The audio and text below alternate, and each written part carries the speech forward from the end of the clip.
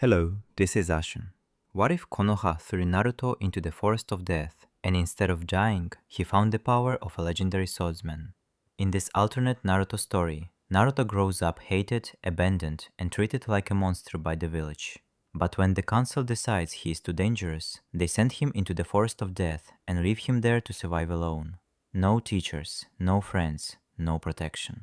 But deep inside the forest, Naruto discovers a forgotten shrine, three cursed swords, and the journals of a mysterious swordsman named Zoro. From that day on, Naruto stops fighting for approval. He trains with steel, wind, keen intent, and pure willpower. The forest stops hunting him, the snakes begin to accept him, and when Konoha finally comes to bring him back, Naruto is no longer the weak orphan they threw away. He is a swordsman, a survivor, and the danger the village can no longer control. Interesting? Well then, sit back, relax, and enjoy listening. Chapter 1 A New Beginning. Naruto Uzumaki learned very young that the people of Konoha hated him. Not with whispers alone. With fists. With cold stares. With empty bowls and locked doors. The orphanage matron forgot to feed him for days at a time. Shopkeepers doubled prices or threw him out entirely. Drunken villagers spat on him in alleyways while calling him demon. The Anko assigned to secretly watch him saw everything and reported nothing. As long as the Jinchuriki survived, the village considered the situation acceptable. By the age of 7, Naruto had learned how to steal bread without being caught. By 8, he had learned how to sleep in abandoned buildings because landlords refused him rooms. By 9, he had learned how to fight grown men with broken bottles and rusty pipes. And by 10, he stopped crying. The academy instructors called him hopeless, lazy, dead last. None of them understood that Naruto came to class exhausted from surviving the night. Iruka noticed more than most, but even he never fully grasped how deep the rot truly went. Then came the hunt. It began after the Kyuubi's chakra leaked during a bullying incident. 3 civilian men cornered Naruto behind a butcher shop. One hit him with a sake bottle. Another burned his arm with a branding iron. Naruto screamed. Red chakra exploded outward. The men fled in terror. By morning, rumors spread through Konoha like wildfire. The demon attacked people. He almost killed someone. He's becoming the fox. The village council demanded action. Danzo suggested containment. Some civilians demanded execution. Hiruzen compromised. Naruto would be isolated, temporarily. The forest of death. Officially, it was to protect the village until the chakra instability could be evaluated. Unofficially, they threw a starving 10-year-old child into a forest filled with giant predators and expected nature to finish the job. 2 Anbu dropped him near the outer edge at dusk. Neither looked him in the eye. You are forbidden from leaving until summoned, one said flatly. Naruto glared at them through tangled blonde hair and bruised eyes. What if I die? Silence. Then the Anbu vanished.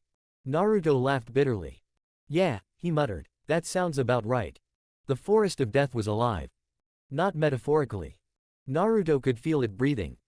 Trees twisted like giant claws overhead. Massive insects buzzed through the darkness. Every distant rustle carried the promise of teeth. The first night nearly killed him. A tiger-sized centipede attacked while he slept in a hollow tree. Naruto barely escaped by stabbing its eye with a sharpened stick. The second night brought venomous snakes. The third brought rain so cold he thought he might freeze. But Naruto endured. Because surviving was the only thing he had ever been good at. Days passed. Then weeks. His body hardened from constant battle. Hunger sharpened his instincts. His blue eyes slowly lost the naive brightness of childhood. One storm-filled evening, while fleeing from a massive bear-like summon beast, Naruto stumbled through dense undergrowth and crashed down a hidden stone slope. He rolled violently before slamming into ancient cracked stairs. The beast stopped at the top.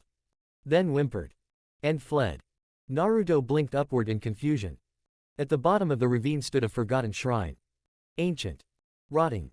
Covered in moss and age-blackened symbols. For some reason, the entire place felt heavy. Not threatening. Demanding. Lightning flashed overhead as Naruto slowly approached. 3 swords rested before a crumbling stone grave. Even buried beneath dust and age, they radiated terrifying presence. 1 white-handled katana. 1 black lacquered blade. 1 crimson-sheathed sword that seemed to hum ominously. Naruto's breath caught. The grave behind them bore a single weathered name. Zoro. No clan symbol. No village crest. Just the name. Below it, carved into stone. Only the worthy may wield ambition without surrendering themselves to it. Naruto frowned. Quote. Weird old man. The moment he stepped closer, the crimson blade rattled violently. A dark pulse exploded outward. Naruto's instinct screamed. Instead of retreating, he grinned. For the first time in years, someone, or something, was challenging him openly. Fine then. He reached for the cursed sword. The instant his fingers touched the hilt, pain surged through his arm. Images flooded his mind. Blood-soaked battlefields. Towering waves split apart. A green-haired swordsman standing against impossible enemies with a grin that bordered on madness. A voice echoed through Naruto's skull. Will you master the blade, or die beneath its curse? Naruto's answer was immediate. Try me.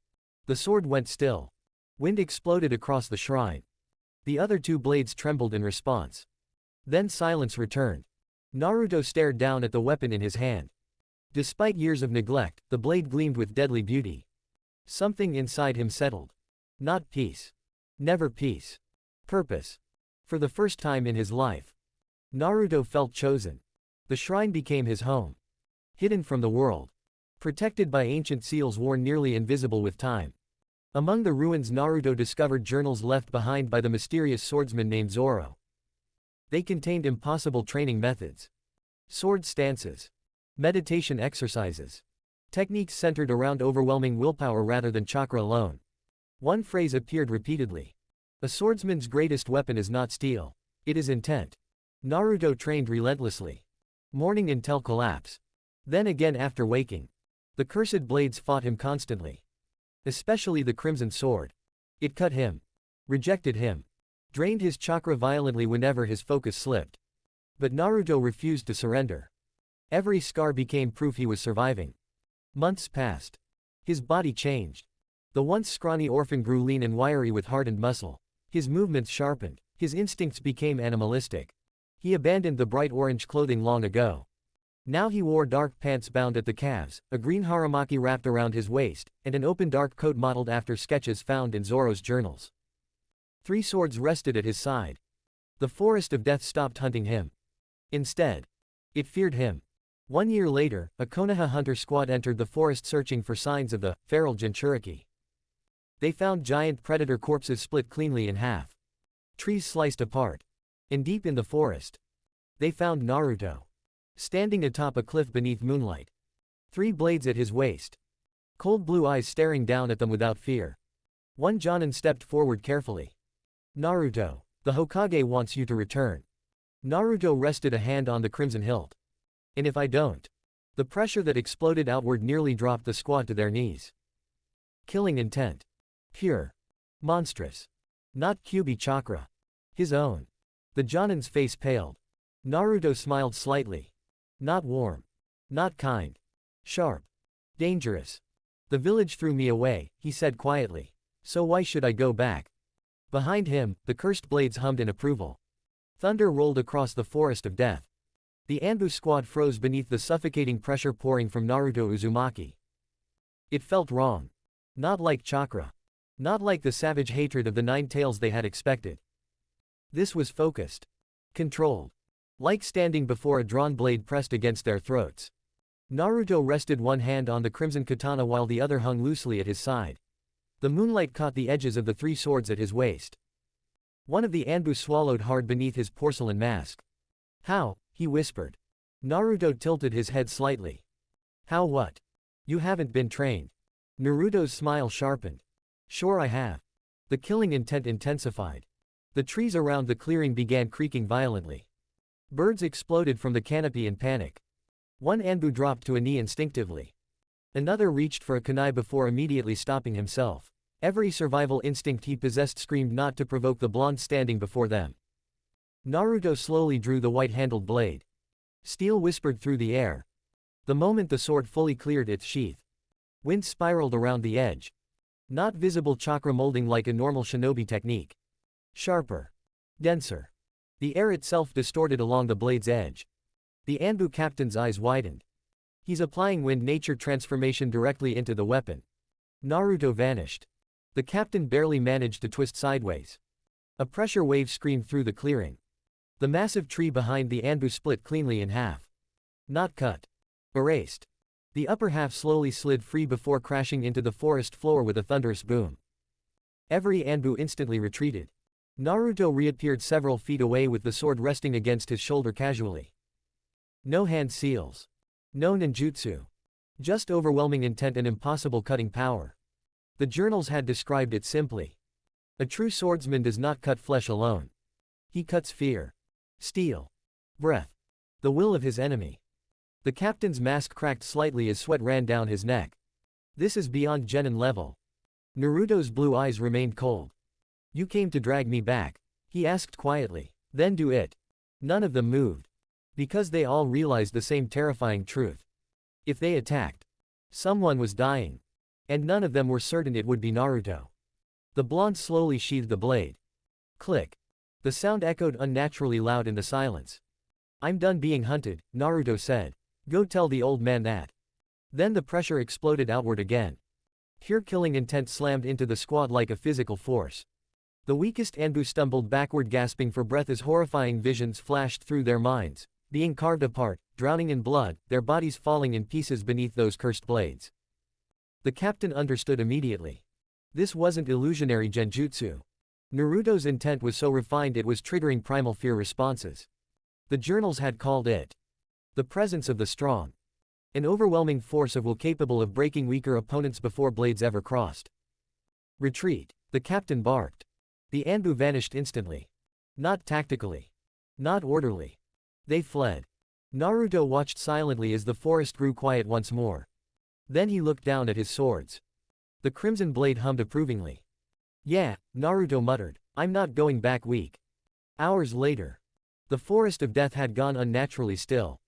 Even the predators hid. At the edge of the clearing stood the third Hokage, Hiruzen Sarutobi, alongside his personal guard.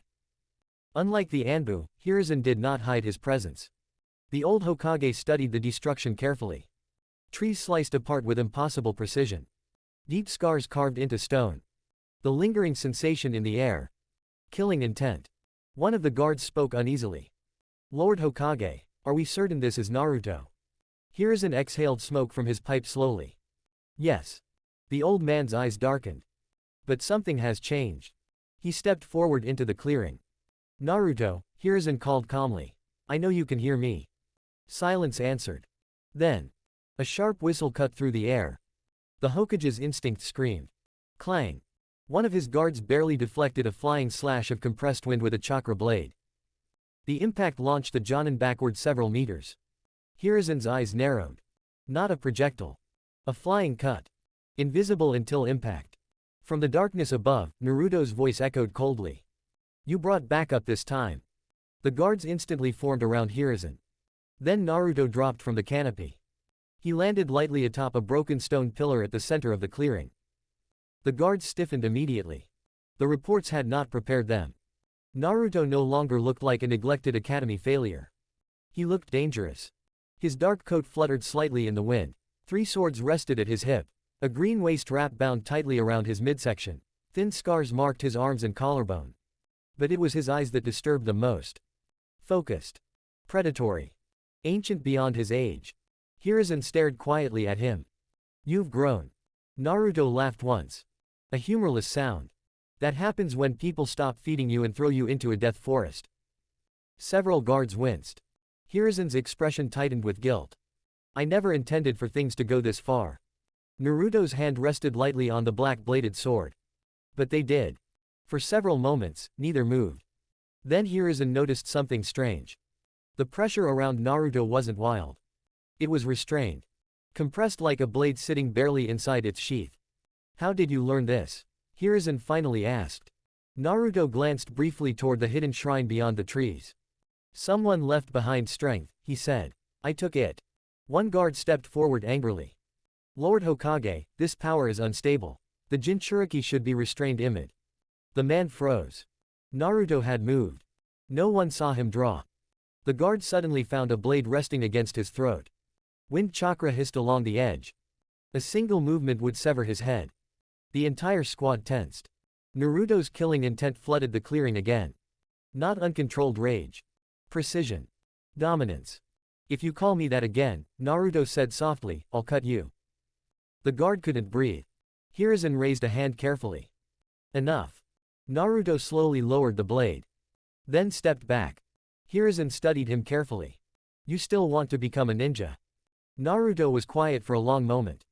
Then. Yes. The answer surprised everyone. One guard frowned. After everything the village did. Naruto looked toward Konoha far beyond the trees. I don't want their acknowledgement anymore, he said quietly. His hand tightened slightly on the hilt of the cursed sword. I want freedom. Wind stirred violently around him. Leaves lifted into the air. And strength so absolute no one can ever throw me away again. The clearing fell silent after Naruto's declaration. Even the wind seemed to pause. Hiruzen watched the boy carefully beneath the dim moonlight. There was no childish desperation left in Naruto's face now. No pleading for acknowledgement. Only hard-earned caution. Naruto slowly slid the blade back into its sheath. Click. I'll return to the academy, he said at last. Several guards relaxed slightly. Then Naruto continued. But before I do anything for you or this village. His blue eyes locked onto the Hokage. I want someone who can summon snakes to teach me. The guards blinked in confusion. Snakes, one repeated. Naruto nodded once. They helped me survive. His gaze drifted toward the dark forest surrounding them. When I first found the shrine, a giant centipede nearly killed me. Then the storms came, predators, poisonous insects. His expression remained calm, but his voice carried old exhaustion. I should have died a dozen times. A faint smile touched his face for the first time. But the snakes kept appearing. Hiruzen's brow furrowed. Naruto crouched atop the broken pillar, resting his arms on his knees casually. At first I thought they wanted to eat me, he admitted. One did try.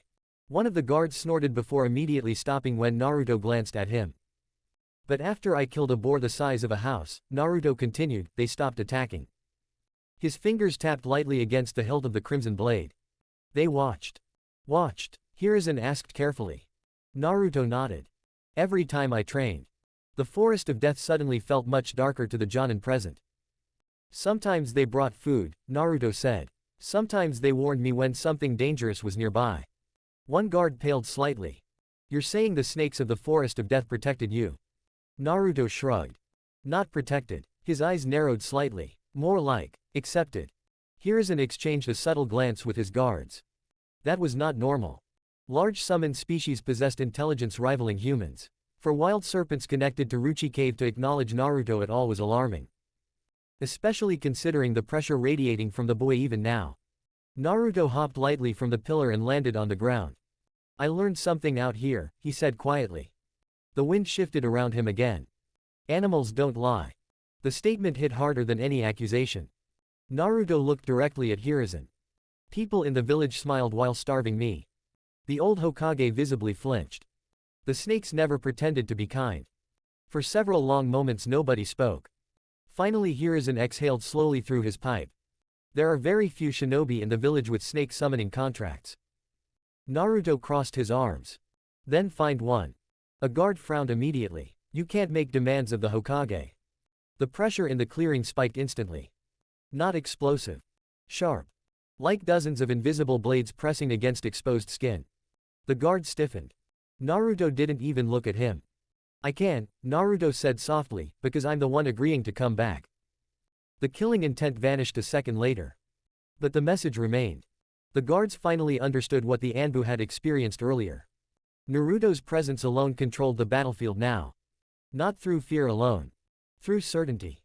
Hiruzen studied the blonde carefully. The boy standing before him resembled neither Minato nor Kushina in that moment. He resembled a wandering blade. Dangerous if mishandled. Potentially catastrophic if turned against Konoha. But also painfully alone. There is someone, Hiruzen admitted at last. Naruto's eyes sharpened immediately. One of the Sannin. Even the guards straightened at that. Naruto frowned slightly. What's a Sannin? A title given to 3 legendary ninja of Konoha, Hiruzen explained. One specializes in snake summons. Naruto tilted his head slightly. Strong. A faint smile crossed Hiruzen's face. Very. Naruto grinned. Good. That was the first genuine emotion Hiruzen had seen from him all night. What's his name? The clearing grew oddly tense. Orochimaru. The moment the name left Hiruzen's mouth. One of Naruto's cursed swords rattled violently. Everyone froze. The crimson blade pulsed darkly inside its sheath. Naruto slowly looked down at it. Then toward the deeper parts of the forest. Something out there was listening. A cold wind swept through the clearing. And somewhere far beyond the trees, a massive serpent's eyes opened in the darkness. Naruto's expression flattened the instant Hiruzen spoke Orochimaru's name. Then he shook his head slowly. No. The single word carried absolute certainty. Several of the Hokage's guards frowned. Naruto looked directly at Hiruzen. He's a traitor. The old Hokage stiffened slightly. And he's not even in the village anymore. Naruto's eyes narrowed. You think I survived out here without listening? The Forest of Death had taught Naruto many things. One of them was patience. Another was how to remain perfectly still while others talked. Missing Nin passed through the outer regions sometimes. Hunters tracked targets through the forest. Travelers and shinobi whispered around campfires thinking no one could hear them. Naruto heard everything. Orochimaru experimented on people, Naruto continued coldly. Even kids. One guard's eyes widened. Naruto snorted quietly. Funny what people say when they think a monster's hiding nearby instead of listening. Hiruzen's gaze darkened with old regret. Naruto folded his arms. I'm not learning from someone like that. The cursed blades at his waist hummed faintly in agreement. For several moments only the sound of distant insects filled the clearing. Then Naruto spoke again. There's at least one woman in that cesspool of a village who can teach me instead. One of the guards blinked. Woman. Naruto nodded toward the forest. White coat, purple hair, smells like snakes and blood. The Jonin around Hiruzen visibly stiffened. Anko, one muttered. Naruto tilted his head. So that's her name. Hiruzen looked genuinely surprised now. You've seen Mitarashi Anko. Naruto gave him a deadpan stare. She's loud. A few guards nearly choked trying not to laugh. Naruto continued calmly. She came into the forest a few times for training or patrols. His eyes sharpened slightly. The snakes around here know her scent. That alone spoke volumes. Creatures tied to Ruchi Cave were notoriously aggressive. If they tolerated Anko, then she truly did carry Orochimaru's influence. Naruto rested a hand on the white-handled sword. She fought one of the giant centipedes near the eastern marsh about 4 months ago. The guards stared. How do you know that? One asked. Naruto shrugged. I watched. The man suddenly felt very uncomfortable. The image of a silent blonde child watching Jonin-level battles from the shadows of the Forest of Death was deeply unsettling. Naruto's gaze returned to Hiruzen. She uses snakes. His voice hardened slightly. And unlike most of your village, she didn't try to kill me when she noticed I was nearby. That caught Hiruzen's attention immediately. She knew you were there. Naruto smirked faintly. She threatened to feed me to her summon if I kept staring. One of the guards coughed into his hand to hide a laugh.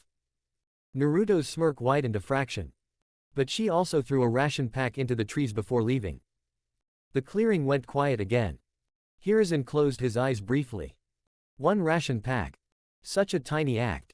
Yet Naruto remembered it months later because so few people had ever shown him basic decency. The old Hokage suddenly felt every one of his years. Finally he opened his eyes again. You want Anko Mitarashi assigned as your instructor? Naruto nodded once. For snake summons. In the academy. Naruto glanced toward the distant lights of Konoha barely visible beyond the trees. I'll go.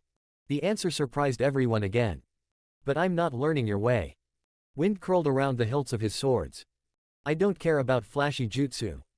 The pressure around him sharpened subtly. Steel doesn't run out of chakra in one fight. One of the guards frowned. A shinobi needs versatility. Naruto looked at him calmly. A dead shinobi needs a grave. The guard fell silent. Naruto slowly drew the black-bladed katana halfway. Thin streams of wind chakra wrapped around the edge like invisible currents. Leaves drifting nearby split apart soundlessly. I'll use chakra, Naruto said. But not like your shinobi do. The blade vibrated softly. I'll sharpen. The pressure in the clearing intensified again, not overwhelming this time, but focused. Condensed. Like standing beside a predator preparing to strike. The journals called it breathing through the blade. Naruto continued quietly. Wind chakra listens better when your intent is clear. Hiruzen's experienced eyes narrowed thoughtfully. No hand seals. Minimal chakra waste. Extreme lethality. It was less ninjutsu. and more an evolution of Kenjutsu itself. Dangerous. Very dangerous. Especially in Naruto's hands. Then Naruto sheathed the blade again. Click. I'll attend the academy, he repeated. I'll learn what I need. His eyes hardened. But I'm done begging this village to accept me. A heavy silence followed. Then, unexpectedly, Hiruzen nodded. Very well. The guards looked shocked. My lord. I said very well. The Hokage's voice carried sudden iron. He looked directly at Naruto. I will speak to Anko personally. Naruto studied him carefully, searching for deception. After a moment, he gave a small nod. Fine. Then his gaze shifted toward Konoha once more. The village that had abandoned him. The village he would now walk back into carrying 3 cursed swords and enough killing intent to terrify trained Anbu. The wind stirred around him again. This time. It almost sounded eager. Dawn broke over Konoha beneath gray clouds. For the first time in nearly a year. Naruto Uzumaki walked toward the village gates. The reaction was immediate. The 2 Chunin guards straightened the moment they recognized him. One paled outright. Because the child returning from the forest of death was not the same one who had entered it. Naruto moved differently now. Calm. Measured. Every step balanced naturally as though he were perpetually prepared to draw steel.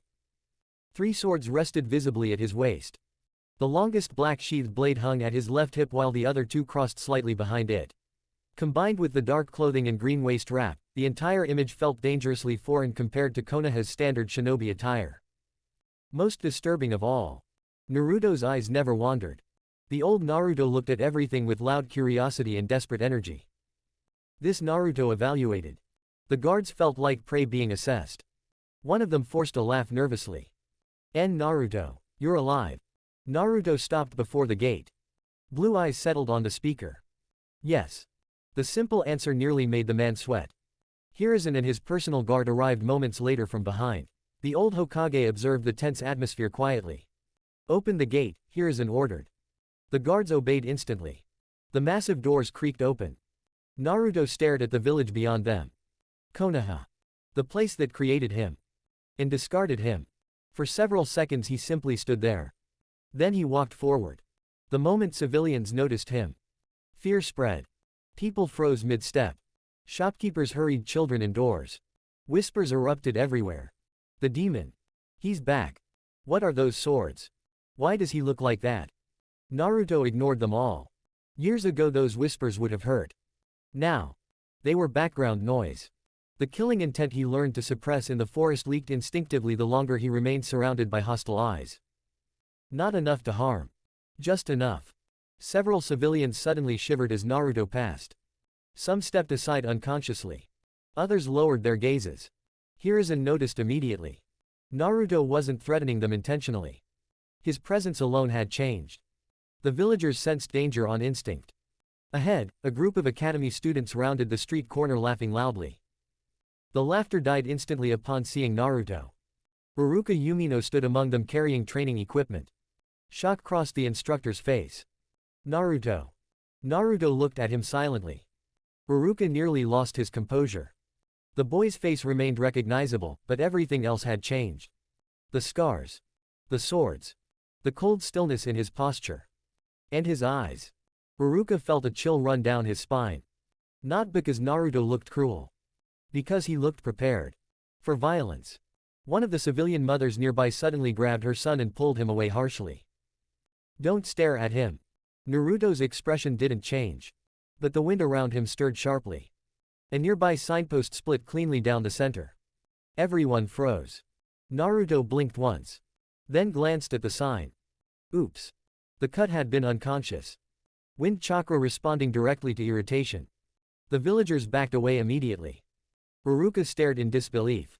No hand seals. No visible chakra molding. Just intent.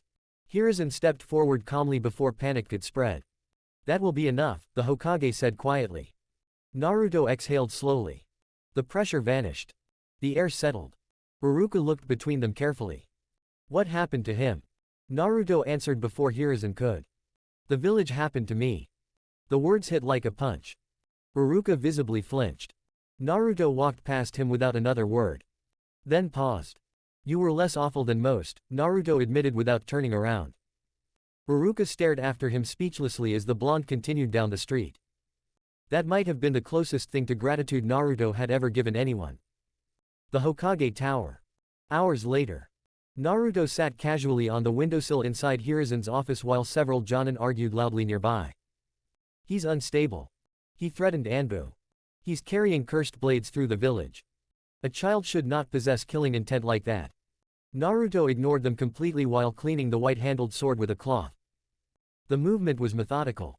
Careful. Almost meditative. Hiruzen watched quietly from behind his desk. The reports had underestimated the psychological change the Forest of Death caused. Naruto no longer reacted emotionally to insults or fear. That made him far more dangerous. Because he chose exactly when to care. The office doors suddenly burst open. "Old man, why the hell am I being summoned this early?" The woman stopped mid-step. Purple hair. Tan trench coat. Fishnet armor. And sharp brown eyes widening immediately as they landed on Naruto. Naruto looked up from his sword calmly. "Oh," he said. "Snake lady." Silence. Then one of the jonin coughed violently, trying to hide laughter. Anko Mitarashi stared at Naruto for several long seconds. "Blonde kid from the forest." Naruto nodded once. "You still smell like snakes." Several jonin looked horrified by the statement. Anko, however, grinned. Sharp. Predatory. "Well," she drawled while stepping into the office, "you definitely got creepier." Naruto smirked faintly. "You got louder." Hiruzen pinched the bridge of his nose. This was either going to work surprisingly well. Or become an absolute disaster. Anko Mitarashi circled Naruto slowly inside the Hokage's office. Like a predator inspecting another predator. Most shinobi would have been unnerved under her stare. Naruto didn't even look up from his sword. Steel scraped softly against cloth as he continued cleaning the blade with precise movements. Anko's grin widened. "Oh, I like this already." One of the jonin nearby frowned. "Anko, this isn't a game." The Jinchuriki. The room's temperature seemed to drop.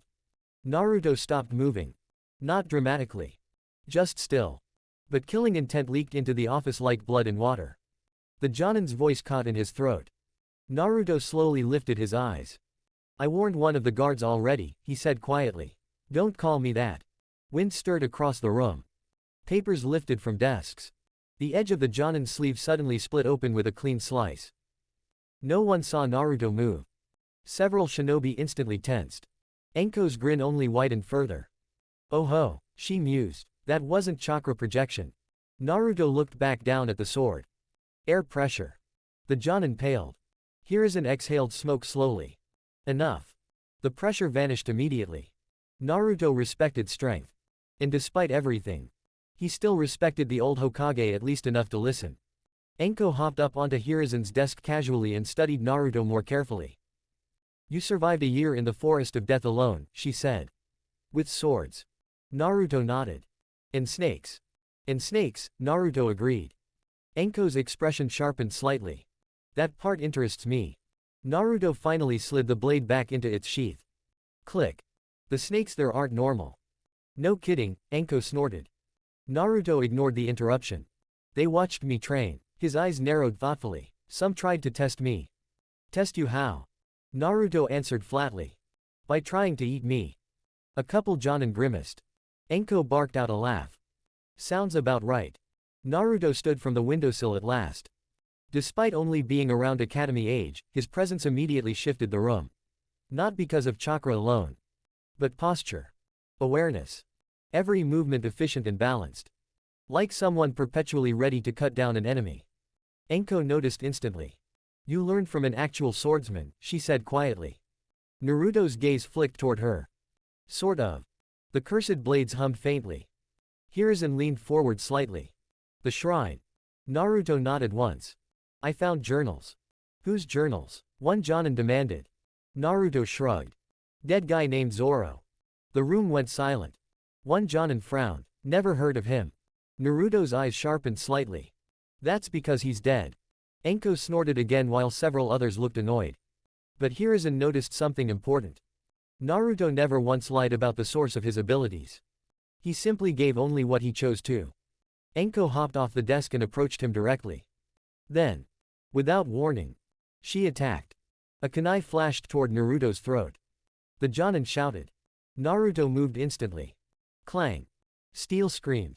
One sword blocked the kunai while another remained half-drawn beneath it, angled toward Anko's ribs. Wind chakra hissed along the blade edge. A thin cut appeared across Anko's cheek. Both froze. The office exploded with killing intent. Not Naruto's alone. Anko grinned wildly despite the blood running down her face. "Oh yeah," she whispered. "You're dangerous." Naruto's expression remained calm. "You hesitated." Anko's eyes narrowed with amusement. "So did you." For one tense moment, neither moved. Then Naruto slowly lowered his blade. Anko stepped back laughing softly. "I take it back, old man," she said to Hiruzen without taking her eyes off Naruto. "This brat's interesting." One of the Jonin slammed a hand onto the desk. He drew a weapon inside the Hokage tower. Anko rolled her eyes. "I attacked first, genius." Naruto sheathed both blades smoothly. Click, click. The room relaxed marginally. Anko wiped blood from her cheek and stared at it. "A wind-enhanced edge without full chakra release," she muttered. "That cut me before the blade even touched skin." Naruto nodded. "Intent guides the wind." Several Jonin looked utterly confused. Anko, however, seemed fascinated. "That's not standard kenjutsu." "It's not standard anything," Naruto replied. The cursed crimson blade rattled softly at his hip. Anko's eyes flicked toward it immediately. "That sword's nasty." Naruto's hand rested lightly against the hilt. "All three are." The office seemed quieter after that statement. Even the Jonin could feel it now. Something deeply wrong rested within those swords. Not evil exactly. Hungry. Anko suddenly smirked. "So," she said, "you want me to teach you snakes?" Naruto met her gaze directly. "Yes." "Why?" Naruto answered instantly. "Because they survive." The room fell silent again. Anko's grin faded slightly. That answer. She understood it too well. Survival. Adapting. Enduring no matter what the world became. Those were lessons Orochimaru had drilled into her brutally as a child. For the first time since entering the office, Anko stopped treating Naruto like a curiosity. Because suddenly, she recognized something familiar in him. A child abandoned by Konoha learning how to become dangerous so no one could hurt him again. Hiruzen noticed the shift immediately. Anko shoved her hands into her coat pockets. "Fine," she said at last. Several Jonin shouted instantly. "You can't be serious. He's unstable enough already. He'll become another Orochimaru." The killing intent in the room spiked violently. Naruto's eyes turned icy cold. Anko's expression darkened instantly. And for the first time, snake-like killing intent poured from her. "You wanna repeat that?" she asked softly. The Jonin went pale. Anko stepped beside Naruto now instead of opposite him. "He's not Orochimaru," she said coldly. Naruto glanced at her briefly. Anko smirked slightly. "He actually hates the bastard." Naruto's answering grin was small. But real. And somehow, that disturbed the Jonin more than his killing intent had. The next morning, Naruto Uzumaki returned to the academy. Not as the loud prankster everyone remembered. But as something entirely different. Conversations died the moment he entered the classroom. Children stared openly. Some with fear. Others with curiosity. A few with outright hostility inherited from their parents. Naruto ignored all of them. 3 swords rested at his hip as he walked to the back corner of the room and sat beside the window. Iruka nearly dropped his attendance clipboard. "Naruto," he said carefully, "weapons aren't allowed during. They stay with me." The statement wasn't loud. Yet somehow the entire classroom heard it clearly. Iruka hesitated. Then noticed something unsettling. Naruto's hand never moved toward the swords. He didn't need to threaten anyone. The pressure surrounding him already did. Iruka sighed internally. Fine, but they remained sheathed. Naruto nodded once. Several students whispered nervously. A pink-haired girl near the front frowned openly. "He's creepy." A boy beside her swallowed hard. "No kidding." Inuzuka Kiba narrowed his eyes from across the room. Unlike most of the class, he wasn't reacting to the swords. Akamaru, hidden inside his jacket, was whining softly. Animals sensed danger honestly. And Akamaru was terrified of Naruto. Not because Naruto smelled evil. Because he smelled like blood, steel, and predators. At the front row, Sasuke Uchiha silently observed Naruto with narrowed eyes. Everyone in the room feared the blonde instinctively. Everyone except him. To Sasuke, Naruto felt familiar. Lonely. Cold. Broken by something much larger than childhood should allow. Then Naruto noticed him staring. The air between them sharpened instantly. Not hostility exactly. Recognition. Two children carrying isolation in very different ways. Iruka clapped loudly to break the tension. All right, settle down. The class reluctantly obeyed. Naruto leaned slightly against the wall near the window while Iruka began the lesson on basic chakra control. A shinobi molds chakra through physical and spiritual energy before weaving hand signs to waist movement. The room blinked. Iruka paused. Naruto stared out the window while speaking calmly.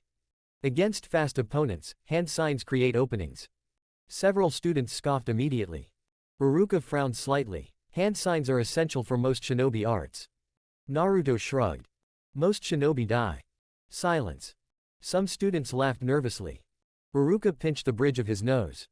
Naruto. The blonde finally looked toward the front. I'm not saying jutsu are useless, he clarified. I'm saying people depend on them too much. His fingers tapped lightly against one sword hilt. If your enemy closes distance before your signs finish, what then? No one answered. Naruto's eyes drifted toward Sasuke briefly. A blade only needs intent. The classroom felt strangely heavy afterward. Even Iruka couldn't deny the logic completely. Because Naruto spoke like someone who had fought for survival already. Not like a child repeating theories from textbooks. Later that evening. Training Ground 44. The Forest of Death welcomed Na. Chapter 2, Training and the Contract. Naruto quickly learned that returning to Konoha had not changed the village. Only him. The hatred remained exactly the same. It greeted him every morning the moment he stepped outside his small apartment. Cold stares followed him through the streets. Shopkeepers still refused service. Parents pulled children away whenever Naruto passed too closely. But now, people were afraid while they hated him. That was new. Naruto walked calmly through the market one gray afternoon on his way back from the academy. 3 swords rested at his waist, hidden partially beneath his dark coat. The crowd unconsciously parted around him. Not out of respect. Instinct. A pair of civilians whispered harshly near a fruit stand. Why did they let that thing back into the village? He should have died in the forest. Naruto kept walking. Years ago those words would have cut deep. Now he simply catalogued them. Weak people barked when they felt safe. The journals Zoro left behind had repeated one lesson constantly. A swordsman who loses focus to every insult dies distracted. Still. The wind around Naruto sharpened slightly. The nearby fruit stand split down the middle with a clean slicing sound. Both civilians stumbled backward in terror. Naruto never broke stride. Need better control, he muttered. The academy wasn't much better. Iruka tried. Naruto recognized that. But years of hatred didn't vanish because one instructor meant well. Students avoided him instinctively now. Not only because of what their parents said, but because Naruto genuinely felt dangerous. During taijutsu sparring, students hesitated whenever paired against him. After the first week, no one volunteered anymore. Because Naruto fought differently. No wasted movement. No flashy attacks. Every strike aimed for efficiency. Joint breaks. Throat shots. Killing angles. Iruka had to stop him 3 separate times from ending matches too quickly. Naruto. Iruka snapped after Naruto swept Mizuki's assistant instructor onto his back and placed a wooden practice blade against the man's eye. This is training, not combat. Naruto blinked calmly. He left his centerline open. The assistant paled slightly. Because Naruto wasn't bragging. He was correct. Even Iruka had barely seen the movement happen. Naruto stepped back immediately and lowered the weapon. Sorry. But the apology sounded more like acknowledgement than regret. Across the room, Sasuke watched everything carefully. Naruto noticed. Of course he did. The Uchiha heir watched him constantly now. Not with fear. With analysis. Naruto understood the look well. Sasuke was trying to measure him. Everyone else saw a monster. Sasuke saw a rival. That made him smarter than most people in the village already. At night. Naruto trained. Every single night. Sometimes alone. Usually with Anko. The woman was insane. Naruto liked that about her. You're holding the summoning seal too rigidly, Anko said while crouched atop a massive branch deep within the forest of death. Moonlight filtered through the canopy above them. Naruto sat cross-legged below with a summoning scroll spread open before him. I thought precision mattered. It does, Anko replied. But snakes aren't toads. Naruto glanced up slightly. You keep saying that. Because it matters. Anko hopped down beside him. Toads value balance and cooperation. Snakes value instinct. Her grin sharpened. Predators don't ask permission, they strike. Naruto listened carefully. Unlike most instructors at the academy, Anko taught from experience instead of textbooks. Summons aren't slaves, she continued. Especially snakes. If they think you're weak, they'll either ignore you. Her grin widened dangerously. Or eat you. Naruto nodded thoughtfully. Fair. Anko snorted. You're way too calm about that possibility. Naruto stared at the scroll. I lived here for a year. Right. That actually explained a lot. Anko placed her hands together slowly. Again. Naruto bit his thumb without hesitation. Blood welled instantly. Then he pressed his hand against the seal while focusing chakra outward. The ground trembled slightly. Smoke exploded outward. Hiss. A small blue serpent appeared atop the scroll. Barely longer than Naruto's forearm. The snake blinked lazily at him. Then immediately bit his nose. Naruto stared cross-eyed at it. Anko fell out of the tree laughing. Oh my god. The snake released him and coiled smugly atop the scroll. Naruto pulled it off his face carefully. I summoned an asshole. The snake hissed proudly. Anko was laughing too hard to breathe properly now. Naruto narrowed his eyes at the tiny serpent. The snake stared back without fear. Then, unexpectedly, Naruto smirked. He'll fit right in. The snake seemed pleased by that answer. That's actually a good sign, she admitted.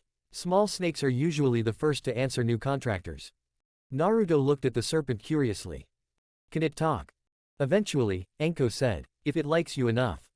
The snake immediately coiled around Naruto's shoulders possessively. Anko blinked. Huh. Naruto raised an eyebrow. What? That was fast.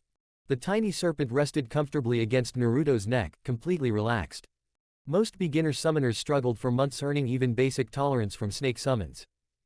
This one looked ready to move in. Naruto scratched lightly beneath its jaw. The snake made a soft hissing noise almost like approval. Anko stared harder now. Okay, that's weird. Naruto glanced at her. Weird bad or weird useful? Anko grinned slowly. With snakes. Her eyes gleamed dangerously beneath the moonlight. Usually both. The small blue serpent refused to leave Naruto afterward.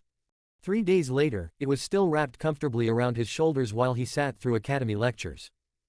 Iruka stared at it with exhausted disbelief. Naruto. The snake hissed lazily from around Naruto's neck. No biting classmates, Naruto said calmly to the serpent. The snake looked offended by the accusation. Several students had moved their desks farther away. Kiba looked personally betrayed.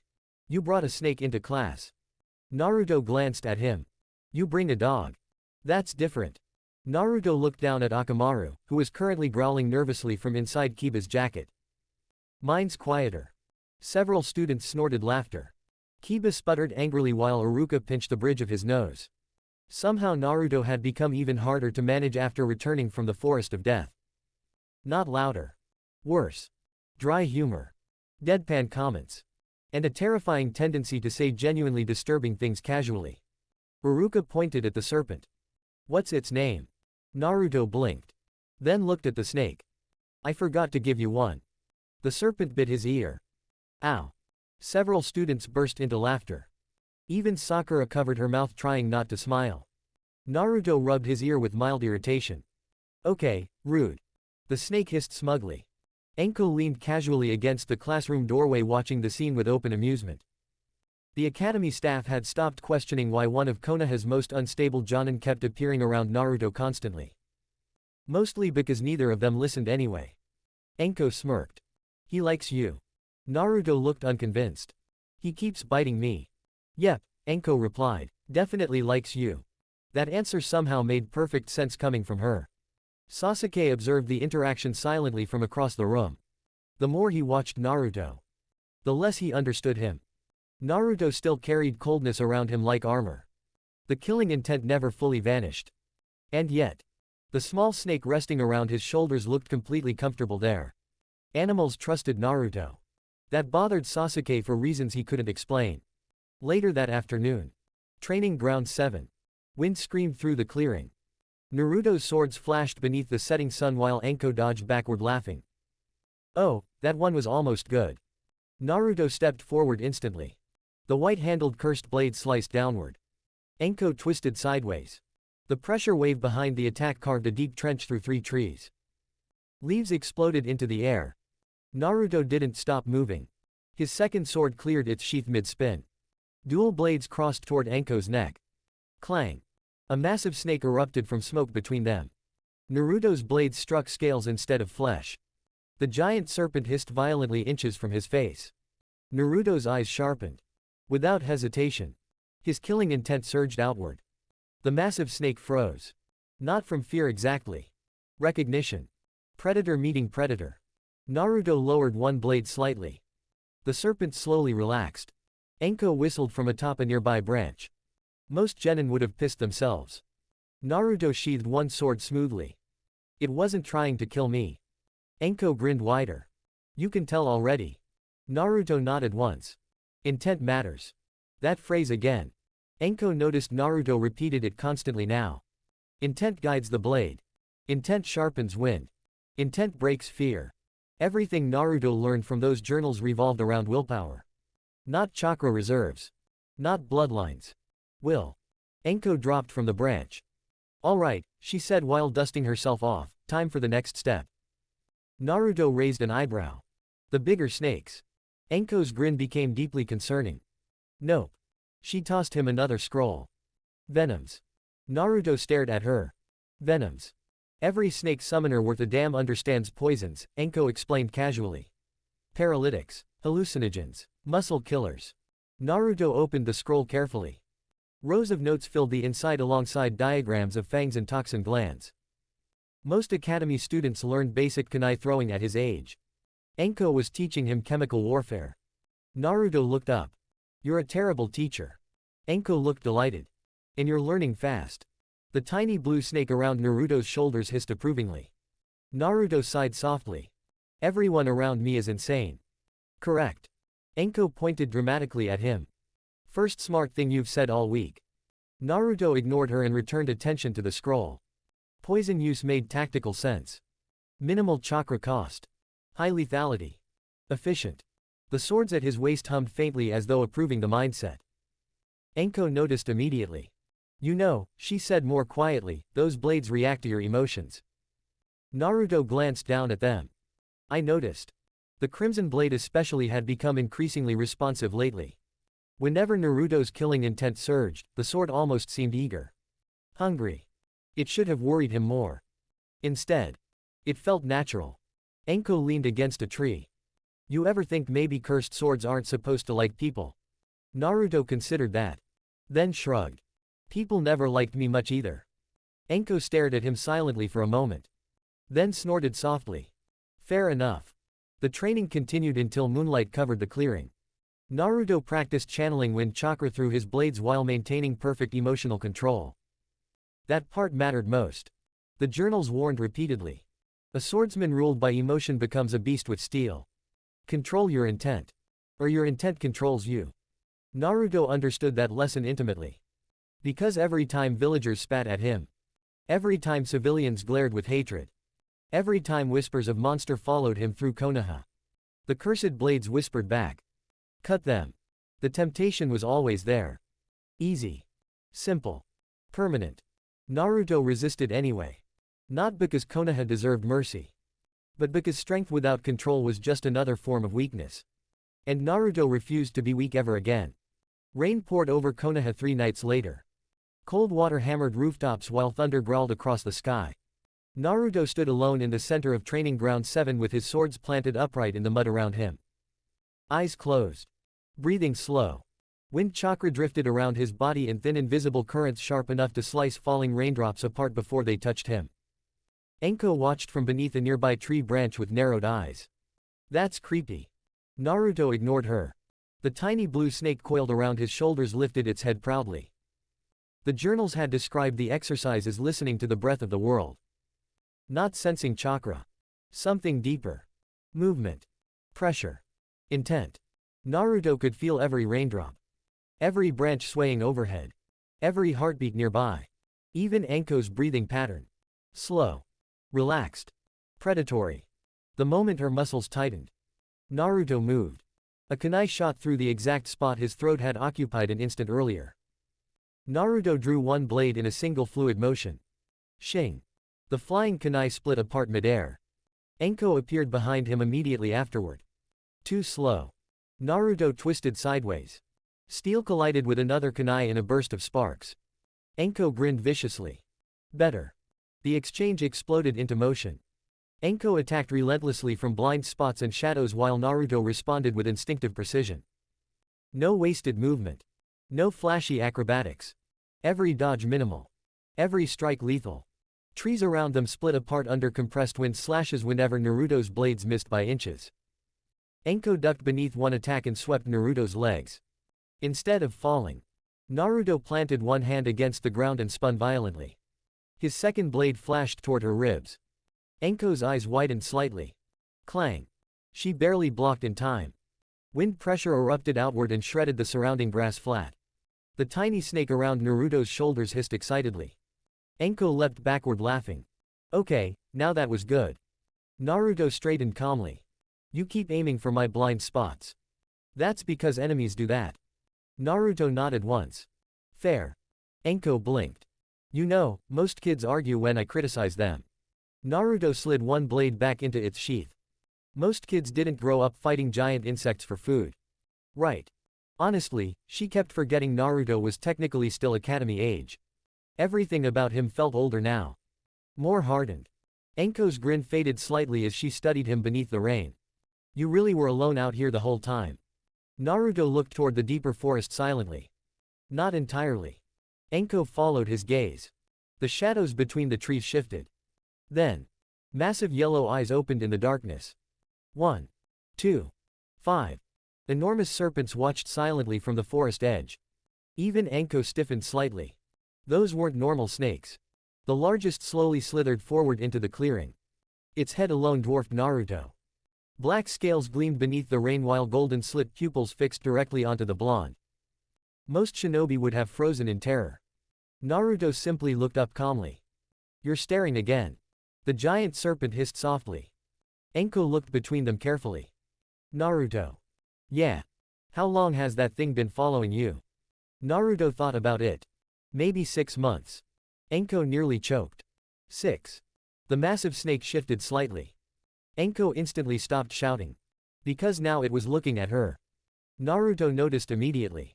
It doesn't like loud people. Anko looked offended. That's discriminatory. The serpent's tongue flicked toward her unimpressed. Naruto crouched slightly and rested a hand against the giant snake's scales. Everyone froze. Even the rain seemed quieter. The serpent lowered its massive head willingly. Anko stared in disbelief. That's impossible. Naruto looked back at her. What is? That species only answers to high-level contractors. Naruto blinked once. Oh. Oh. Anko pointed furiously at the giant serpent. That thing could eat Jonin. The snake hissed again. Naruto tilted his head slightly. It says you're being dramatic. Anko went completely still. You understood it. Naruto frowned slightly. Was I not supposed to? The silence afterward was deafening. Anko stared at him like she'd suddenly realized something deeply concerning. Most summoners required years before understanding summon speech patterns clearly. Naruto had apparently crossed that line without noticing. The giant serpent continued watching him calmly. Then slowly. It lowered itself fully to the ground. Submission. Not complete. But acknowledgement. Anko's eyes widened. Number way. Naruto looked confused again. What now? The giant serpent's voice rumbled deep and ancient through the clearing. You carry the scent of steel and death. Anko's face drained of color. Because the serpent wasn't speaking to her. It was speaking directly to Naruto. The blonde remained completely calm. That sounds unhealthy. The serpent's massive eyes narrowed. You are accepted. The cursed blades at Naruto's waist vibrated violently. Wind exploded through the clearing. Rain spiraled outward around Naruto in a swirling pressure field as something deep within the swords awakened hungrily in response to the serpent's acknowledgement.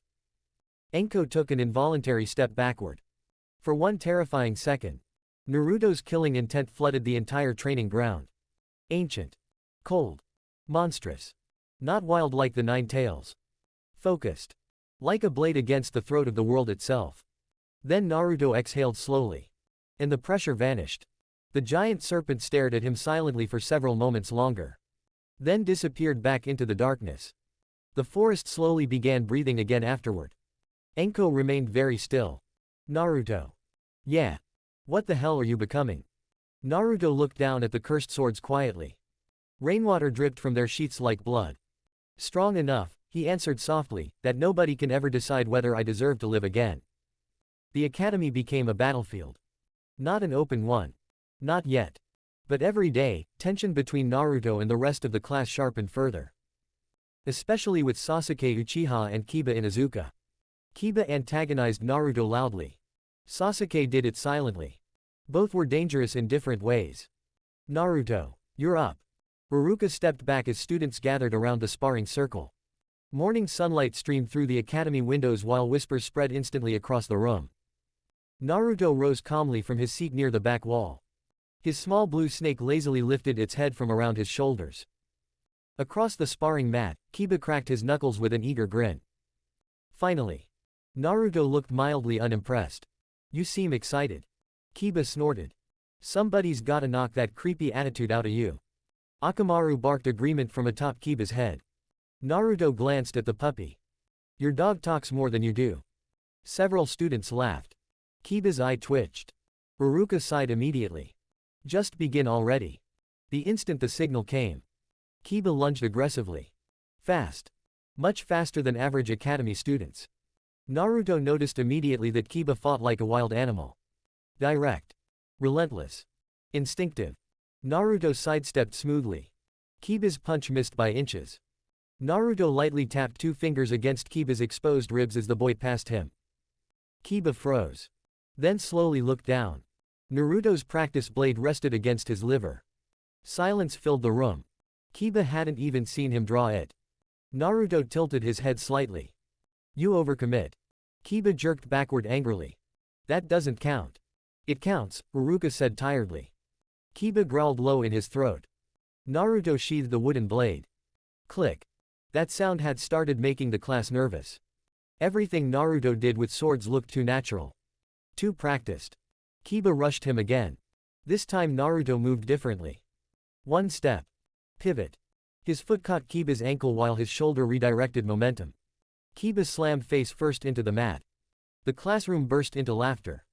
Naruto stared down calmly. Still overcommitting. Kiba exploded upward furiously. You think you're so tough because of those stupid swords. The room's atmosphere shifted instantly. Naruto's eyes cooled. Not rage. Something sharper. Killing intent leaked briefly into the classroom. Windows rattled softly. Akamaru whimpered. Even Iruka stiffened. Kiba felt it immediately. The pressure of a predator deciding whether something was worth killing. Naruto took one slow step forward. Careful, he said quietly. That was all. Just one word. But Kiba suddenly understood on instinct that Naruto was dangerous in a way children weren't supposed to be. Iruka intervened immediately. Match over. The tension broke. Naruto turned away first. Kiba stood frozen for several seconds afterward while sweat rolled down his neck. Across the room. Sasuke watched everything silently. Eyes narrowed. Analyzing. Later that afternoon, during shuriken practice, Sasuke finally approached Naruto directly. The rest of the class immediately noticed. Because whenever those two were near each other, the atmosphere became heavy. Naruto stood beneath a tree adjusting the wrappings around one sword hilt while his tiny snake slept around his neck. Sasuke stopped several feet away. You hold back. Naruto didn't look up. So do you. Sasuke's eyes narrowed slightly. Most students praised him endlessly. Naruto simply observed him. It was irritating. What did you learn in the Forest of Death? Sasuke asked bluntly. Naruto finished tightening the wrap before answering. How to survive. That's not what I mean. Naruto finally looked at him. Blue eyes met black. Cold against cold. You want to know why you can't read my movements? Sasuke stiffened slightly. Because yes. That was exactly what he wanted. Naruto's fighting style felt alien compared to Academy Taijutsu. No wasted motion. No unnecessary aggression. Every attack flowed naturally into the next. Naruto rested a hand lightly against the white-handled cursed blade. Most people telegraph intent before they attack, he said calmly. Sasuke listened carefully. Naruto continued. They decide to strike. Wind stirred lightly around him. Then move. A leaf drifting nearby suddenly split apart. Naruto hadn't touched it. My style moves the instant intent exists. Sasuke frowned. That's impossible. Naruto shrugged. Then why can't you predict it? The question irritated Sasuke immediately. Because he had noticed it already. Naruto's attacks felt sudden even when he watched carefully. Like the movement began before conscious thought. The tiny blue snake opened one eye sleepily. Sasuke glanced at it. Why snakes? Naruto's expression remained neutral. They survived beside me when people didn't. That answer lingered heavily between them. Sasuke understood loneliness. But Naruto's sounded different. Sharper. Like abandonment had been carved into bone. Before Sasuke could reply, Kiba's voice echoed across the training yard. Oi, Uchiha. Kiba marched toward them aggressively. You gonna just stand there talking to him? Sasuke looked annoyed already. Kiba pointed at Naruto. He acts like he's better than everybody. Naruto blinked once. Usually I ignore you. Kiba scoffed. See, that attitude right there. Naruto looked genuinely thoughtful. You bark a lot for someone I beat in 6 seconds. Several nearby students snorted loudly. Kiba's face turned red instantly. You wanna go again? Naruto sighed softly. No. Kiba looked stunned. Number. I already know how that fight ends. The statement wasn't arrogant. That somehow made it worse. Kiba stepped forward furiously. And Sasuke moved first. Enough. The single word stopped everyone. Sasuke's eyes stayed locked on Naruto. Kiba's weak, he said bluntly.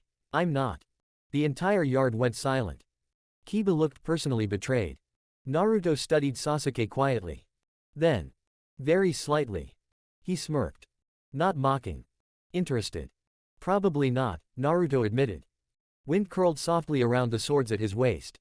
But you're loud too. Sasuke's eye twitched. For the first time in years. Several students watched the great Sasuke Uchiha get annoyed while Naruto Uzumaki looked completely unbothered. And somewhere deep beneath the academy, the cursed blades hummed eagerly. Word spread through the academy quickly. Naruto Uzumaki had changed. Some students exaggerated wildly, claiming he killed giant monsters barehanded in the forest of death.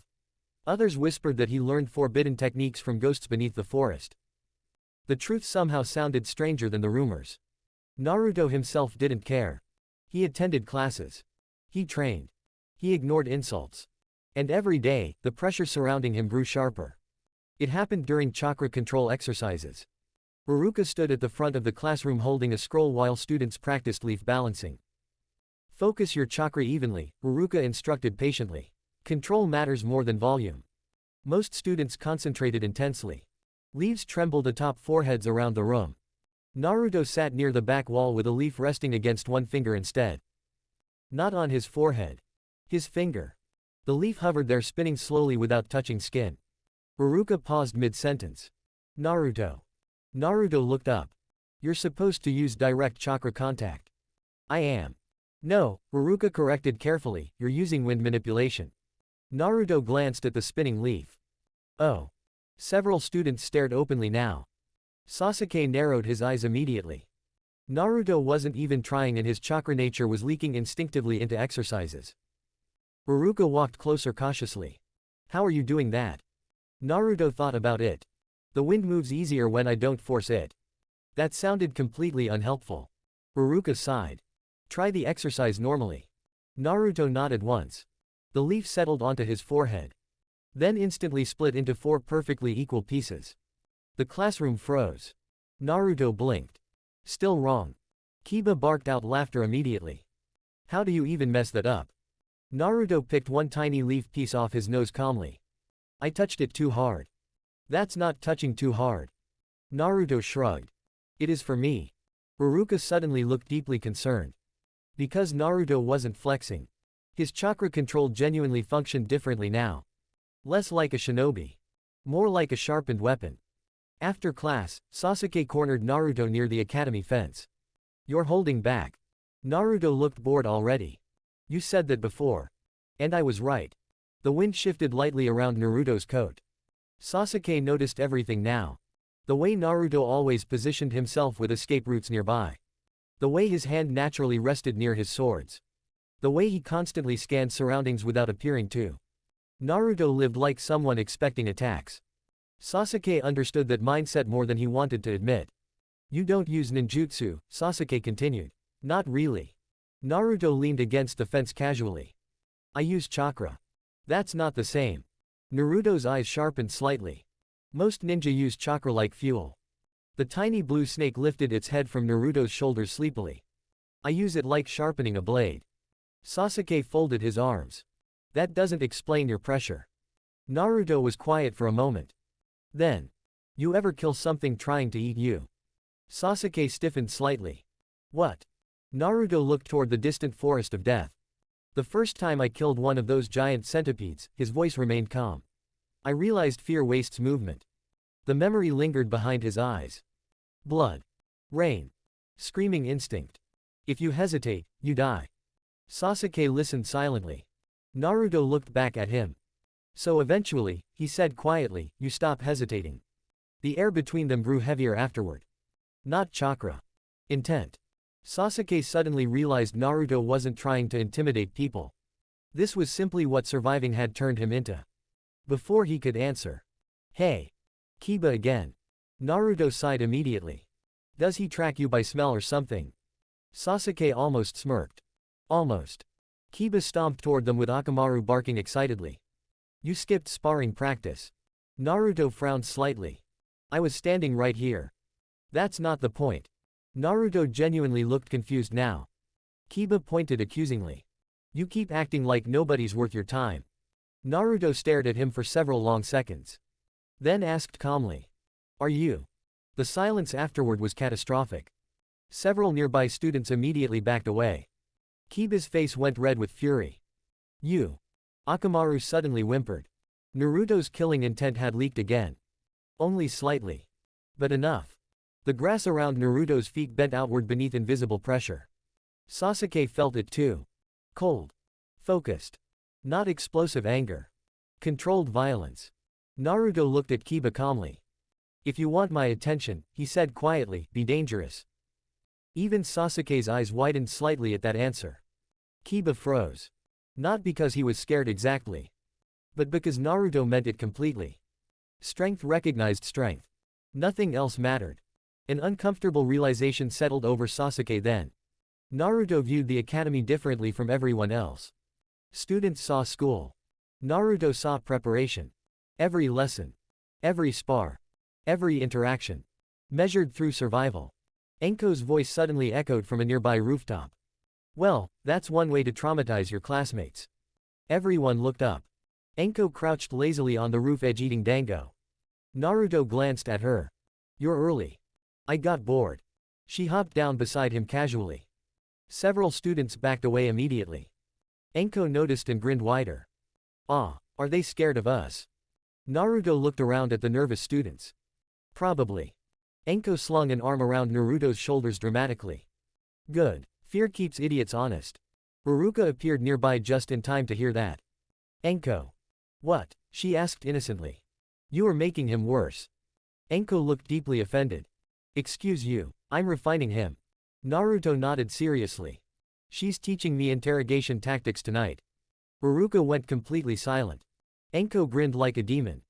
Oh yeah, she said proudly. He's already really good at staring people into emotional collapse. Naruto considered that. That explains Kiba. I heard that. The weeks passed quickly. Naruto settled into a routine that would have exhausted most adults. Academy during the day. Training with Anko at night. Meditation with the cursed swords whenever he could find solitude. Sleep became optional. The forest of death had trained that habit into him long ago. One evening, Naruto sat alone atop the academy roof watching the sunset. The village stretched before him. Orange rooftops. Crowded streets. Smiling families. Children playing. A normal life. One he had never really been allowed to have. The tiny blue snake rested comfortably around his shoulders. You thinking too much again? A familiar voice asked. Naruto didn't need to turn around. You're loud enough that I never need to guess. Anko dropped onto the roof beside him. Damn right. She handed him a skewer of grilled meat. Naruto accepted it without comment. That alone would have shocked most people. Months ago, he wouldn't have trusted food from anyone. Now, Anko had earned trust. A rare thing. The two sat quietly for a while. Eventually Anko spoke. The academy bothering you? Naruto shrugged. Not really. Liar. Naruto took another bite. Anko smirked. You get that look whenever you're annoyed. I have a look. Oh yeah. What look? I'm considering whether this problem can be solved by cutting it, look. Naruto thought about that. Fair. Anko laughed. The next day proved exactly why Anko had asked. It started during lunch. Naruto sat alone beneath a tree near the academy grounds. Not because nobody would sit with him. Because he preferred it. The snake around his shoulders dozed peacefully while Naruto read one of Zoro's journals. The pages contained notes on breathing techniques and combat philosophy. A shadow fell across the book. Naruto already knew who it was. Kiba. Again. Seriously, Naruto muttered. What? Naruto looked up. You found me. Kiba crossed his arms. You act like that's hard. Naruto closed the journal carefully. What do you want? Kiba pointed. I want to know why everybody acts like you're some kind of big deal now. Several nearby students had begun watching. Naruto noticed immediately. Of course. Audience. That explained everything. Kiba wasn't really challenging him. He was performing. Naruto stood slowly. The movement alone made several students tense. Kiba noticed. His confidence faltered slightly. Only slightly. You disappeared for a year, Kiba continued. You come back acting all mysterious and suddenly everybody's impressed. Naruto studied him quietly. Then. I think you're jealous. The words landed like a kunai. Kiba's face immediately reddened. I'm not jealous. Okay. The calm response somehow made it worse. I'm not. Okay. Stop saying okay. Several students burst into laughter. Kiba looked ready to explode. Naruto simply picked up his journal. Conversation over. Or it would have been. If another voice hadn't spoken. He's right. Silence. Everyone turned. Sasuke stood nearby. Expression neutral. Arms crossed. Kiba stared. What? Sasuke looked mildly annoyed. You're jealous. The silence became almost painful. Naruto blinked. Twice. That was unexpected. Kiba pointed between them. Since when are you two agreeing on things? Neither answered. Mostly because neither knew. Kiba groaned in frustration and stormed away. Akamaru followed after barking apologetically. Naruto watched them leave. Then glanced toward Sasuke. That was weird. Sasuke nodded. Yeah. Neither elaborated further. That night. Training Ground 44. The Forest of Death felt unusually active. Massive serpents moved through the darkness beyond the trees. Watching. Waiting. Naruto stood within a clearing while Anko observed from nearby. Again. Naruto nodded. Blood touched the summoning seal. Chakra flowed. Smoke erupted outward. This time. The summoned snake wasn't small. A serpent nearly 20 feet long materialized with a hiss. Golden eyes immediately locked onto Naruto. Anko's eyebrows rose. That's progress. Naruto studied the summon carefully. The serpent studied him right back. Several seconds passed. Then the snake lowered its head. Respectfully. Naruto placed a hand against its scales. The connection felt different than before. Stronger. Clearer. Almost like instinct. The serpent's thoughts weren't words exactly. More impressions. Images. Feelings. Predatory awareness. The forest of death itself seemed to breathe through the creature. Anko noticed Naruto's expression change. What is it? Naruto looked toward the deeper forest. The serpent followed his gaze. Something's watching. Anko immediately became serious. The forest suddenly felt quieter. Too quiet. No insects. No birds. No distant predator calls. Nothing. The giant serpent hissed uneasily. Then. Every snake in the area lowered itself toward the ground. Submission. Anko's eyes widened. That's not good. Naruto slowly rested a hand on the hilt of the crimson cursed blade. The sword vibrated softly.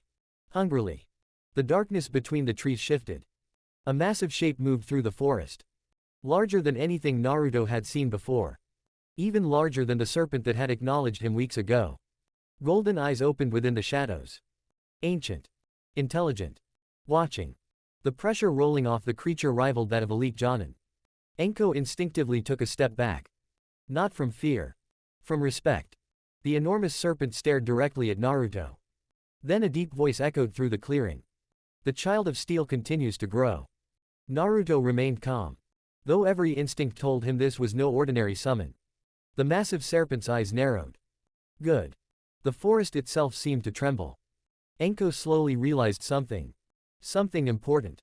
Something potentially terrifying. The snakes weren't merely tolerating Naruto anymore. They were evaluating him. And from the look in their eyes, they liked what they were seeing. The clearing fell silent. Even Anko stopped breathing for a moment. The enormous serpent towered above the trees like a living mountain of black scales and golden eyes. Every movement carried ancient weight. Naruto stood alone before it. One hand resting lightly on the crimson cursed blade. The tiny blue snake around his shoulders had gone completely still. Not out of fear. Out of respect. The great serpent studied him. You walk the path of predators. Naruto met its gaze without flinching. So I've been told. The massive snake's tongue flicked through the air. Testing. Measuring.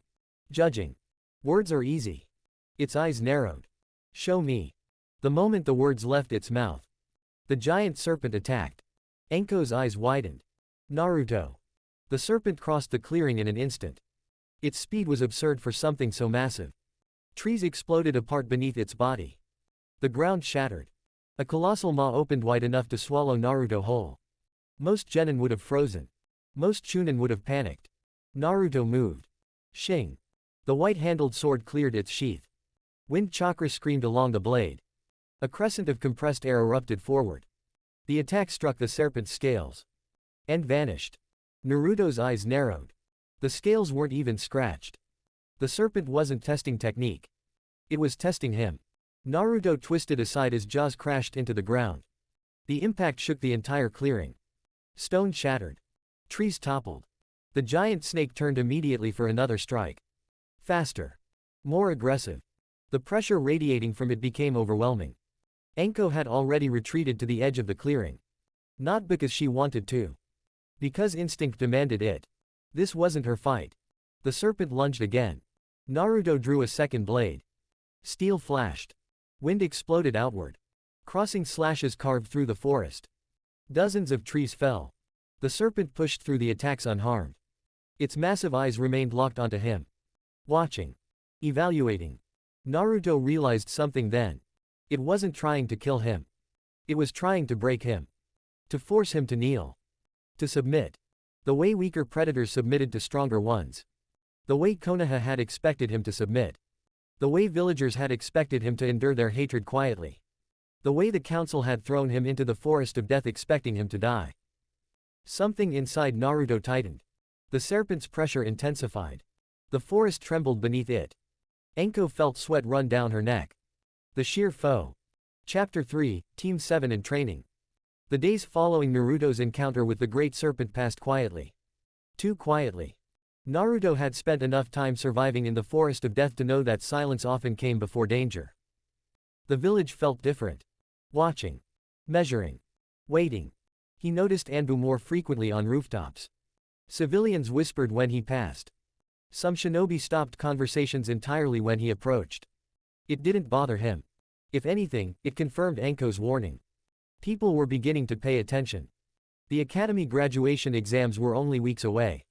Students treated them like the most important event of their lives. Naruto treated them like another obstacle. Transformation jutsu. Poof. A student transformed successfully. Iruka nodded approvingly. Good. The class continued practicing basic academy techniques while Naruto sat near the back window. The tiny blue snake currently slept around his shoulders. Several students still found that unsettling. Naruto found it relaxing. Naruto. Iruka's voice pulled him from his thoughts. Your turn. The classroom immediately became attentive. Everyone knew Naruto disliked standard ninjutsu. Most assumed he was terrible at it. Naruto stood slowly. Walked to the center of the room. And sighed. Do I have to? Ruruka's eye twitched. Yes. Naruto nodded. Then performed the hand signs. Poof. A perfect transformation appeared. Several students blinked. The transformed Naruto looked identical to Ruruka. Every detail. Every wrinkle. Every scar. Even Ruruka looked surprised. Again, Naruto said. Poof. This time he became Sasuke. Perfectly. Poof. Sakura. Poof. Kiba. Poof. Even Akamaru. The classroom stared. Naruto dismissed the transformation. What? Ruruka frowned. You've been holding out. Naruto shrugged. I just don't use it much. Which was true.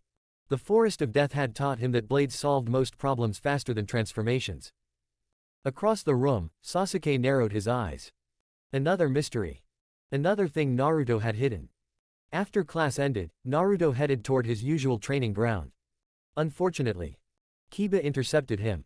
Again. Naruto was beginning to suspect Kiba possessed some supernatural ability to find him. Fight me. Naruto kept walking. No. Kiba followed. Why not? Busy. Doing what? Training. Kiba threw his hands up. That's literally what fighting is. Naruto stopped. Turned. And stared. Kiba immediately regretted speaking. The pressure wasn't intentional. Naruto simply looked at him. Like evaluating whether the conversation was worth continuing. Eventually Naruto sighed. You don't want a real fight. Kiba frowned. What's that supposed to mean? Naruto glanced toward Akamaru. The puppy immediately hid inside Kiba's jacket. Your dog understands. Kiba looked offended. Akamaru looked terrified. The situation only worsened when Sasuke arrived. Because apparently the universe hated Naruto's peace. The Uchiha stopped several feet away. Arms crossed. Expression neutral. I want a match too. Naruto looked at the sky. As if hoping for divine intervention. None arrived. Why? Sasuke blinked. Why what? Why do you people keep wanting to fight me? Sasuke looked genuinely confused. Because you're strong. Naruto stared. Then glanced at Kiba. Then back at Sasuke. That's the most reasonable thing you've ever said. Kiba looked deeply offended. Hey. Neither paid attention. Sasuke's eyes remained locked on Naruto. You've never gone all out. The statement hung in the air. Naruto was quiet for a moment. Then. No. Kiba's eye twitched. Sasuke's narrowed. Why? Naruto's gaze drifted toward the Forest of Death visible in the distance. Because the answer was simple. The moment he stopped holding back, people would get hurt. Badly. The cursed blades were becoming stronger. His pressure was becoming sharper. And whatever had happened with the great serpent still lingered inside him. Waiting. Growing. Naruto looked back at them. Because this is the academy. Neither boy understood. Not fully. But they could tell the answer mattered. That evening, Naruto arrived at training ground 44. Anko was already waiting. So. Naruto immediately became suspicious.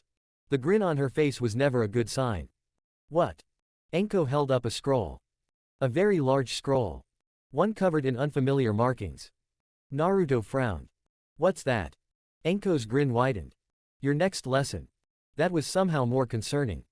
Naruto glanced at the scroll. Then at Anko. Then back at the scroll.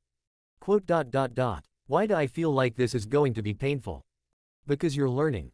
The answer did not inspire confidence. Anko tossed him the scroll. Naruto caught it smoothly. The moment he opened it, his eyes narrowed. Rows of names filled the parchment. Some crossed out. Some highlighted. Some accompanied by notes. Snake contractors. Generations worth. Anko's expression became unusually serious. The little snakes answer you now. Naruto nodded. The medium-sized ones are starting too. Another nod. Anko pointed toward the deepest part of the Forest of Death. Where ancient eyes sometimes watched from the darkness. But if you want the really powerful ones. The wind shifted. The forest suddenly felt very quiet. You need to prove yourself. Naruto slowly closed the scroll.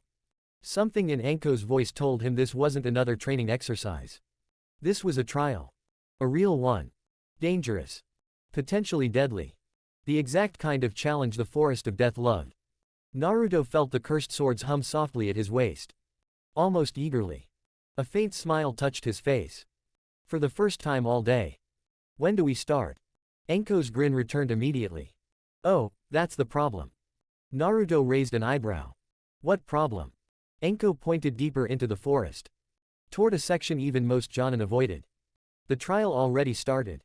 And somewhere beyond the trees. Golden eyes opened in the darkness.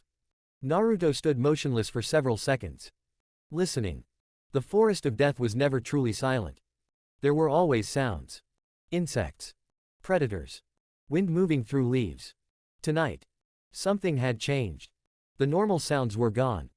Even the giant insects seemed to be avoiding a particular section of the forest. Naruto slowly turned toward the darkness. The cursed swords at his waist hummed softly. Like hunting dogs catching a scent. Anko noticed immediately. They feel it too.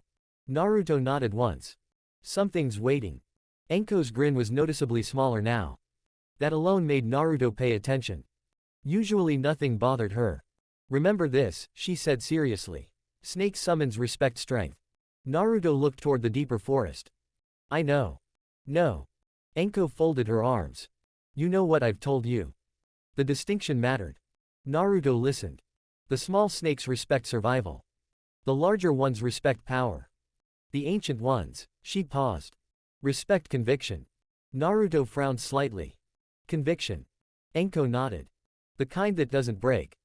The words reminded him of the great serpent. The pressure. The challenge. The refusal to kneel. Something stirred in his memory. A lesson from one of Zoro's journals. A blade without conviction is just sharpened metal. Naruto quietly absorbed the thought. Then began walking. Deeper. Into the darkness. Anko followed. The journey took hours. The forest gradually changed around them. Trees grew older. Larger. The undergrowth became thicker. Even the air felt heavier. Naruto noticed massive tracks crossing the ground. Not human. Serpentine. The largest trail measured nearly 20 feet across. Anko whistled softly. That's recent. Naruto crouched beside it. The earth was still disturbed. Whatever made the trail wasn't merely large. It was colossal. His tiny blue snake lifted its head. Hissing uneasily. Naruto gently scratched beneath its jaw. The snake relaxed slightly. Anko noticed. You've gotten good with them. Naruto stood. They make sense. Anko laughed. That's because you're becoming one. Naruto raised an eyebrow. A snake. A predator. The answer lingered between them. Hours later they reached a clearing unlike any Naruto had seen before. The trees formed a massive circle around ancient stone ruins. Broken pillars rose from the earth. Weathered statues stood half swallowed by roots. The entire area felt ancient. Older than Konoha. Older than most villages. Naruto's instincts immediately sharpened. This place mattered. Anko stopped at the edge of the clearing. I don't go farther. Naruto looked at her. What? Anko pointed ahead. This isn't my trial. For the first time since he'd met her. She looked genuinely cautious. Whatever happens next is between you and them. Naruto understood immediately. The snakes. The ancient ones. The powerful ones. They were waiting. Naruto stepped into the clearing alone. The moment he crossed the threshold. The wind died. Complete silence followed. Then. The ground trembled. Once. Twice. 3 times. Massive golden eyes opened throughout the ruins. One pair. Then another. Then dozens. Ancient serpents emerged from every direction. Huge scales slid across stone. Massive bodies coiled around broken pillars. Some dwarfed houses. Others rivaled entire buildings. Any one of them could kill a Jonin. Naruto stood calmly among them. The tiny blue snake around his shoulders immediately lowered its head respectfully. The larger serpents watched. Waiting. Judging. Testing. One ancient serpent lowered its enormous head. Its voice echoed through the clearing. The child returns. Naruto met its gaze. I do. Another serpent spoke. Its scales were dark green. Ancient scars covered its face. Why? Simple question. Naruto considered it. then answered honestly. To become stronger. Several serpents hissed. Some approving. Some unimpressed. The scarred serpent's eyes narrowed. Many seek strength. Its massive head lowered closer. Why? Naruto was quiet. The answer mattered. He could feel it. This wasn't about power. Not really. The ancient snakes wanted truth. So he gave it. Because people decide too much. The serpents became still. Naruto continued. They decided what I was before they knew me. Wind stirred lightly around him. They decided whether I deserved kindness. The cursed swords hummed softly. They decided whether I deserved food. The pressure in the clearing shifted. The snakes listened. They decided whether I deserved to live. Silence. Heavy. Ancient. Real. Naruto looked directly at the gathered serpents. So I'm becoming strong enough that nobody ever gets to decide those things for me again. The words echoed across the ruins. No anger. No hatred.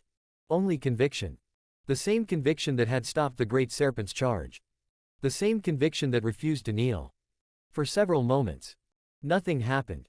Then the ancient snakes began hissing. Not aggressively. Approval. Recognition. The scarred serpent slowly lowered its head. Respectfully. The others followed. One by one. Anko's eyes widened from the edge of the clearing. Because what she was witnessing shouldn't have been possible. Ancient summons acknowledged powerful shinobi. Legendary shinobi. Cage-level figures. Not academy students. Yet the serpents weren't bowing to Naruto's strength. They were responding to something else. Will. Then the pressure changed. Again. The serpents became silent instantly. Every head turned toward the center of the ruins. Naruto followed their gaze. The ancient stone beneath the clearing cracked. Roots shifted. Dust rose into the air. Something enormous was waking. Far larger than any serpent present. Even larger than the great serpent he had met before. Golden eyes opened beneath the ruins. Ancient. Wise. Terrifying. The earth trembled. The gathered serpents lowered themselves completely. Submission. Not out of fear. Out of respect. Naruto's eyes narrowed. Because for the first time since entering the forest of death, he felt truly small. A deep voice rolled across the clearing. Older than the village. Older than memory. So. The enormous eyes fixed directly on him. You are the one who refused to kneel. The cursed blades vibrated violently at Naruto's waist. The wind itself seemed to stop. And Naruto realized. His real trial was only beginning. Chapter 3, The Trial of the Ancient One, Part 2. The voice echoed through the ruins long after the words ended. You are the one who refused to kneel. The earth trembled beneath Naruto's feet. Ancient stone cracked. Roots split apart. The gathered serpents lowered their heads further as something colossal emerged from beneath the forgotten shrine. Naruto had faced giant insects. Monstrous predators. The great serpent itself. Nothing compared to this. The creature that rose from beneath the ruins seemed less like a summon and more like a force of nature. Black scales larger than wagon wheels glimmered beneath moonlight. Ancient scars crossed its body. Golden eyes, older than kingdoms, studied him carefully. Not with hostility. Not with kindness. With judgment. The ancient serpent king had awakened. And it was looking directly at Naruto. The pressure alone was overwhelming. Trees bent away from the clearing. Loose stones shattered. Even the air felt heavier. At the edge of the ruins, Anko found herself taking an involuntary step backward. Then another. Then another. Her instinct screamed at her. Leave. Run. Hide. She ignored them. Barely. The ancient serpent's gaze never left Naruto. You carry 3 cursed blades. Naruto nodded. I do. They whisper to you. Again, Naruto nodded. The giant golden eyes narrowed. And yet you have not listened. That caused Naruto to pause. The Ancient One was correct. The swords whispered. Not words exactly. Urges. Instincts. Violence. The easy path. The simple solution. Every insult. Every threat. Every hateful villager. The swords always offered the same answer. Cut them. Naruto's hand rested lightly against Sandai Kidetsu's hilt. The cursed blade hummed. Hungry. Waiting. The Ancient One noticed. Everything. Why? The question rolled across the clearing. Naruto understood immediately. The serpent wasn't asking if the swords whispered. It was asking why he resisted them. Naruto was silent for several moments. Then he answered. Because they're tools. The gathered serpents became still. Naruto continued. If my blades decide who I become. Wind stirred around him. Then I'm weak. The ancient serpent's eyes narrowed further. Naruto's voice remained calm. My swords exist to follow my will. The pressure around him sharpened slightly. Not the other way around. Silence followed. Heavy. Ancient. Then. The Serpent King laughed. The sound shook the forest. Birds exploded from distant trees. The ruins trembled. Anko nearly fell off the branch she was standing on. Naruto simply waited. The enormous serpent's laughter slowly faded. Good. The single word carried approval. Not much. But enough. The gathered serpents hissed softly. Satisfied. Then the Ancient One moved. Its head lowered until one massive eye was level with Naruto. The pupil narrowed. Studying. Examining. Looking beyond flesh. Beyond chakra. Beyond appearances. Straight into the soul. Naruto didn't look away. The Serpent King's eye reflected countless things. His childhood. The village's hatred. The beatings. The hunger. The loneliness. The forest of death. The shrine. The grave marked Zoro. The journals. The swords. Everything. The creature saw it all. Then.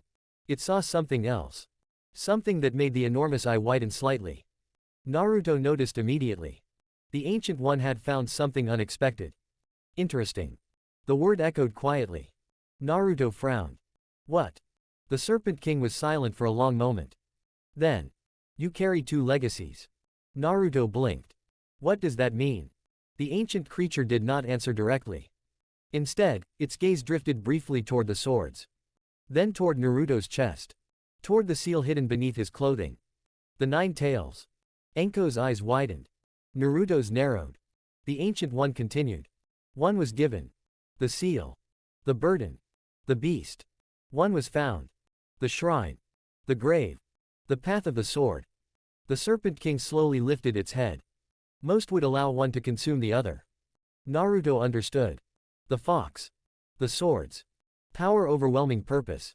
Purpose overwhelming identity. The creature's gaze sharpened. You have not.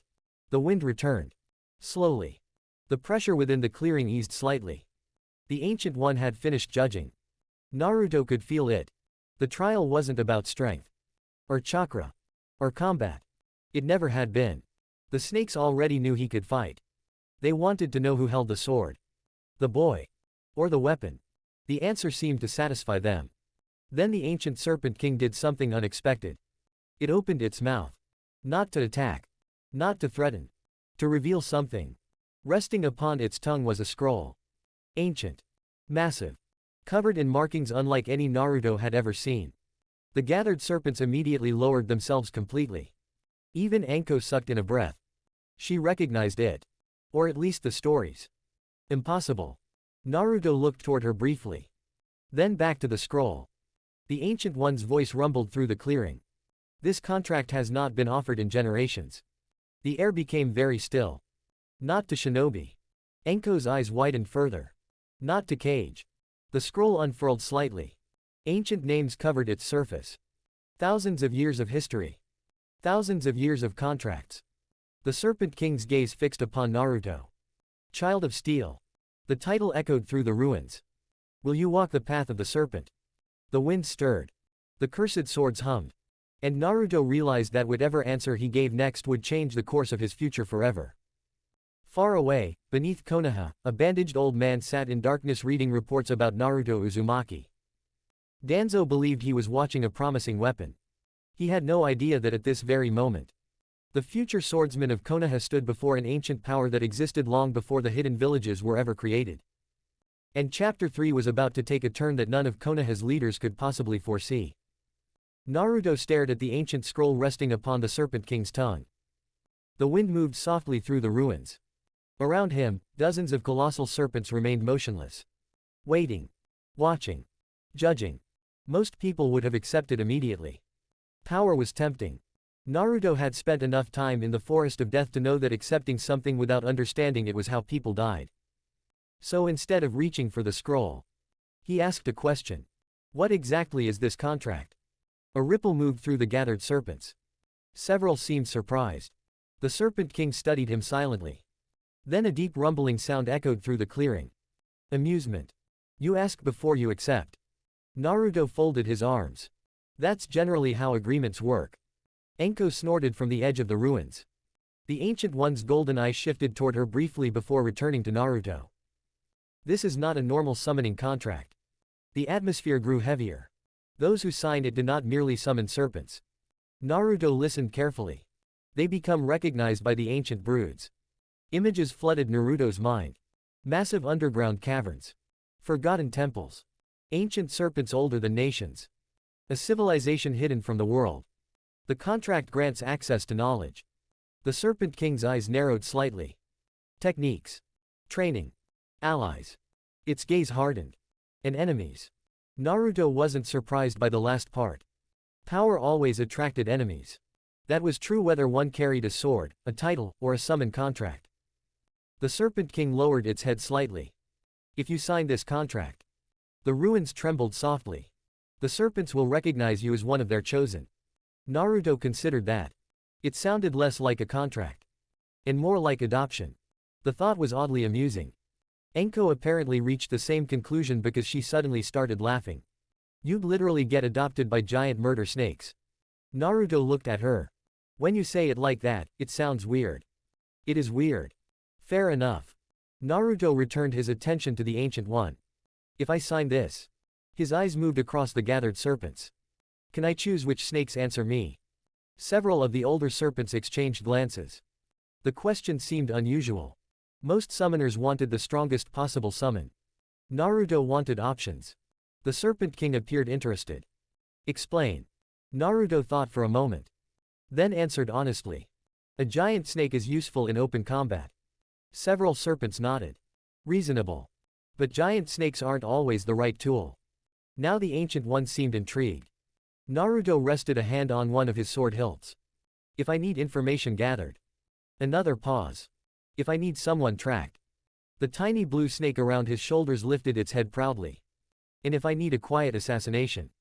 The clearing became silent. Anko blinked. Quote. You really are my student.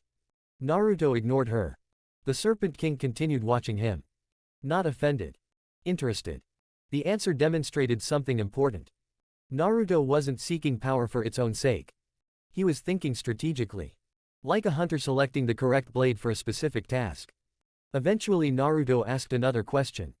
Is there a female serpent specializing in infiltration and venom? The gathered snakes stirred. Several hissed quietly among themselves. The Serpent King's enormous eye narrowed. There is. A shadow moved behind the gathered serpents. Large. But not enormous. Graceful. Silent. A sleek black serpent emerged from the darkness.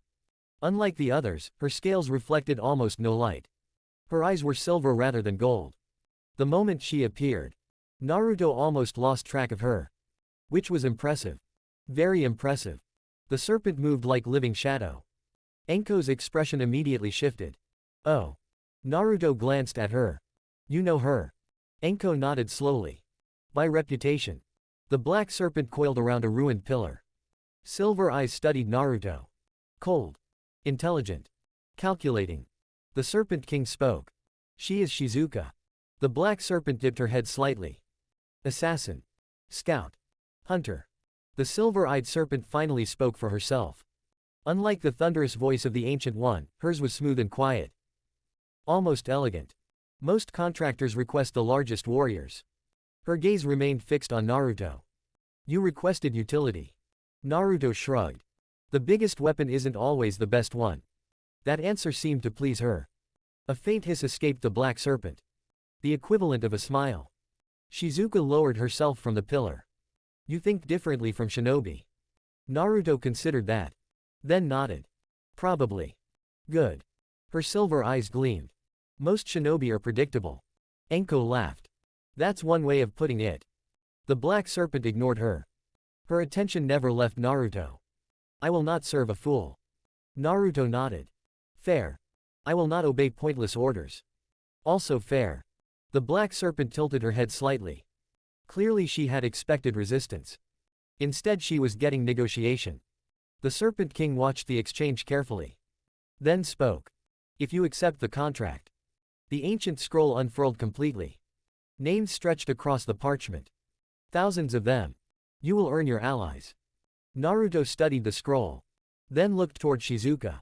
Then toward the ancient serpents surrounding him. Finally he looked back at the Serpent King. A slow smile appeared. Small. Confident. Determined. I think I'd like to read the fine print first. For several seconds. Absolute silence filled the ruins. Then the ancient Serpent King burst into booming laughter once more.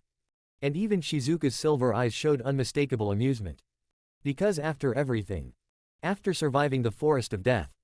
After standing before ancient powers. After being offered a contract most shinobi would have accepted instantly. Naruto Uzumaki's first instinct was still to read the terms before signing. The laughter of the ancient Serpent King echoed through the ruins for nearly a full minute. Massive snakes hissed in amusement. Even Anko was holding her stomach.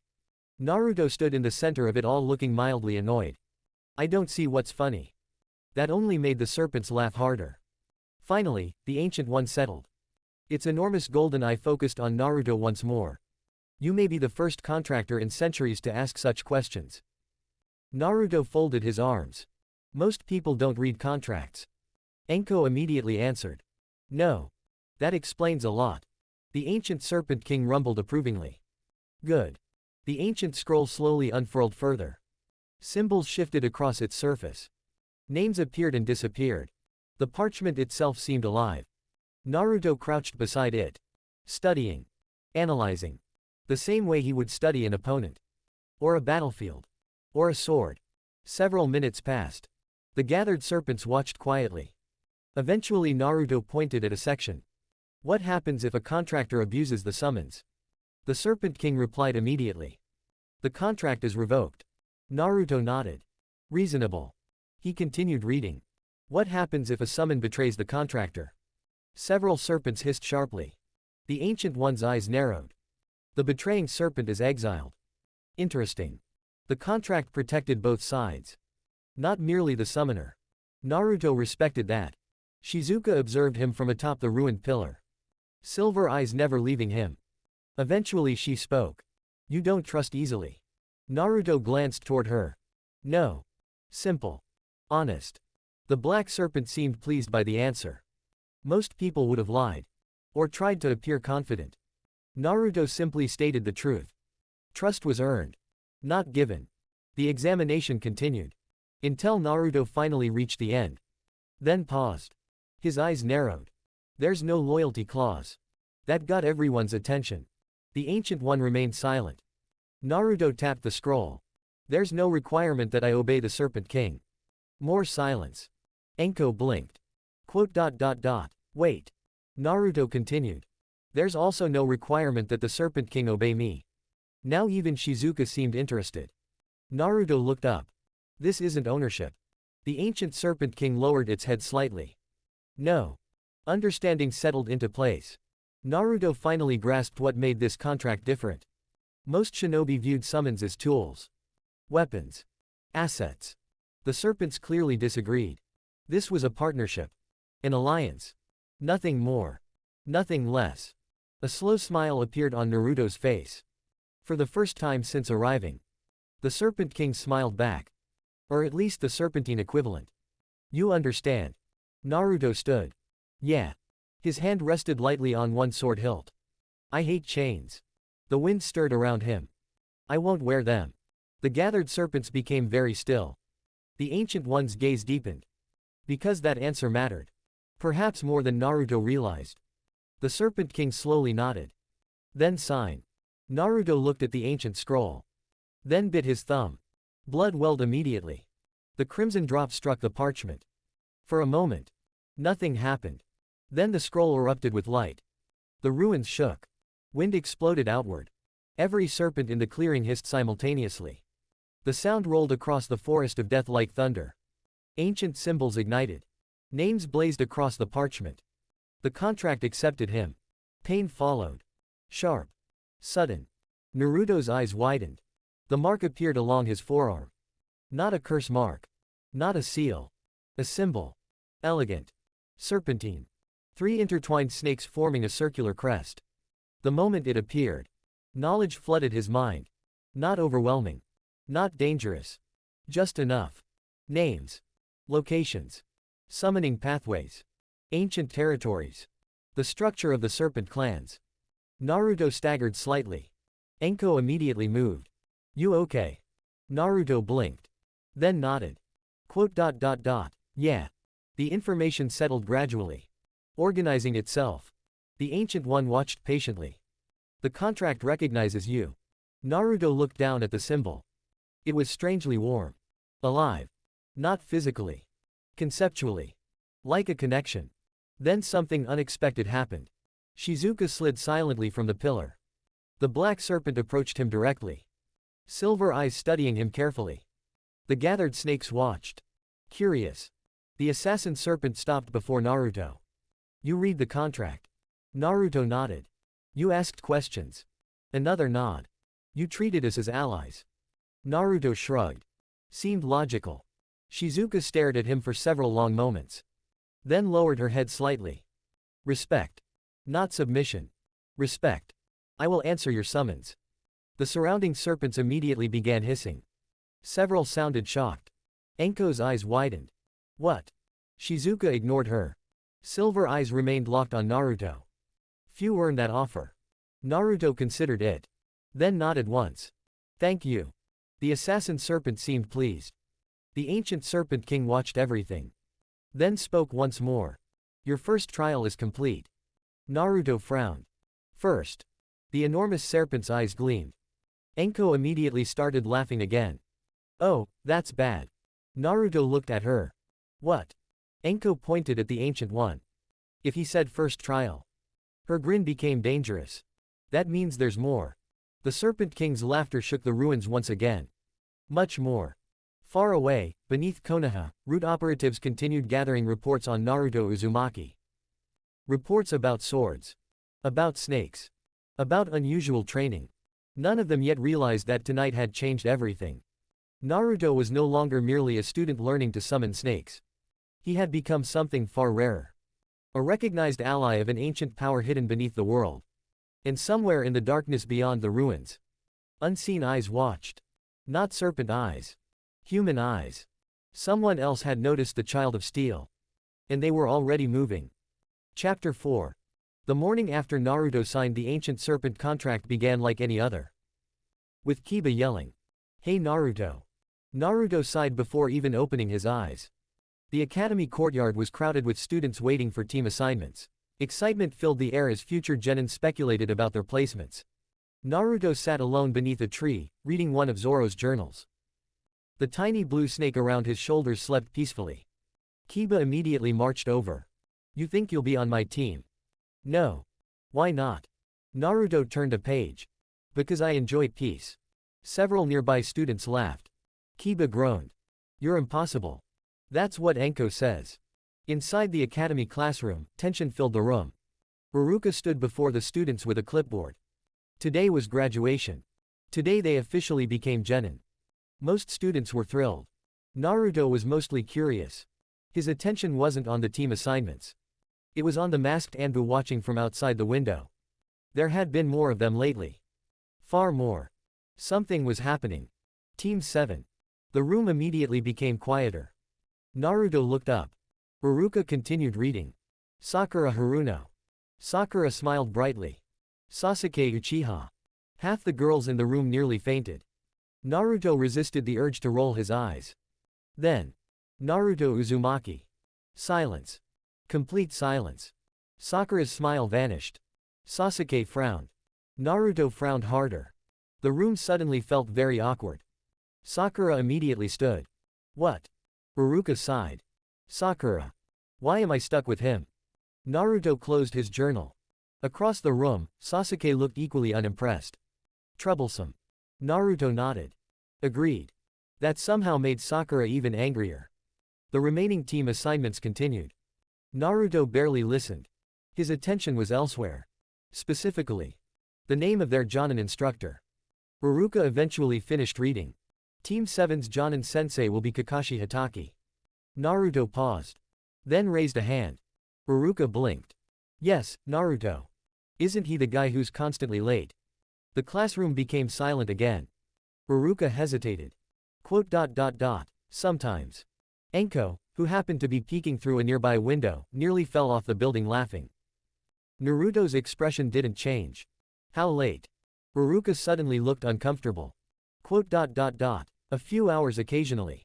Naruto stood up. The chair scraped against the floor.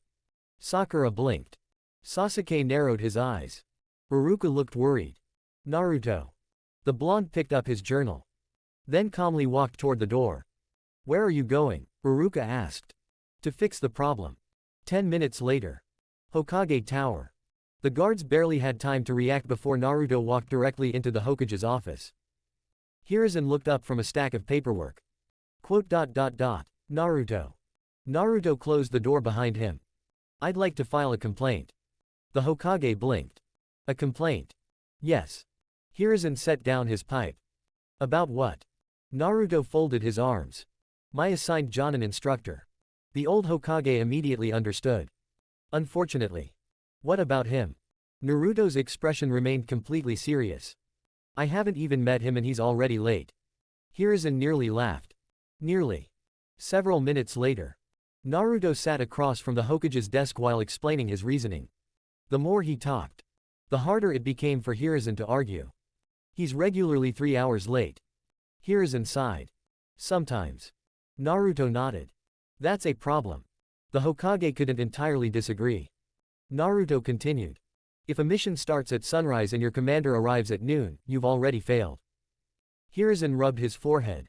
That was unfortunately a valid point. A team requires trust. Another valid point. If I can't trust someone to arrive on time, why would I trust them with my life? The Hokage looked tired already. Naruto wasn't wrong. That was the issue. Eventually Hiruzen leaned back. What exactly are you requesting? Naruto answered immediately. A private sensei. The Hokage blinked. A private. Preferably Anko. Hiruzen stared. Naruto stared back. The office remained silent. Finally. The door burst open. What did I miss? Anko walked into the room carrying Dango. Then noticed Naruto. Then noticed Hiruzen. Then noticed the exhausted expression on the Hokage's face. Oh no. Hiruzen pointed at Naruto. He's trying to replace Kakashi with you. Anko immediately started laughing. Naruto looked confused. I don't see the issue. That only made her laugh harder. You seriously requested me? Naruto shrugged. You're competent. Anko blinked. That might have been the nicest thing he'd ever said to her. You show up when you say you will. Another point. You answer questions. Fair. And I trust you. The room became quiet. Anko's grin disappeared. Hiruzen's eyes softened slightly. Because Naruto didn't say things like that casually. Trust was rare. Especially after everything he'd experienced. Anko looked away for a moment. Unexpectedly touched. Then immediately ruined the mood. Wow. She smirked. That's almost emotional. Naruto rolled his eyes. You asked. I know. Her grin returned. And I'm never letting you forget it. Naruto regretted everything. Meanwhile, elsewhere in Konoha. A silver-haired Jonin stood on a rooftop reading a small orange book. An Anbu operative appeared beside him. Kakashi-san. Naruto Uzumaki has officially filed a complaint about your punctuality. The Jonin lowered his book. What? The Anbu nodded. He requested reassignment. Kakashi stared silently. Then looked at the sky. Then back at the Anbu. Before meeting me. Correct. For the first time in years. Kakashi Hatake was completely speechless. And Team 7 hadn't even officially met yet. Chapter 4, Team 7, Part 2. The news spread through the Hokage Tower faster than Naruto expected. Mostly because everyone found it hilarious. A fresh academy graduate had formally complained about a Jonin instructor before the team had even met. Several Chunin nearly choked laughing when they heard. Naruto didn't understand why. The complaint was completely reasonable. Hiruzen eventually managed to restore order. Naruto. The blonde looked up. Yes. You are remaining on Team 7. Naruto frowned. I object. You are overruled. I object again. Still overruled. Anko was laughing so hard she nearly fell out of her chair. Naruto looked mildly betrayed. The Hokage continued. However, that got everyone's attention. You are not wrong about Kakashi's punctuality. Naruto crossed his arms. Thank you. The old Hokage resisted the urge to smile. Look, brat. Naruto immediately knew she was about to say something annoying. Kakashi's late because he's weird. That's not a defense. No, it's an explanation. Still a bad one. Anko pointed at him. You're weird too. Naruto looked offended. I am not. The tiny blue snake around his shoulders chose that moment to bite his ear. Naruto winced. Anko nearly started laughing again. Your pet snake disagrees. Eventually Naruto left the Hokage tower. The meeting point for Team 7 wasn't until tomorrow morning, which gave him an entire day to train. A much better use of time. Unfortunately, the universe had other plans. Naruto sensed the Anbu following him almost immediately. Not 1, 3, maybe 4. They were good, but not good enough. The forest of death had sharpened his awareness too much. Naruto continued walking through the village streets, pretending not to notice. The tiny blue snake lazily raised its head. 3 rooftops. Naruto nodded almost imperceptibly. The snake had become increasingly useful since the contract. Its ability to detect movement was absurd. A few minutes later Naruto turned into a deserted training ground. The Anbu followed. Carefully. Silently. Naruto stopped in the center of the clearing. Then sighed. You can come down now. Silence. Nothing moved. Naruto waited. Several seconds passed. Then, 4 masked figures appeared. The lead operative folded his arms. You noticed. Naruto looked unimpressed. You stepped on a branch. The Anbu froze. One of the others slowly looked at the leader. The leader looked annoyed. What do you want? Naruto asked. The Anbu exchanged glances. Finally the leader answered. Observation. Naruto's eyes narrowed slightly. Why? The operative hesitated. Which was answer enough. Someone important was interested. Naruto already had a pretty good idea who. Anko had spoken about him before. Quietly. Carefully. Like discussing a venomous snake. Danzo. The wind around Naruto shifted. Not aggressively. Just enough. The grass bent outward slightly. The Anbu immediately tensed. Naruto noticed. Interesting. They were afraid. Not of his strength. Of what he represented. You work for Root. The statement landed like a thrown kunai. Every Anbu froze. The leader's visible eye narrowed. Why would you think that? Naruto looked at him. Because regular Anbu aren't this bad at lying. Silence. The tiny blue snake hissed approvingly. The leader slowly exhaled. You're observant. You're obvious. One of the operatives twitched angrily. Naruto ignored him. The leader eventually stepped forward. Our commander wishes to meet you. Naruto immediately answered. No. The operative blinked. No. No. The man seemed genuinely confused. Most people didn't refuse invitations from powerful figures.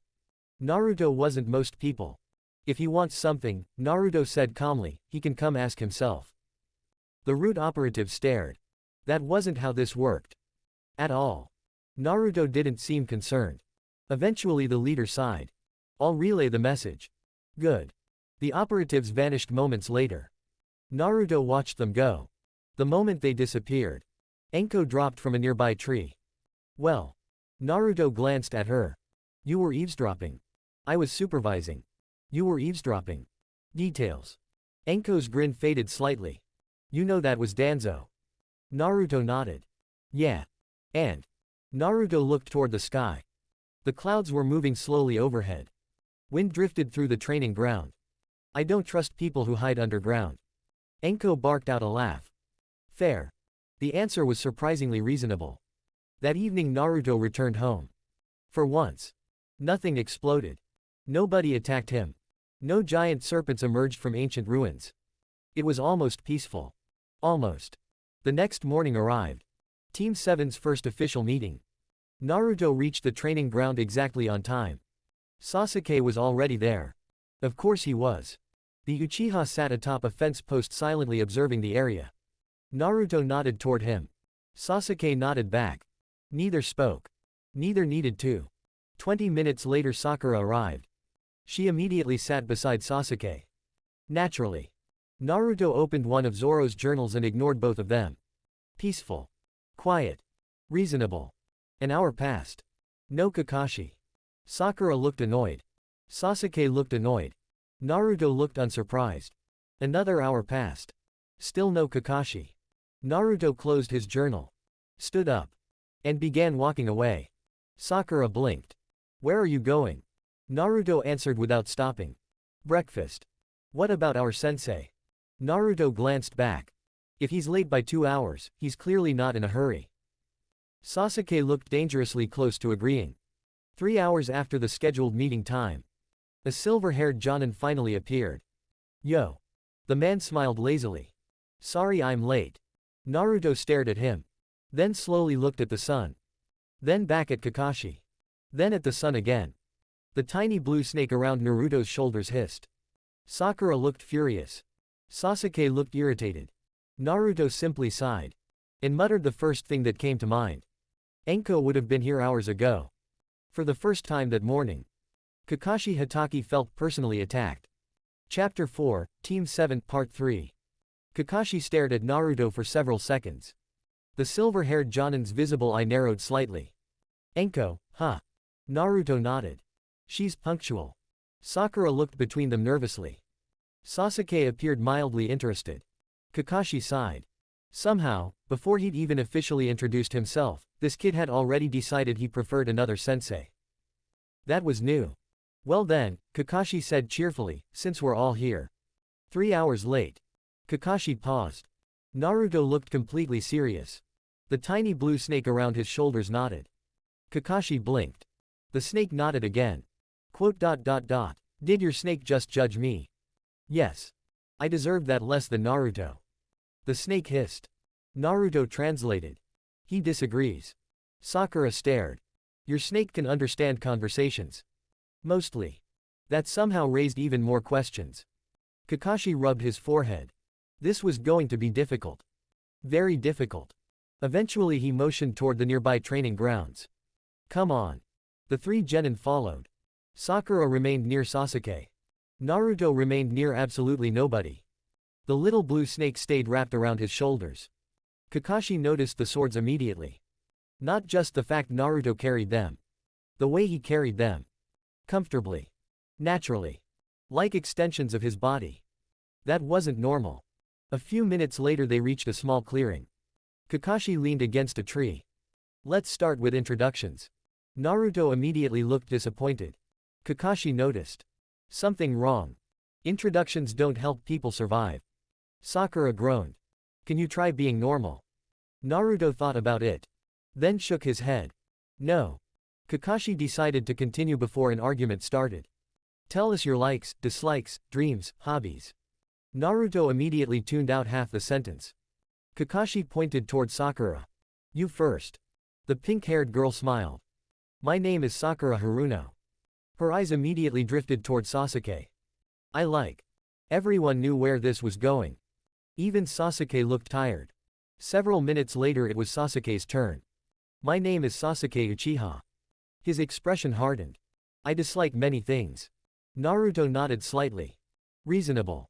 I have a goal. The room became quieter. A certain person. His eyes darkened. I will kill him. Silence followed. Kakashi watched carefully. Naruto simply listened. Not judging. Not mocking. Just listening. Because he recognized that look. The look of someone carrying pain. Finally Kakashi pointed toward Naruto. Your turn. The blonde remained silent for a moment. Then. My name is Naruto Uzumaki. Wind stirred gently around him. The tiny snake lifted its head. I like training. No surprise there. I like snakes. Again. Not surprising. I like swords. Kakashi resisted commenting. I dislike people deciding things for me. The atmosphere shifted slightly. The words carried weight. Years of weight. Naruto's blue eyes remained calm. My goal. He paused. Actually thinking about it. Then answered. Freedom. The answer caught everyone off guard. Even Sasuke looked over. Naruto continued. I want to become strong enough that nobody gets to decide how I live. Silence followed. Kakashi studied him carefully. Interesting. Very interesting.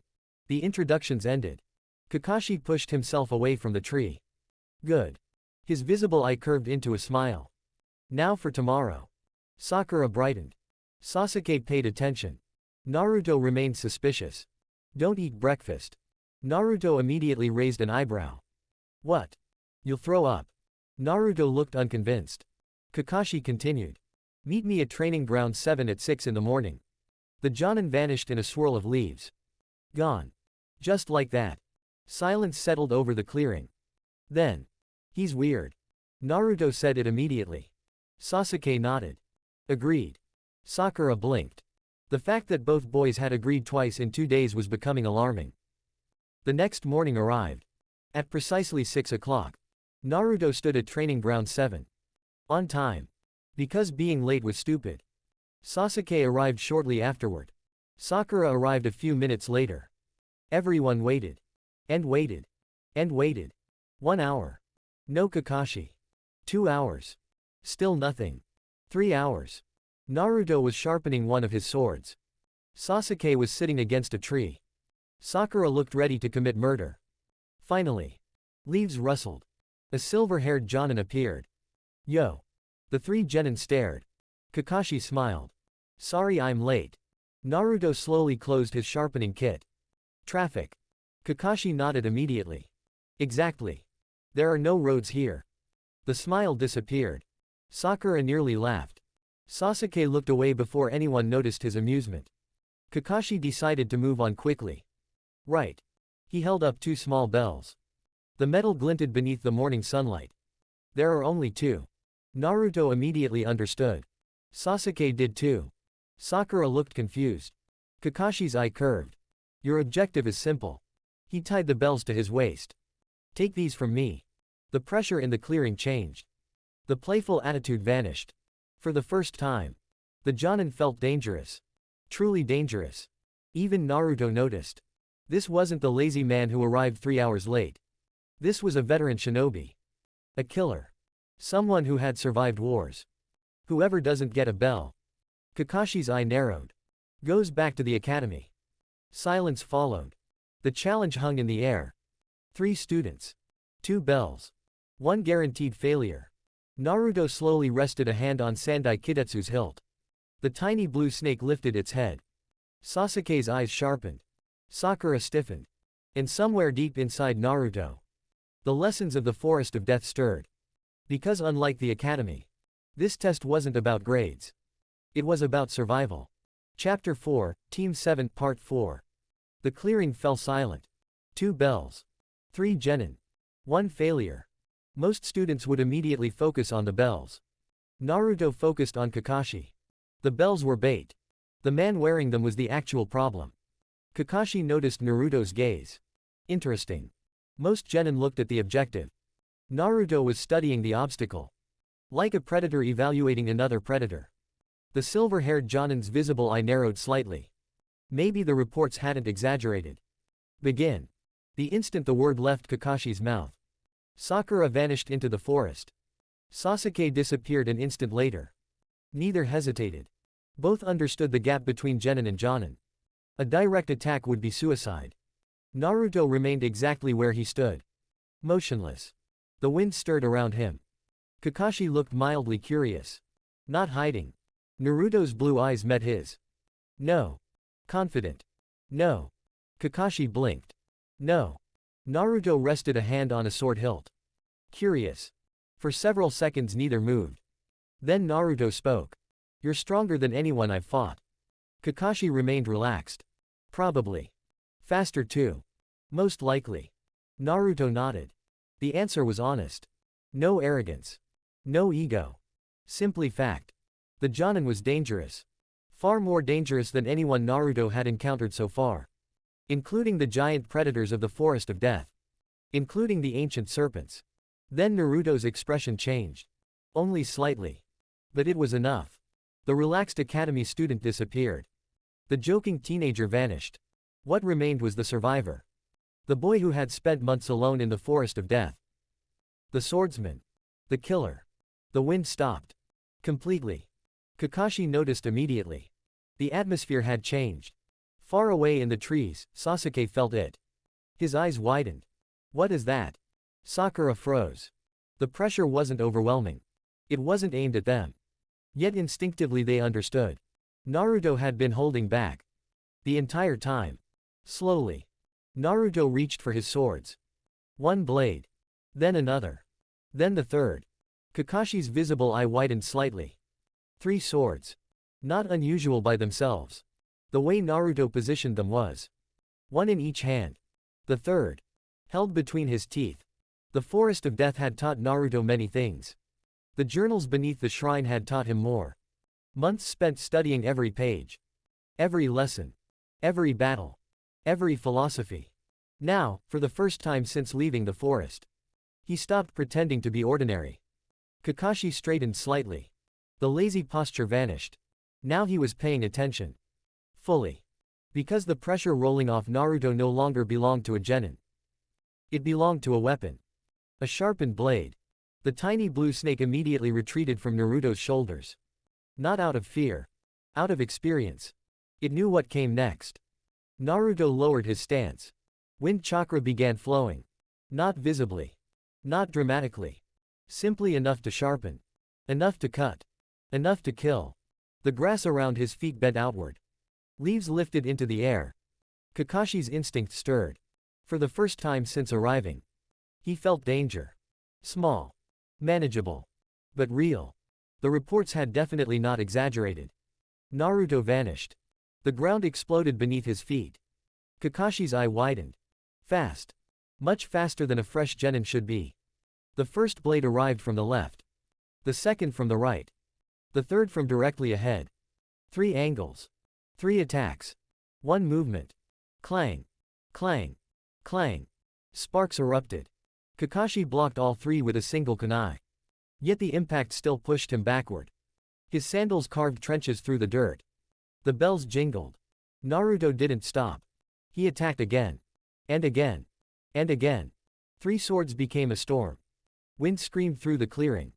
Trees shuddered. Branches fell. The sound of steel echoed continuously. From the forest, Sasuke stared in disbelief. What? He could barely follow the exchange. This wasn't academy-level combat.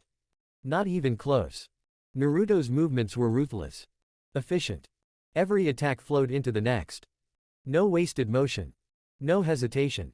Sakura watched from another hiding place. Her jaw slowly dropped. The Naruto she knew was loud. Annoying. Goofy. This Naruto looked completely different. Cold. Focused. Terrifying. Kakashi blocked another combination. Then another. Then another. His visible eye narrowed. The kid wasn't fighting like a shinobi. No feints. No flashy techniques. No wasted chakra. Everything centered around the swords. Everything centered around ending the fight. Quickly. Decisively. The cursed blades hummed. Hungrily. Excited. Naruto ignored them. His will remained firmly in control. The swords followed him. Not the other way around. Just as he had promised the Serpent King. Kakashi suddenly appeared behind him. A speed that would have overwhelmed most genin. Naruto twisted instantly. 1 sword intercepted. The second counterattacked. The third aimed directly for Kakashi's forehead. Kakashi barely avoided it. The blade passed close enough to slice a strand of silver hair. The clearing became silent. For one brief moment. Naruto landed smoothly. 3 swords ready. Blue eyes calm. Focused. Deadly. Kakashi slowly touched the missing strand of hair. Then looked at Naruto. Actually looked at him. Not as a student. Not as a problem. Not as the Nine Tails container. As a combatant. The Jonin's visible eye curved upward. Not in amusement. In approval. Guy is never going to believe this. Naruto frowned around the sword held in his mouth. Kakashi chuckled. Then reached up. And finally lifted his forehead protector. Revealing the Sharingan beneath. The atmosphere instantly changed. Sasuke's eyes widened from his hiding place. The legendary eye. The famed copy ninja. Using it. Against Naruto. Kakashi's gaze locked onto the blonde swordsman. The smile never left his face. But his voice became serious. For an academy graduate. The Sharingan spun slowly. You're far more dangerous than you should be. And for the first time since the test began, Kakashi Hatake decided to stop treating Naruto Uzumaki like a genin. Chapter 4, Team 7, Part 5. The moment Kakashi's Sharingan activated, the air in the clearing changed again. Not heavier. Not colder. Sharper. Like the entire space had been turned into a battlefield with one glance. Naruto felt it immediately. So did the swords. The cursed blades hummed louder, almost excited now, reacting to the presence of something they couldn't immediately understand.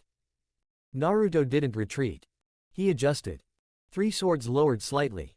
Wind chakra tightened around the blades like a second skin. Kakashi watched closely. Good reaction time. Naruto didn't respond. His focus was already locked in. The Sharingan wasn't just an eye. It read movement. Copied patterns. Predicted intent. Which meant this fight was no longer about speed alone. It was about breaking prediction itself. Sasuke clenched his fists from the tree line. That eye. He'd only heard rumors. Now he was seeing it in action. And worse. Naruto was still standing his ground against it. Kakashi vanished. Naruto didn't wait to see where he reappeared. He moved first. Blades out. Wind exploded. The ground cracked beneath him again as he launched forward. But this time, Kakashi was already there. Clang. A kunai met the first sword.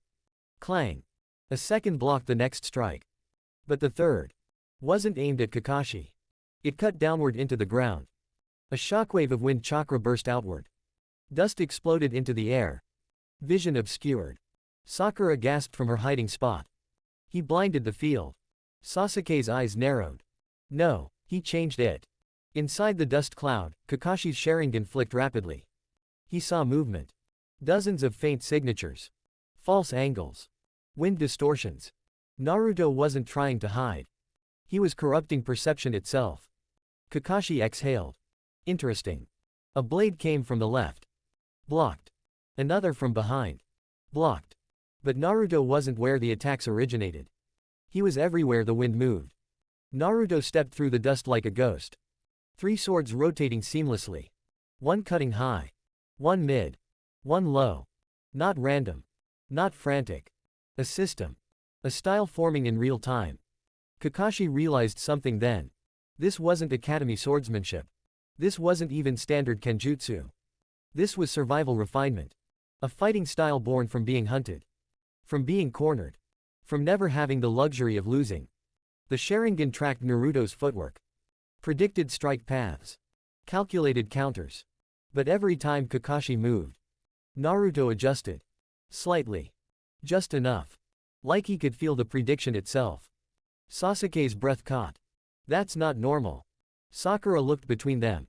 Is Naruto actually fighting him? Sasuke didn't answer. Because he couldn't. Inside the clearing, Kakashi finally shifted gears. A faint burst of chakra. Then, he moved seriously. Naruto felt it instantly. Pressure spike. Speed increase. Kakashi blurred. Gone. Then, clang. Naruto barely blocked the strike. The force sent him skidding backward. The bells jingled again. Kakashi was behind him in an instant. Another strike. Naruto twisted. Barely avoided it. A third came from above. Naruto raised all 3 swords. Block. The impact drove him into the ground. For the first time, Naruto's feet dug into the earth. He slid. Not freely. Not easily. Kakashi paused mid-motion. Watching. The kid had just taken a clean hit. But instead of panic, Naruto smiled. Small. Barely visible. Good. Kakashi blinked. Good. Naruto straightened slowly. Dust on his shoulders. Blood at the corner of his lip. Nothing serious. But real. He adjusted his grip on all 3 swords. Then exhaled. Slow. Controlled. The wind around him shifted. Not chaotic anymore. Organized. Focused. Like it had been given purpose. Kakashi's eye narrowed. What are you doing? Naruto tilted his head slightly. Adapting. Then he moved again. But this time, it was different. Not faster. Not stronger. Cleaner. Each sword strike now flowed into the next without hesitation. The third blade no longer followed. It led. Kakashi blocked the first attack. Blocked the second. But the third slipped past his guard. A thin line of fabric on his vest tore open. Kakashi jumped back instantly. His eye widened slightly. That was close. Naruto didn't answer. He was already moving again. Sasuke stepped forward slightly from his position. Sakura noticed. What are you doing? Sasuke didn't look away. I want to see this. Kakashi finally stopped smiling. Not completely. But enough. The bells on his waist jingled softly. He placed one hand on them. Then looked at Naruto. You're not trying to win. Naruto paused mid-stance. Then answered honestly. No. Kakashi tilted his head. Then what are you doing? Naruto tightened his grip on all three swords. Learning how. Silence. For the first time since the test began. Kakashi stopped moving entirely. The dust settled slightly. Wind slowed. The clearing became still. Then Kakashi slowly lowered his hand from the bells. All right. Naruto blinked. Kakashi smiled. This is getting interesting. The Sharingan spun once more. But let's see how far you can actually go. And the pressure in the clearing shifted again. Because now, Kakashi was no longer testing a genin. He was fighting a swordsman who had just started to show what he truly was. Chapter 4, Team 7, Part 6.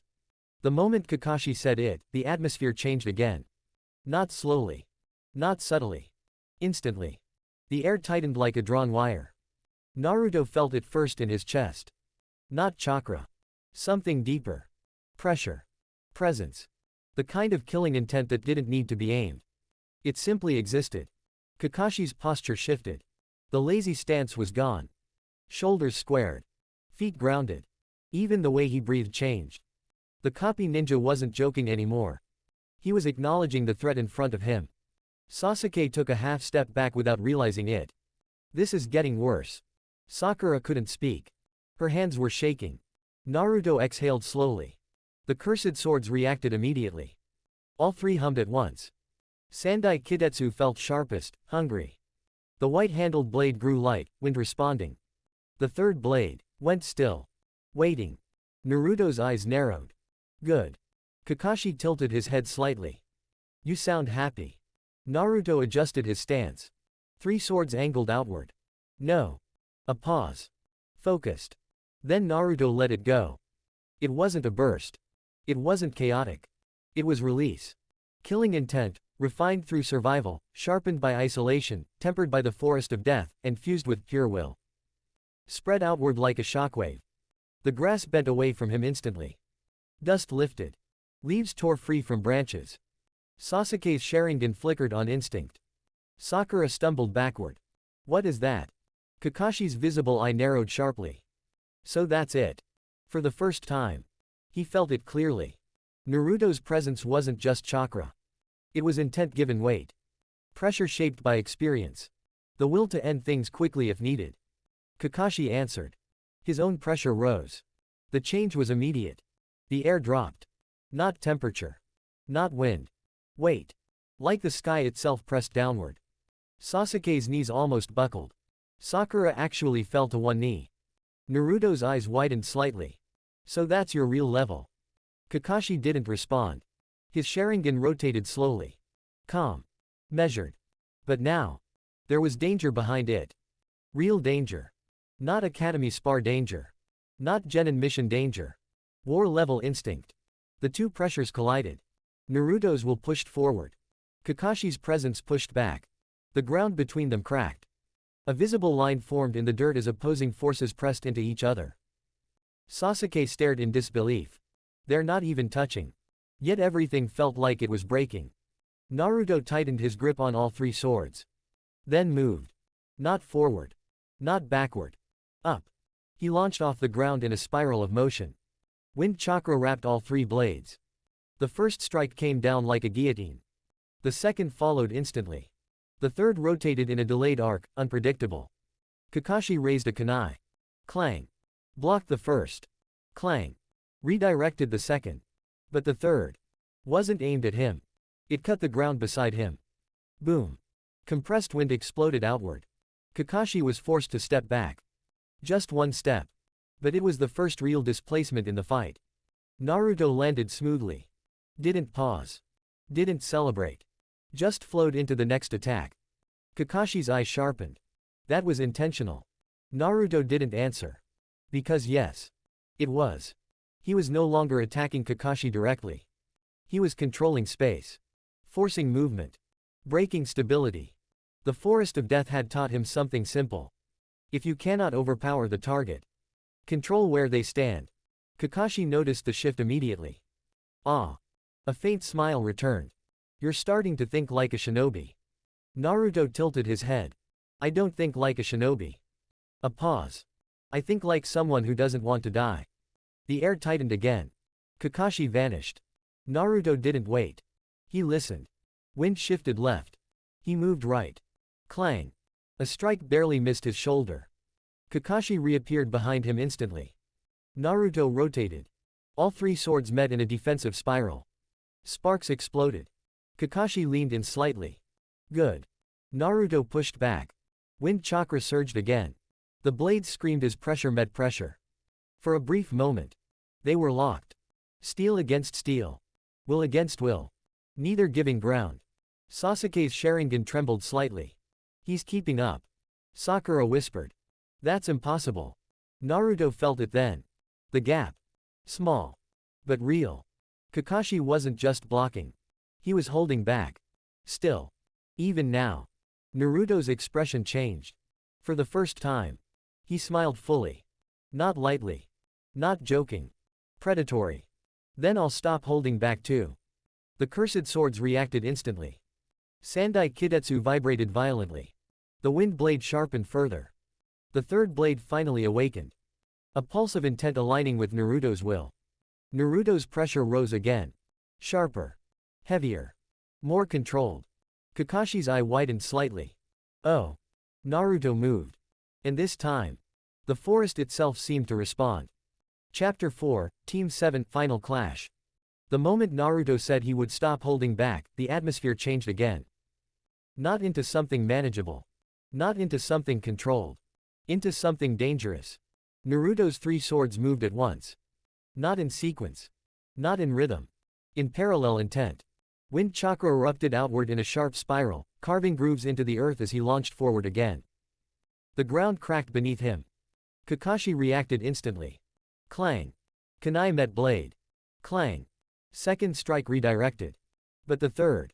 Kakashi had to twist fully, stepping back for the first time in a clean retreat. His eye narrowed. Now that's different. Sasuke's Sharingan flickered rapidly. Sakura had stopped breathing properly. Neither of them were watching a spar anymore. They were watching a fight between two monsters in different stages of control. Naruto pressed forward. Every step tightened the pressure. Every swing of the three swords sharpened the air itself. Wind chakra wasn't just coating his blades now. It was cutting the space between movements. Kakashi vanished again. Naruto didn't track him visually. He felt him. A shift in air pressure behind his left shoulder. He spun. Clang. Sparks exploded. But this time Naruto didn't stop. He twisted the impact into momentum. Second sword followed instantly. Then the third. A diagonal arc meant to force Kakashi upward. Kakashi was forced to jump. A clean escape. But now. He was airborne. And Naruto was already waiting. Too slow, Naruto muttered. He vanished upward. Wind burst beneath his feet like a detonated step. Three blades rose with him. A rising storm of steel. Kakashi's eye widened slightly. He's predicting vertical control now. Mid-air clash. Clang, clang, clang. Steel rang out violently. Kakashi blocked, rotated, redirected. But Naruto wasn't aiming for a clean hit anymore. He was compressing space. Driving Kakashi into fewer and fewer options. Then. A mistake. Tiny. Almost invisible. Kakashi shifted half a step too far left. Naruto's third blade slipped through the gap. A thin line tore across Kakashi's vest. Not deep. But real. Sasuke's eyes widened. He hit him. Sakura whispered. No way. Kakashi landed lightly. Looked down at the tear. Then up at Naruto. All right. His tone changed. Not playful. Not testing. Acknowledging. The pressure in the clearing dropped for half a second. Then. It returned harder. Kakashi's visible eye sharpened. The Sharingan spun faster. His killing intent rose. Not aimed at them. Not lethal. But absolute. A warning. Naruto felt it immediately. His feet slid back half an inch without him moving. The wind itself bent. There it is, Naruto said quietly. Kakashi vanished. This time. No delay. No hesitation. Instant acceleration. Naruto blocked once. Twice. Then. He was hit. A blunt strike to the ribs sent him skidding across the ground. Dust exploded behind him. One sword slipped from his grip and stabbed into the earth to stop his momentum. Sakura gasped. Sasuke's eyes widened. Naruto exhaled sharply. Pain registered. But didn't stop him. He stood immediately. Picked up the dropped blade. Reset his stance. Kakashi didn't pursue. He watched. Carefully now. Evaluating. Naruto rolled his shoulder. So that's your real speed. Kakashi didn't answer. Then. The air changed again. Not from Kakashi. From outside. A sudden, overwhelming presence descended onto the clearing like a weight pressing down from the sky itself. The wind stopped. Birds froze mid-flight. Even Kakashi's movement slowed for half a second. Anbu appeared instantly in the trees. Silent. Alert. Weapons drawn. Naruto's eyes shifted slightly. That's not Kakashi. A voice spoke. Calm. Old. Commanding. Enough. The third Hokage stepped into the clearing. Hiruzen Sarutobi. Behind him. Anbu lined the tree line. Watching. Ready. The moment he entered. The pressure shifted again. But not like Kakashi's. Not like Naruto's.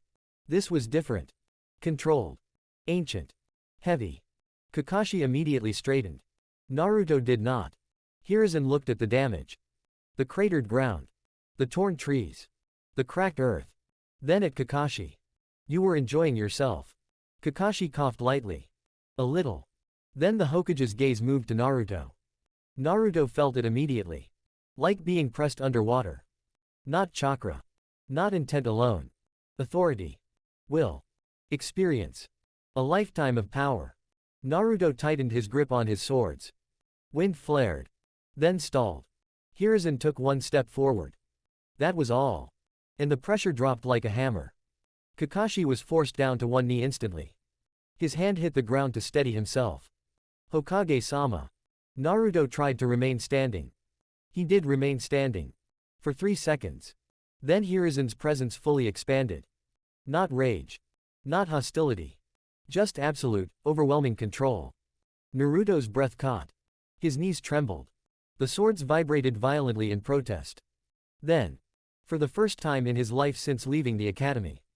Naruto Uzumaki dropped to one knee. Silence. The forest itself felt frozen. Sasuke stared in disbelief. Sakura covered her mouth. Even Kakashi was wide-eyed. Naruto's hand pressed into the ground. Not from injury. From pressure. From force of will greater than his own for the first time. Hiruzen looked at him quietly. That is enough. Naruto's blue eyes burned upward. Struggling. Not broken. But pushed to a limit he had never met. Chapter 5. Team 7's first real mission did not feel like a mission. It felt like punishment. Naruto stood in the Hokage Tower hallway with his arms folded, staring at the D-rank assignment board as if it had personally insulted him. We're babysitting again. Sakura groaned. This is normal for genin. Sasuke leaned against the wall, indifferent. Naruto didn't look convinced. We almost got crushed by the Hokage 2 days ago. Kakashi, leaning nearby, waved lazily. Details. Naruto stared at him. You were on your knees. Kakashi paused. Also details. The mission itself was simple. Cleaning. Moving supplies. Helping civilians. Escorting merchants. The usual first step shinobi work. Naruto completed every task without complaint.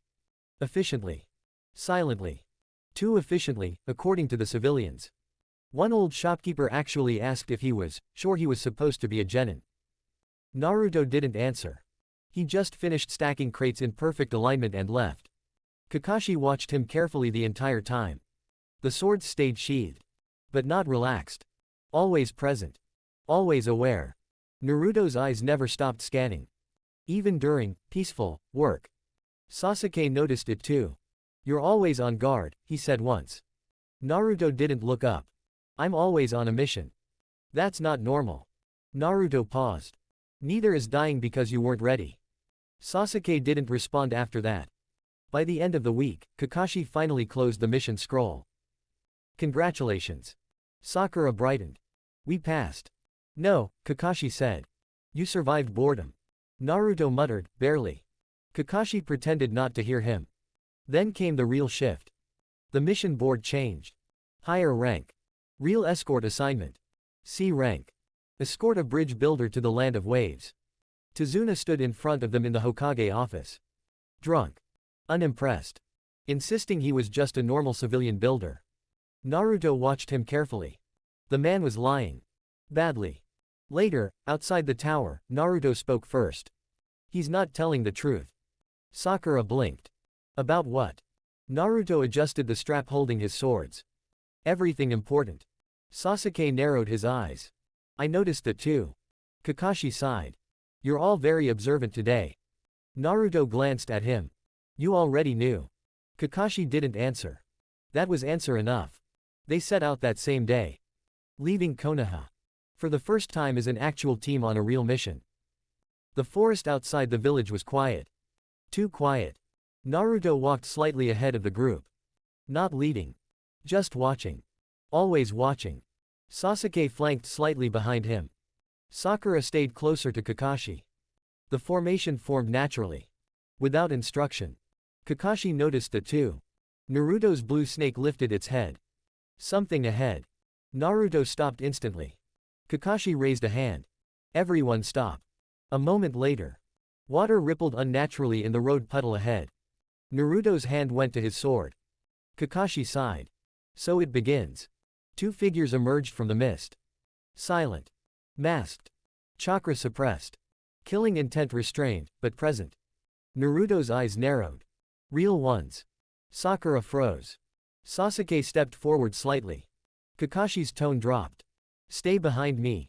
Naruto didn't move back. He stepped forward. Kakashi glanced at him. Genin aren't supposed to handle this. Naruto replied calmly. I already did. The mist thickened. Chains rattled. The first attack came fast.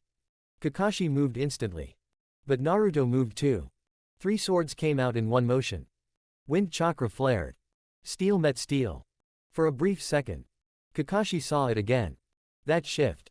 That focus. That edge. The boy from the forest of death wasn't gone. He was just contained. Until now. Naruto's voice was low. So this is a real mission. A pause. Then. A faint grin. Good. And for the first time since leaving Konoha.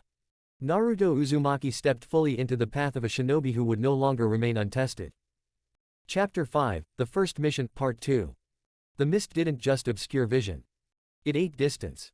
Sounds became delayed, shapes became uncertain, even chakra sensing felt muffled, like something was pressing a hand over the senses of the team.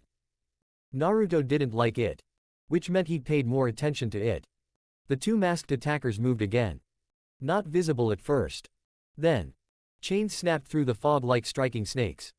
Clang. Kakashi deflected the first strike. Sasuke barely dodged the second. Sakura stumbled backward, breath catching. Naruto stepped forward instead of back. Three swords came alive. Wind chakra sharpened instantly along all edges. Don't split up, Kakashi called. Too late. Naruto had already moved. He vanished into the mist. Not blindly. Tracking. Listening. The blue snake around his shoulders lifted its head, hissing once. Left. Naruto adjusted mid-step. Steel met steel. Clang. The attacker was forced back half a step. That half step mattered. The masked figure tilted their head. Genin. Naruto didn't answer. His second sword followed immediately. Then the third. A rotating pattern, tight, controlled, suffocating. Kakashi noticed immediately. Naruto wasn't just attacking. He was compressing movement space again. Forcing the opponent into fewer escape routes. But this time. It wasn't practice. It was lethal intent. Sasuke watched from a distance, Sharingan now active. He's reading the fight differently. Sakura's voice trembled. I can't even see them properly. Sasuke didn't respond. Because he could see it. Barely. Naruto wasn't faster than Kakashi. But he was forcing clarity inside chaos. The masked attacker suddenly changed tactics. A burst of chakra exploded outward. The mist thickened further. Visibility dropped to almost zero. Naruto stopped. For half a second. Then closed his eyes. Kakashi noticed. Interesting.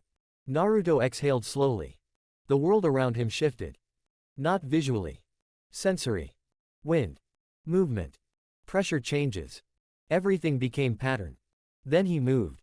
Directly forward. Clang. His sword intercepted the attacker's weapon perfectly. No hesitation. No sight. Pure reading. The attacker stepped back. Impossible. Naruto opened his eyes. Cold. Focused. I don't need to see you. A pause. I can feel you. The third sword struck. Wind chakra burst outward in a narrow arc. The fog split for a moment. A clean opening. Kakashi saw it. He's using environmental reading. Not genjutsu. Not sensory ninjutsu. Something simpler. And far more dangerous. Instinct refined through survival. Sasuke's grip tightened. That wasn't training. That was adaptation. Real adaptation. The masked attacker suddenly changed targets. Naruto. Direct strike. Fast. Killing intent sharpened. Naruto responded instantly. All three swords converged. Clang. The force pushed him back several meters. He slid across the ground.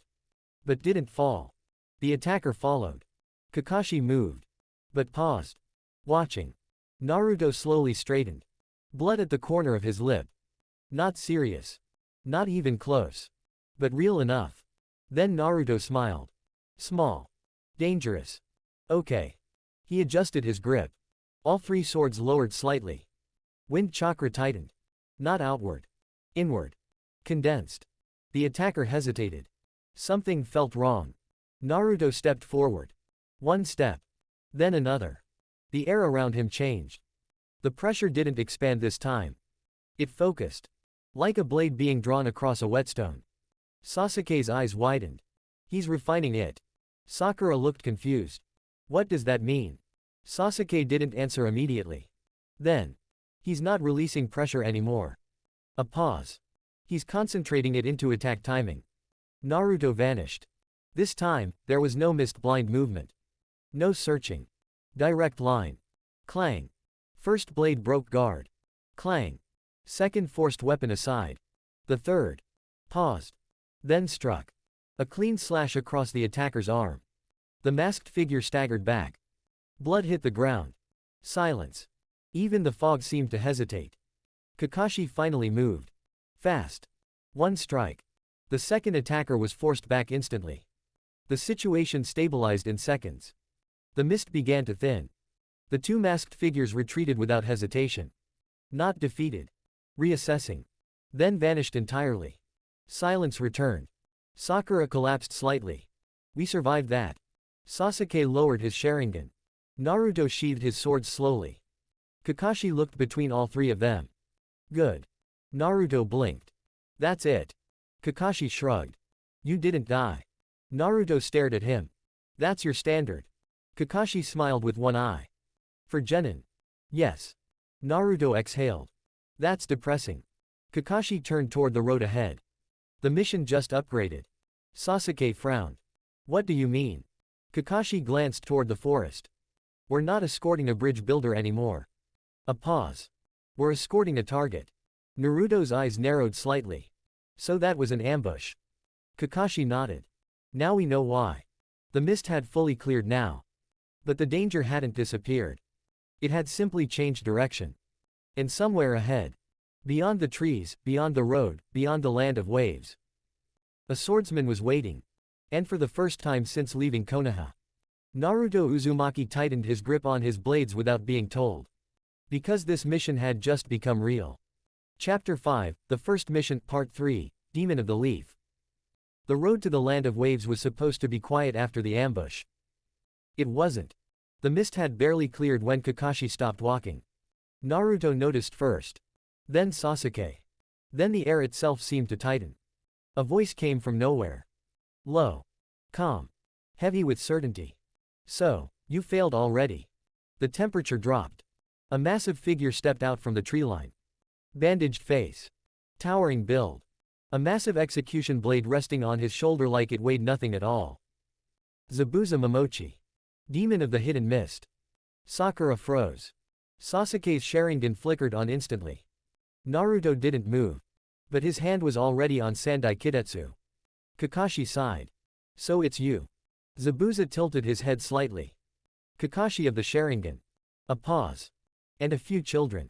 His gaze shifted. Naruto. Sasuke. Sakura. Extras.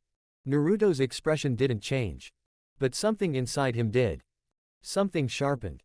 Not fear. Not hesitation. Recognition. A real enemy had arrived. Zabuza moved first. No warning. No build-up. Just murder intent made physical. Kakashi reacted instantly. But Zabuza was faster. Clang. The execution blade slammed into Kakashi's guard. The impact shattered the ground beneath him. Sasuke tried to move. Too slow. Sakura screamed. Naruto stepped forward. And then everything changed. Zabuza vanished. Water clone. Multiple afterimages. The battlefield fractured into illusions of motion. Kakashi's voice cut through. Get back. Too late. Zabuza appeared behind Kakashi. Execution blade raised. Sasuke moved. But Naruto moved faster. 3 swords erupted. Wind chakra detonated outward.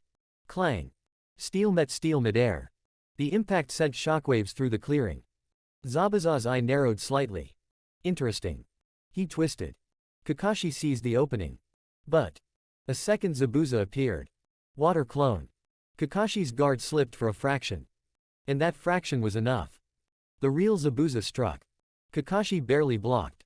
But the force. Too much. Crack. Kakashi was launched backward into a tree. The trunk split on impact. Silence followed for half a second. Sakura gasped. Kakashi-sensei. Sasuke's eyes widened.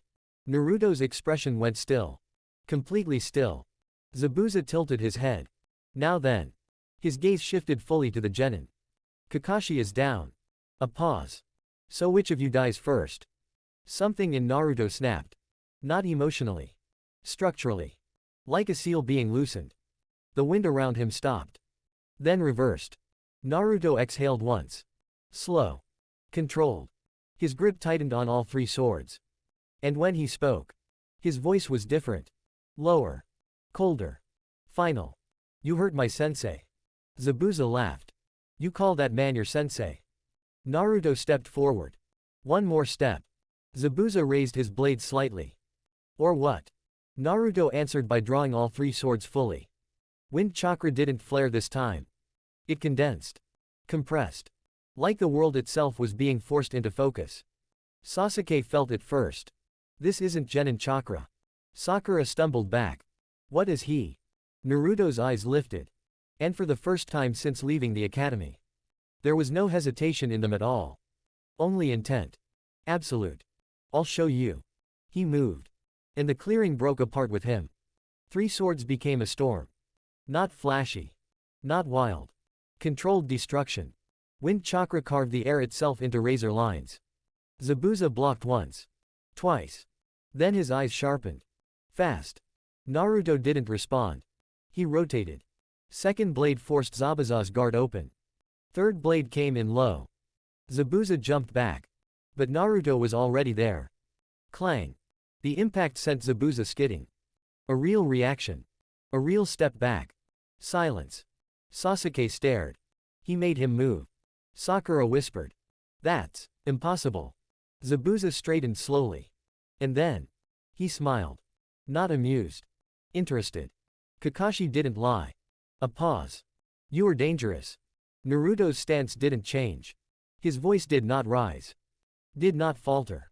Good. The killing intent around him exploded. Not chaotic. Not emotional. Refined. Focused. Sharpened into something almost visible. The forest went silent. Even the wind refused to move. Zabuza felt it. And for the first time. His smile faded slightly. What are you? Naruto raised all 3 swords. And answered simply. A problem you didn't finish quickly enough. And then he became something else entirely. He vanished forward again. But this time. It wasn't a genin fighting a missing nin. It was a swordsman stepping fully into his future. A future that would one day be whispered about in the land of fire.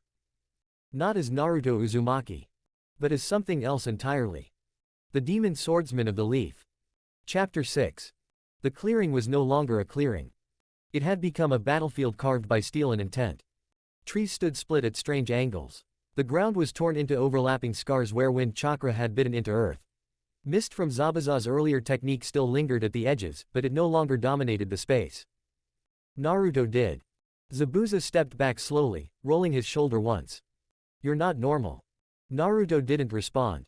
3 swords hung in his hands with perfect balance. Wind chakra ran along each blade like a living edge. The air around him felt thinner, sharper. Like breathing too deeply might get you cut. Sasuke watched from behind a broken tree trunk. His Sharingan spun rapidly. He's adapting in real time. Sakura barely heard him. Is that supposed to be happening? Sasuke didn't answer. Because he didn't know. Kakashi was still down. Pinned against the broken tree line. But his visible eye was open. Watching. Calculating. Quietly alarmed. Zabuza exhaled once. Then. He disappeared. Water clone. Again. Multiple directions. Naruto didn't flinch. Instead, he closed his eyes for half a second. The blue snake on his shoulder lifted its head. Behind you. Naruto moved instantly. Clang. Steel met steel. The real Zabuza appeared directly behind him. Not where the clone suggested. But where Naruto felt he would be. Zabuza's eyes narrowed. Instinct. Naruto pushed back. Wind chakra burst outward in a controlled arc. Zabuza slid back a step. Just one. But it mattered. Naruto opened his eyes. You rely on misdirection. Zabuza smirked. That's how assassins survive. Naruto tilted his head slightly. Then you're going to have a problem. He vanished. No hesitation. No build-up. Just motion. The ground cracked as Naruto launched forward again, but this time his movement changed. Not linear. Not predictable. He moved like water breaking around obstacles, 3 swords flowing in alternating rhythm. One forced defense. One disrupted footing. One aimed for injury. Zabuza blocked the first. Barely avoided the second. The third. Cut his sleeve open. A thin line of blood appeared. Silence. Sasuke froze. He drew blood. Sakura's voice cracked. That's a Jonin, right? Zabuza looked down at the cut. Then slowly back at Naruto. Hey. He actually chuckled. You're getting cocky. Naruto's expression didn't change. I'm getting accurate. The air shifted again. Zabuza's killing intent rose. Heavy. Oppressive. Real. Sakura dropped to her knees instantly. Sasuke gritted his teeth. Even Naruto's stance tightened slightly. But he didn't step back. Zabuza raised his execution blade. Then let's see if accuracy survives this. He moved. Not fast. Not flashy. Just inevitable. The blade came down like judgment. Naruto crossed all 3 swords. Wind chakra compressed violently. Clang. The impact detonated outward. The ground beneath Naruto shattered completely. For the first time, Naruto's feet left the earth. He was forced back. Sliding. Barely holding the block. Zabuza pressed down. Not enough. Naruto's teeth clenched. Wind chakra flared harder. The blade screamed under pressure. Then. Something inside Naruto shifted. Not anger. Not fear. Decision. His eyes sharpened. Then I stopped holding back. The air around him changed again. But this time it wasn't just killing intent. It was presence. Something heavier. Something deeper. Something that didn't belong to a genin. Sasuke's eyes widened. What is that? Sakura whispered. I can't breathe. Zabuza felt it too. His smile faded completely. That pressure. Naruto lifted his head slightly. And the world seemed to tilt. 3 swords lowered. Not defensively. Not cautiously. But like a verdict being prepared.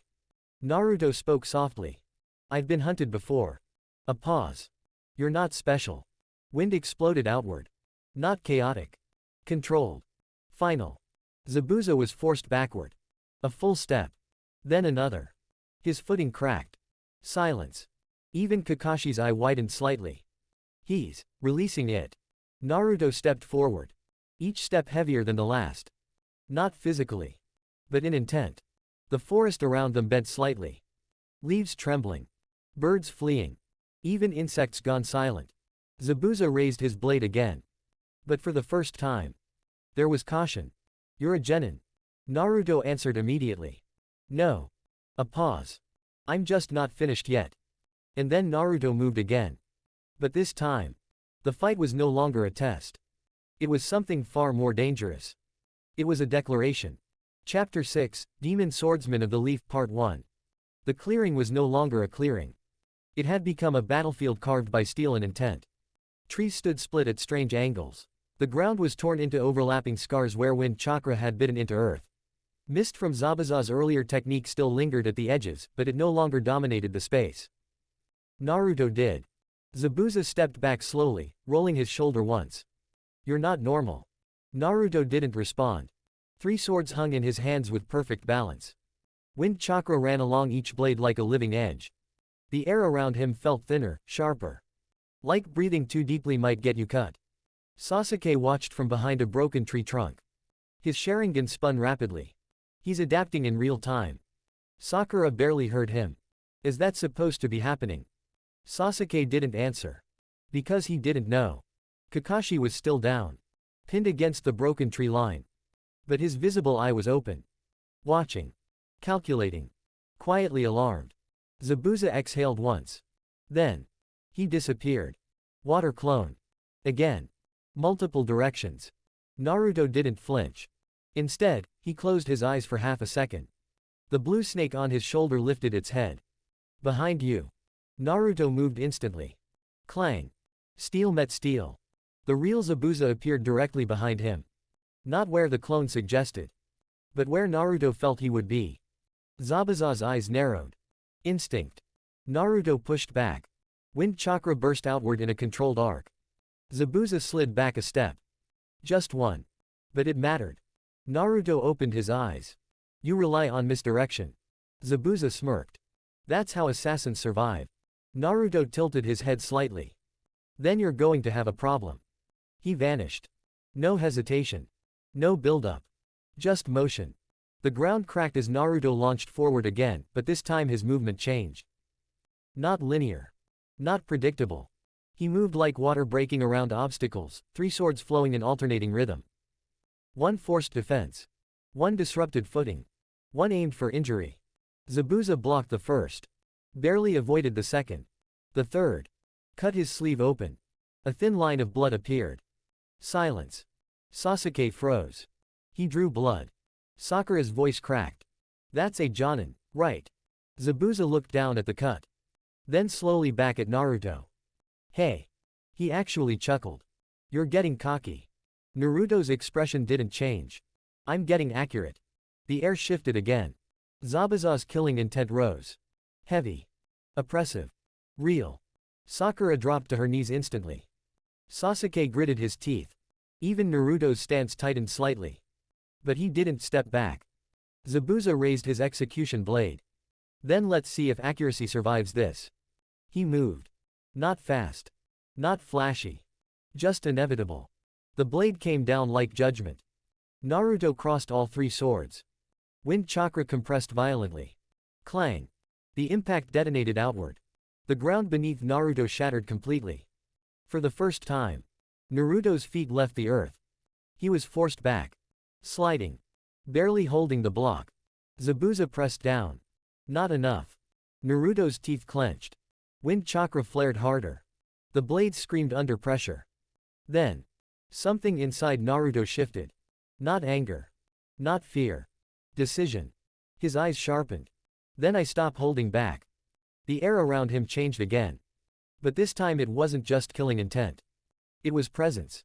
Something heavier. Something deeper. Something that didn't belong to a genin. Sasuke's eyes widened. "What is that?" Sakura whispered. "I can't breathe." Zabuza felt it too.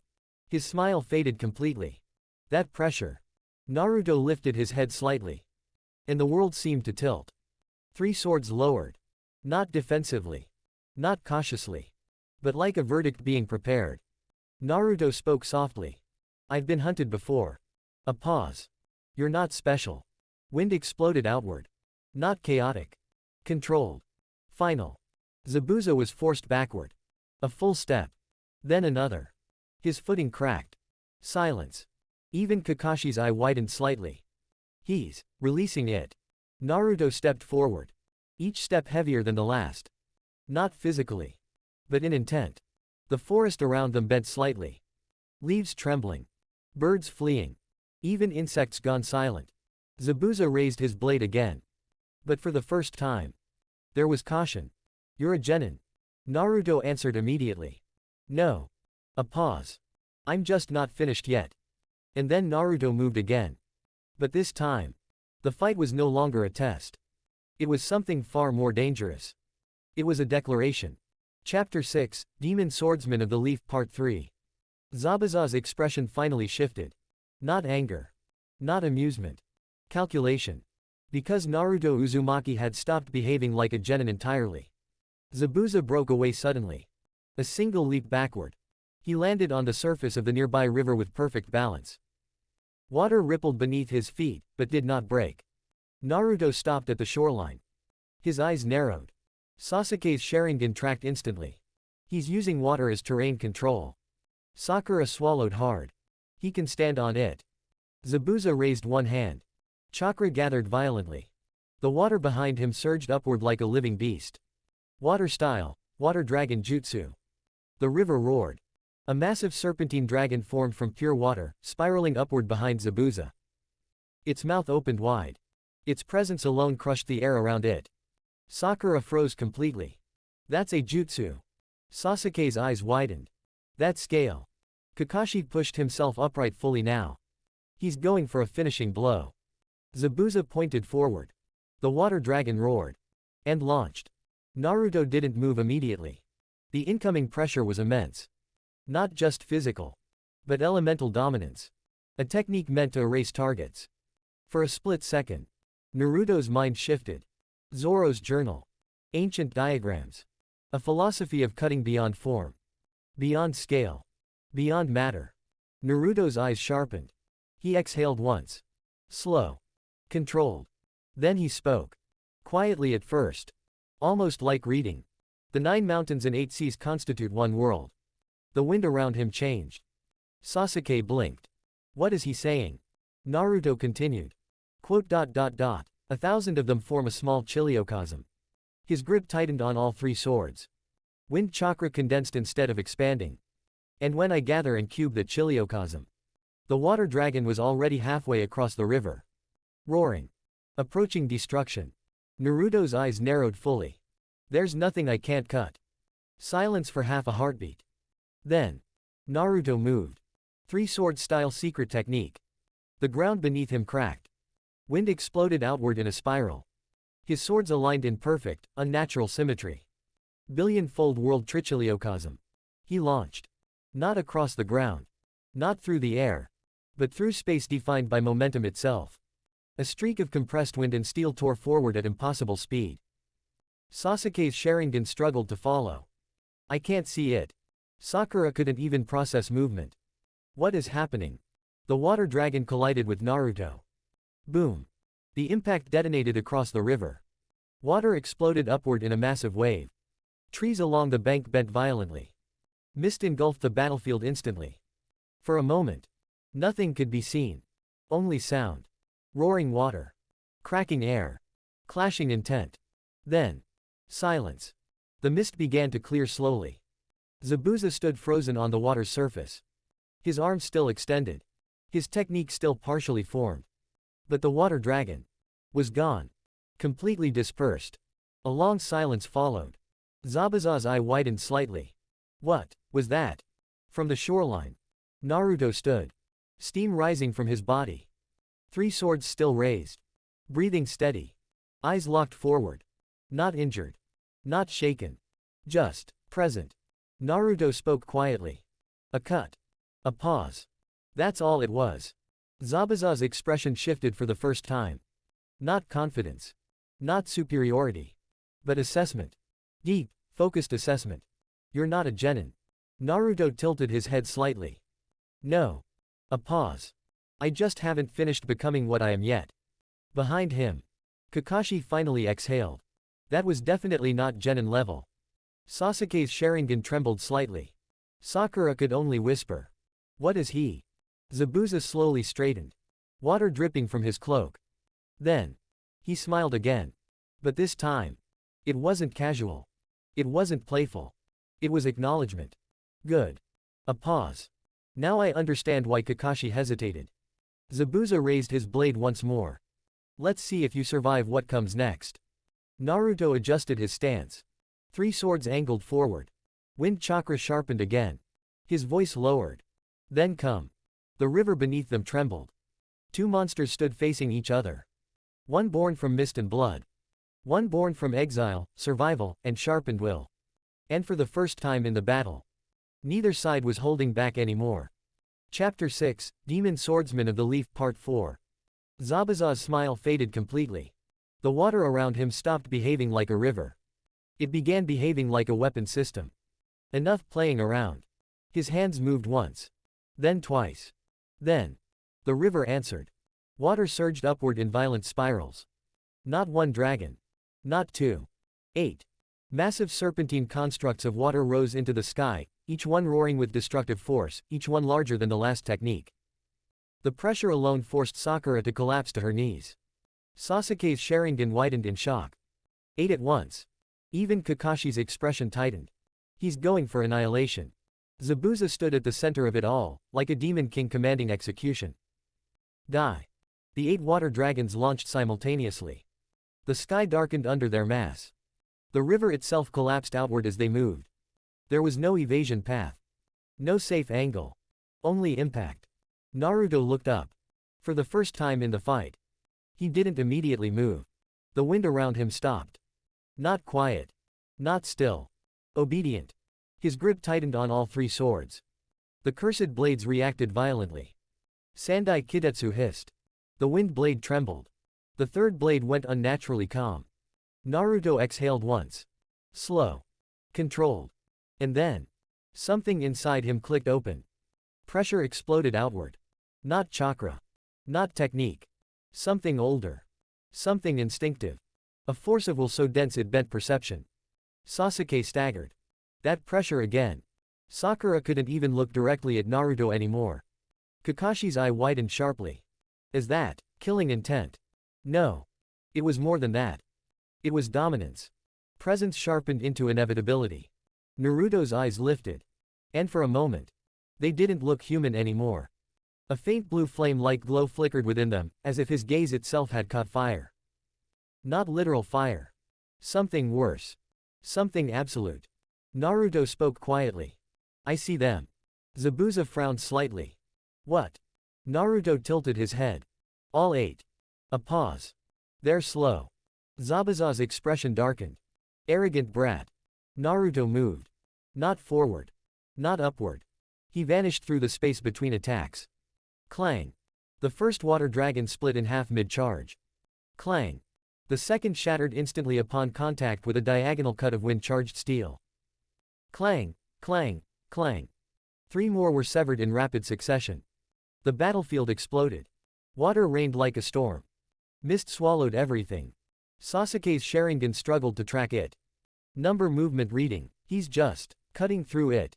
Sakura whispered, shaking. That's impossible. But Naruto wasn't finished. He landed mid-river. Feet barely touching water. 3 swords aligned. Wind chakra no longer surrounded him. It coated his will. His voice dropped. Calm. Final. The 9 mountains and 8 seas constitute one world. The remaining water dragons roared. But Naruto didn't look at them anymore. 1,000 of them form a small chiliocosm. The air itself bent toward him. And when I gather and cube the chiliocosm, the remaining dragons lunged. All at once. Naruto's gaze sharpened. Blue flame flickered brighter. There's nothing I can't cut. He stepped forward. 3 sword style secret technique. The river beneath him cracked. Not from force. From pressure. Billion-fold world trichiliocosm. He moved. And for a moment, the world became a single line. A convergence of motion, will, and steel. The remaining water dragons were erased in an instant. Not dispersed. Not redirected. Deleted from forward momentum. A shockwave erupted across the river. Water exploded upward in a collapsing dome. Trees along the shoreline snapped under the pressure wave. Silence followed. Zabuza stood completely still. The river beneath him trembling. His technique, gone. For the first time. His expression was no longer confident. No longer amused. No longer entertained. It was serious. Fully serious. What are you? Naruto stood on the water's surface opposite him. 3 swords lowered slowly. Blue flame still faint in his eyes. Wind settling around him like a sheathed storm. He answered simply. A swordsman. A pause. From Konoha. Silence stretched across the river. Even the mist seemed afraid to move. Behind Naruto. Kakashi slowly straightened. His voice quiet. This is no longer a D-rank mission. Sasuke stared in disbelief. Sakura could only whisper. That's Naruto. Zabuza tightened his grip on his blade. The demon of the mist finally understood something important. The boy in front of him was not just surviving the battlefield. He was beginning to define it. And somewhere deep in the mist beyond the river, something else was watching. Carefully. Quietly. Measuring what came next. Chapter 6, Demon Swordsman of the Leaf Part 5. The river was still shaking. Not from movement. From aftermath. From something that had just rewritten the idea of force across its surface. Naruto stood at the center of it. 3 swords lowered slightly. Breathing steady. But the air around him was not. It wasn't just chakra anymore. It was something heavier. A layered pressure, his own killing intent refined through survival, sharpened by battle, and now faintly twisted by something deeper. Something ancient. Something sealed. Zabuza felt it instantly. His grip tightened. That pressure. Naruto lifted his head slowly. His eyes no longer carried just focus. There was something burning behind them now. A flicker of unnatural blue intensity, like flame trapped behind glass. Naruto spoke. Calm. But absolute. I am a child defined by my village. A pause. The wind stopped. And made into a demon since birth. Sasuke's eyes widened slightly. Sakura's breath caught. Kakashi's expression hardened. Naruto's aura sharpened again. A faint surge of something darker coiled beneath his presence, like a second heartbeat behind his own. I am the holder of the Kyubi. The name alone shifted the air. Even Zabuza's eyes narrowed. And I am a swordsman who serves the Hokage. A pause. Naruto's grip tightened on all 3 blades. But despises the Leaf Village. Silence. Complete silence. Even the river stopped sounding alive. Naruto's gaze locked forward. I am the demon swordsman of the Leaf. Then. He moved. No hesitation. No build-up. Just a straight-line eruption of intent. Wind and pressure and something deeper all converging into motion. Zabuza reacted instantly. Steel raised. Killing intent flaring. But before their blades could meet, a sound cut through everything. Thip. A Senbon needle. It wasn't aimed at Naruto. It was aimed at Zabuza's neck. Zabuza's eyes widened slightly. Too late. The needle struck cleanly. A precise point of contact. His body stiffened instantly. His chakra flow disrupted. His movements froze mid-action. What? Zabuza collapsed. Not violently. Not dramatically. Just, down. Like a puppet with cut strings. Naruto skidded to a stop on the water's surface. Eyes narrowing sharply. From the mist. A figure appeared briefly. Silent. Masked. Efficient. Haku. Without a word, the figure moved. Zabuza's body was lifted carefully. Controlled. Protected. Naruto's killing intent surged immediately. Wind bent outward. Stop. Haku didn't respond. Just vanished into the mist with Zabuza's body. Gone. Like they had never been there. Silence returned again. But this time. It was incomplete. Unresolved. Sasuke stepped forward slightly. He escaped. Sakura trembled. What just happened? Kakashi exhaled slowly. That wasn't an assassination. A pause. That was extraction. Naruto stared into the mist where Zabuza vanished.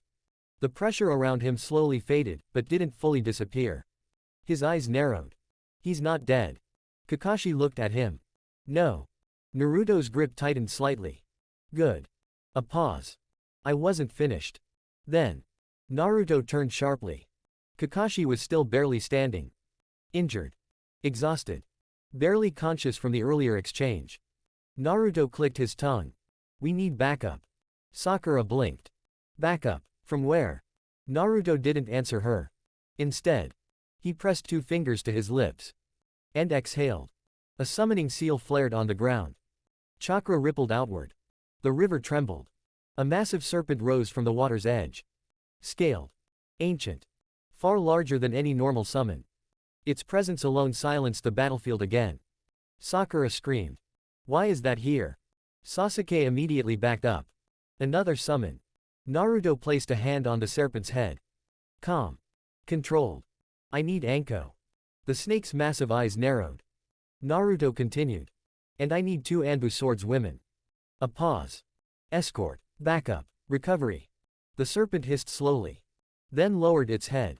Acknowledging. Kakashi blinked slightly. You can issue requests to your summons now. Naruto didn't look back. I learned how to survive alone. A pause. I don't stay alone anymore. The serpent coiled once. Then disappeared beneath the water. Delivering the message. Naruto turned toward his team. The killing intent was gone now. But something remained. Focus. Cold clarity. Sasuke stared at him. That wasn't normal. Naruto replied simply. No. A pause. Nothing about this mission is.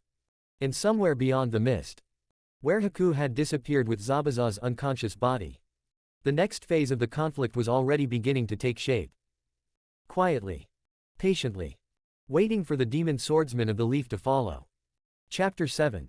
The message arrived faster than anyone expected. Faster than a courier. Faster than standard summons. Because what appeared at the gates of Konoha wasn't a messenger. It was a war-summoned serpent. The Anbu on gate duty reacted instantly. Blades drawn. Formation set. Kinjutsu summon, identify yourself. The serpent didn't attack. It simply lowered its head. And spoke. Contract bearer, Uzumaki Naruto. The Anbu froze slightly. That name alone changed the urgency. The bearer requests immediate Anbu reinforcement and medical extraction units. A pause. Mission escalation, land of waves. The gate guards exchanged sharp looks. One vanished instantly. Hokage Tower. Hiruzen Sarutobi was already mid-document when the air shifted. Anbu appeared in his office without ceremony. Kinjutsu summon at the gate. Hiruzen looked up. From Naruto. A nod. He stood immediately. Report. The Anbu delivered the message exactly as received. Every word. No embellishment. No interpretation. Just fact. Hiruzen's expression tightened slightly. So it has begun sooner than expected. He moved to the window. The village below continued its routine. Unaware of how quickly things were shifting beyond its borders. Send backup, Hiruzen said calmly. The Anbu hesitated. Anbu teams, sir. Hiruzen shook his head. No. A pause. 2 Anbu operatives, skilled in close combat and tracking. Another pause. And notify Anko Mitarashi. The Anbu stiffened slightly. Anko. Hiruzen nodded.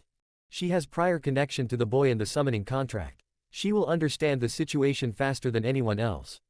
Outside the tower. The serpent waited. Patient. Still. Hiruzen walked down moments later. Stopping directly before it. The massive creature lowered its head slightly, not submissive but acknowledging authority. Tell Naruto, Hiruzen said evenly. A pause. Do not let this mission consume you. The serpent blinked slowly. Then vanished in a ripple of chakra. Message delivered. Meanwhile, the road to Wave. Far away, beyond the forests and misted roads. Naruto stood at the river's edge. The air had finally settled again. But tension remained. Sasuke was silent. Sakura was still recovering from shock. Kakashi leaned slightly against a broken tree, breathing steadily. Naruto stood apart from them. Swords sheathed. Eyes still sharp. The blue snake on his shoulder flicked its tongue once. Naruto spoke quietly. They received it. Kakashi glanced at him. Good. A pause. Then Kakashi exhaled. You understand what you just escalated, right? Naruto didn't turn. Yes. Sasuke finally spoke. That summon wasn't normal. Naruto nodded slightly. It wasn't supposed to be. Sakura swallowed. So what now? Naruto looked toward the mist where Zabuza had disappeared. Now we finish it properly. Kakashi straightened slowly.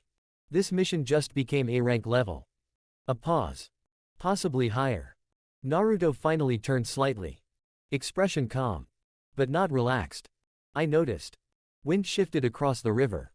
Somewhere beyond the mist. Something was waiting to respond to what had just been set in motion. And in Konoha, the leaf had already begun to move. Chapter 7, The Leaf Moves Part 2. The riverbank was quiet again, but it wasn't peaceful. It was the kind of quiet that followed a storm too large to fully understand while standing inside it. Naruto stood at the edge of it all, three swords now fully sheathed, wind chakra still faintly clinging to his presence like heat after lightning. Kakashi straightened slowly. Tazuna, still pretending to be a simple bridge builder, looked increasingly uncomfortable under the weight of everything that had just happened. Sakura was exhausted just from watching. Sasuke was thinking too much. Naruto broke the silence first. We're going to wait for backup here. Kakashi blinked slightly. Backup. Naruto nodded once. They'll be here within 4 hours. A pause. So we rest. Sakura looked relieved immediately. Finally. Naruto raised a hand slightly. I'll be on guard until they arrive. Silence followed. Kakashi studied him for a moment. You don't trust the area. Naruto answered without hesitation. No. A beat. And I don't trust what's still watching us. That made Kakashi stop smiling entirely. Naruto shifted his gaze to Sasuke. The air around him changed slightly, not killing intent, but pressure. Focused. Direct. Sasuke felt it immediately. Naruto's eyes narrowed. If you try and copy any jutsu or abilities without permission. A pause. The wind stilled slightly around him. There will be problems. Silence. Sasuke's Sharingan flickered on instinct. You think I'm going to copy you? Naruto didn't raise his voice. I think you always copy what you think you understand. A pause. And you don't understand this. That landed heavier than it should have. Sasuke's jaw tightened. Sakura looked between them nervously. Kakashi exhaled slowly. We're all very tense right now. Naruto didn't look away from Sasuke. That's fine. A pause. Tension keeps people alive. Then Naruto turned slightly. Looking back toward the forest line. His posture shifted again, subtle but absolute. Guard mode. I'll take first watch. Kakashi nodded slowly. Good. A pause. Don't push yourself too far. Naruto gave a short glance back. I don't push. A beat. I endure. He stepped away from the group and moved toward a higher vantage point overlooking the river and forest approach. Wind brushed past him, bending slightly around his presence.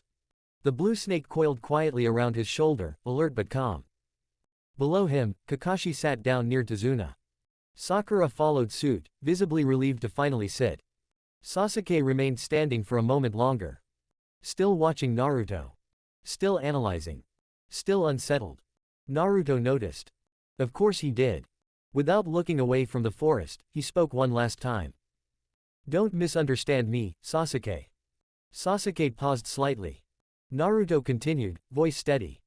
I don't care what you become. A beat. But I do care if you become reckless. Silence. Sasuke didn't respond. But he didn't look away either. Naruto turned fully toward the forest again. Wind shifted. Leaves rustled unnaturally far away. Something out there was still moving. Still waiting. And Naruto Uzumaki, swordsman, container, and anomaly of Konoha, stood alone on watch as the next phase of the mission quietly began to close in.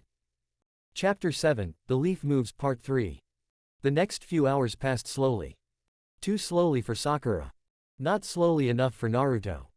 The blonde swordsman remained perched atop a large rock overlooking the river crossing, his attention fixed on the surrounding forests. The blue snake around his shoulders occasionally lifted its head and tasted the air. Twice Naruto sensed movement. Twice it turned out to be wildlife. But he remained alert. 4 hours later. The snake contract stirred. Naruto looked toward the eastern treeline. A faint smile touched his face. They're here. Sasuke looked up immediately. You can tell. Naruto nodded. Yes. Several moments later 3 figures appeared. One moved openly. The other 2 remained hidden until the very last second. Typical Anbu behavior. Anko Mitarashi landed first.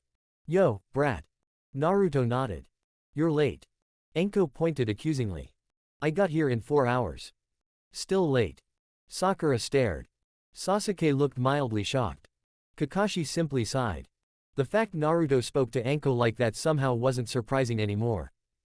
2 additional shinobi emerged from the trees. Both wore Anbu masks. Both carried swords. And both radiated the calm confidence of veteran operatives. One wore a fox mask. The other a hawk mask. The fox-masked woman studied Naruto for a moment. So this is the genin. Naruto frowned. I have a name. The Anbu tilted her head. Good, that means you're housebroken. Anko nearly choked laughing. Naruto looked unimpressed. The fox Anbu immediately decided she liked him. Kakashi slowly stood. I'm glad backup arrived. The hawk-masked Anbu looked around the battlefield. Her gaze paused on the damage. The shattered riverbank. The destroyed trees. The deep scars carved into the terrain. What happened here? Silence followed. Anko looked around. Then looked at Naruto. Then looked at Kakashi. Then back at Naruto. What happened here? She repeated. Naruto pointed at the damage. Combat. Anko stared. Combat. Yes. With what? A tailed beast. Sakura looked away. Sasuke remained silent. Kakashi suddenly found a cloud fascinating. Anko narrowed her eyes. Naruto. Yes. How much of this was you? Naruto thought about it. Most of it. Anko groaned and rubbed her forehead. Hokage-sama is going to drink after hearing this report. Arrival in wave. With reinforcements present, the remainder of the journey proceeded much more smoothly. Not peacefully. But safely. The people of the Land of Waves immediately looked surprised when a team of Konoha shinobi escorted Tazuna home. Especially when 2 Anbu were visible. The atmosphere in the village felt wrong. Oppressive. Fearful. People lowered their heads when certain names were mentioned. Children avoided eye contact. Businesses looked half abandoned. Naruto noticed immediately. So that's the problem. Tazuna sighed heavily. Yeah. For the first time the bridge builder explained everything. The poverty. The intimidation. The control exerted by the shipping magnate controlling the region. The reason he lied about the mission. When he finished, silence followed. Naruto looked toward the half-finished bridge visible in the distance. Then toward the frightened villagers. Then back toward Tazuna. You should have told the truth. The older man lowered his head. I know. Naruto sighed. You still should have. To Tazuna's surprise, that was the end of it. No yelling. No accusations. Just a simple statement. The following week. The mission shifted from escort duty to defense. Kakashi spent much of the first 2 days recovering from exhaustion. The Anbu reinforced patrol routes. Anko coordinated defensive positions around the bridge. Naruto spent most of his time either training or standing watch. Usually both. Several workers gradually grew comfortable around him. Though they still found the swords intimidating. One afternoon an elderly bridge worker finally approached. Aren't those heavy? Naruto looked at his swords. Yes. Then why carry 3? Naruto thought about it. Then answered honestly. Because one wasn't enough. The worker blinked. Then laughed. By the 3rd day, the villagers were beginning to relax. Children started playing outside again. Businesses reopened. Hope slowly returned. Even Sakura noticed the change. They look happier. Kakashi nodded. Because they think they'll make it. The bridge itself rose steadily over the water. Each completed section represented something more than construction. It represented independence. Freedom. A future. Naruto understood that better than most. One evening, standing atop a support pillar overlooking the ocean, he watched the sunset. The blue snake rested quietly around his shoulders. Wind drifted across the water. Anko landed beside him. You've been quiet. Naruto shrugged. After a moment he spoke. They're building something. Anko looked toward the bridge. That's generally how bridges work. Naruto ignored the joke. They're building a way forward. Anko studied him carefully. Then smiled slightly. Yeah. Far away, waves crashed against unfinished supports. The bridge continued to grow. The villagers continued to hope. And although none of them realized it yet, the hardest battle of the mission was still waiting just beyond the mist. Chapter 7, The Shadow Over Wave Part 4. The village of Wave had begun to breathe again. Not freely. Not yet. But better than before. Children played in the streets. Merchants reopened small stalls. Workers returned home after long days on the bridge. For the first time in years, people could almost imagine a future. Naruto walked alone through the village. 3 swords rested at his side. The blue snake remained wrapped around his shoulders, lazily observing the world around it. Most villagers still gave him space. Not out of fear. Not entirely. But because they weren't sure what to make of him. A teenager carrying 3 swords and walking with the calm confidence of a veteran shinobi wasn't exactly common. Naruto didn't mind. Silence was comfortable. Then he heard shouting. His head turned instantly. The sound came from a side street. Several frightened voices. One angry voice. Then another. Naruto changed direction immediately. The moment he entered the alley, he saw the situation. Several of Gato's hired thugs had cornered a small family against a wall. A father. A mother. Their teenage daughter. The father was already bruised. The mother was trying to shield her daughter. The men were laughing. One of them grabbed the father's shirt. "You think you're refusing us?" Another shoved the man back. "Your debt gets paid one way or another." The daughter flinched as one of the thugs reached toward her. The threat was obvious. Cruel. Cowardly.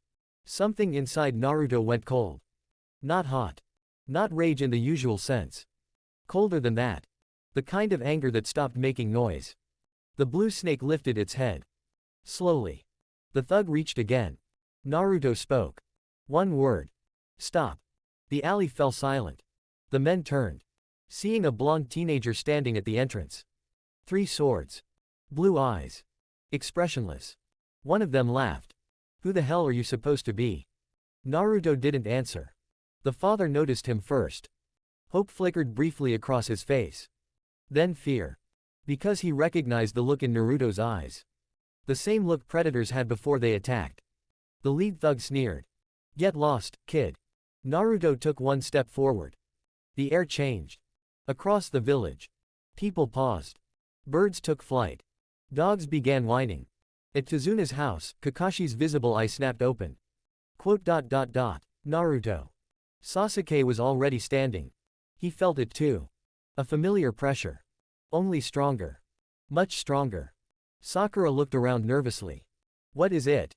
Anko was already moving toward the door. Her expression serious. Something happened. Back in the alley. Naruto continued walking. One step. Then another. The pressure rolled outward. Not aimed. Not controlled. Just released. Villagers throughout Wave stopped what they were doing. Fear spread instinctively. Not because Naruto threatened them. Because every living thing recognized power. The lead thug's smile disappeared. "What are you?" Naruto stopped. His voice remained calm. Which somehow made it worse. "Leave." The thug tried to laugh. Tried. It didn't work. His instincts were screaming at him to run. Instead, he reached for a weapon. A mistake. The pressure doubled. The man's knees hit the ground instantly. Several of the other thugs collapsed beside him. Faces pale. Breathing hard. The villagers stared in disbelief. Naruto's gaze never left them. "You threatened people weaker than you." A pause. "You hurt families." Another pause. "You think fear makes you strong." The air seemed to tremble. One thug finally broke. He turned and ran. Then another. Then another. Within seconds they were fleeing down the street. Not fighting. Not arguing. Running. Naruto didn't chase them. The family remained frozen. The mother holding her daughter tightly. The father staring at Naruto like he wasn't sure what he was seeing. Naruto looked at them. Then at the direction the men had fled. His expression darkened slightly. Because he knew something now. Gato wasn't just exploiting Wave. He was poisoning it. Destroying it piece by piece. And that realization settled heavily in his chest. A blur landed nearby. Then another. Then 3 more. Kakashi. Sasuke. Sakura. Anko. The 2 Anbu. They had arrived at full speed. Ready for battle. Instead they found terrified thugs disappearing into the distance and an entire street staring at Naruto. Anko looked around. Then at Naruto. What happened? Naruto's eyes remained on the road ahead. Gato's men. A pause. They were threatening villagers. Silence followed. The fox-masked Anbu's posture became noticeably colder. The hawk-masked Anbu looked toward the fleeing criminals. Neither seemed particularly sympathetic. Kakashi studied Naruto carefully. The pressure was fading now. But traces remained. Enough to make even veteran shinobi uncomfortable. Naruto finally turned back toward his team. We have a bigger problem than Zabuza. No one argued. Because looking around at the frightened villagers, everyone could see he was right. Chapter 7, The Shadow over Wave Part 5. The atmosphere in Wave changed after that day. Not publicly. Not openly. But quietly. People whispered when Naruto passed. Children stared at the swords on his back with awe instead of fear. And Gato's men stopped entering certain streets entirely. Naruto didn't care about any of that. He cared about the bridge. About finishing the mission. About ending the threat permanently. Which was why, 3 days later, he stood atop the unfinished bridge beside Team 7 as thick mist rolled across the ocean. The final confrontation had arrived. Kakashi's visible eye narrowed. He's here. The mist deepened instantly. Cold. Heavy. Predatory. Then a voice echoed across the bridge. You recovered quickly, Kakashi. Zabuza emerged slowly through the fog. Execution blade resting across his shoulder. But he wasn't alone. A second figure walked beside him. Slender. Graceful. Wearing a hunter nin mask. Long dark hair trailing behind her. Naruto's eyes narrowed slightly. You're the one from before. The masked girl tilted her head slightly. Correct. Hiku. The pressure across the bridge intensified. Workers fled instantly. Only Team 7 remained standing. Kakashi stepped forward. Sasuke. Sakura. Protect Tazuna. Naruto rested a hand on Sandai Kidetsu. And me. Kakashi's eye curved slightly. You already know your target. Zabuza smiled beneath the bandages. The little demon swordsman. Naruto answered calmly. The mist butcher. Then both vanished. Clang. Steel detonated against steel near the center of the bridge. Wind burst outward. Mist spiraled violently. Kakashi immediately engaged Zabuza fully. Water style erupted around them. Execution blade against chakra enhanced kunai. The bridge shook from the impact. Meanwhile, Hiku moved. Fast. Faster than before. Sasuke intercepted instantly. Sharingan active. Kunai and Senbon collided repeatedly. Naruto stepped forward. But Hiku suddenly shifted direction. Ignoring him entirely. Ice mirrors formed instantly around Sasuke. A frozen dome of reflective crystal trapped him inside. Sakura gasped. What is that? Kakashi's eye widened slightly. Ice release. Inside the mirrors. Hiku attacked relentlessly. Senbon flashed from every angle. Too fast. Too precise. Sasuke blocked several. Dodged others. But blood still appeared across his arms and shoulders. Naruto watched silently for several seconds. Then stepped toward the mirrors. Haku's voice echoed calmly. Do not interfere. Naruto ignored her. Wind chakra gathered around his swords. Inside the mirrors, Sasuke's breathing grew heavier. The Sharingan struggled to keep up. Then, something shifted in Sasuke's expression. A realization. Cold. Calculated. His eyes flicked toward Naruto. Then toward Haku's next attack angle. And suddenly, Sasuke moved. Not to evade. To substitute. Naruto's instinct screamed instantly. Too late. Sasuke switched positions with him mid-attack. Naruto appeared directly inside the mirror prison. And Haku's Senbon volley was already descending. Thwip, thwip, thwip. Needles pierced Naruto's shoulder. Side. Arm. Several embedded across his torso. Sakura screamed. Naruto. The bridge fell silent for half a second. Naruto looked down slowly at the Senbon protruding from his body. Then toward Sasuke outside the mirrors. Sasuke avoided eye contact. You were the only one fast enough to survive it. Hiku froze slightly inside the mirrors. You switched places. Naruto slowly removed one Senbon from his shoulder. Blood dripped onto the bridge. Then he looked up. The air changed. Not explosively. Not instantly. But heavily. Like pressure building before a storm. The blue flame-like intensity returned to Naruto's eyes. Wind began spiraling around the mirrors. Hiku stepped back instinctively. For the first time. Fear touched her expression beneath the mask. Naruto's voice lowered. Dangerously calm. You used me as bait. Sasuke's jaw tightened. You would have done the same. Naruto stared at him for several seconds. Then, a laugh echoed across the bridge. Not Naruto's. Not Zabuza's. Someone else. Slow. Slimy. Cruel. A short man in an expensive suit stepped through the mist surrounded by armed mercenaries. Hundreds of them. Weapons drawn. Smirking confidently. Gato. Behind him marched over 300 hired thugs. Bandits. Mercenaries. Killers. The entire bridge shifted as the crowd advanced. Gato sneered openly. Well, well. His eyes moved across the battlefield greedily. Looks like everyone softened each other up for me. Even Zabuza's expression darkened. Gato. The crime lord laughed. What, you didn't think I'd actually pay you, did you? The mercenaries behind him laughed viciously. Naruto slowly turned toward the advancing mob. Still bleeding.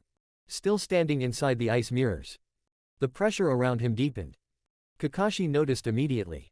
Naruto. Because Gato's men weren't just armed.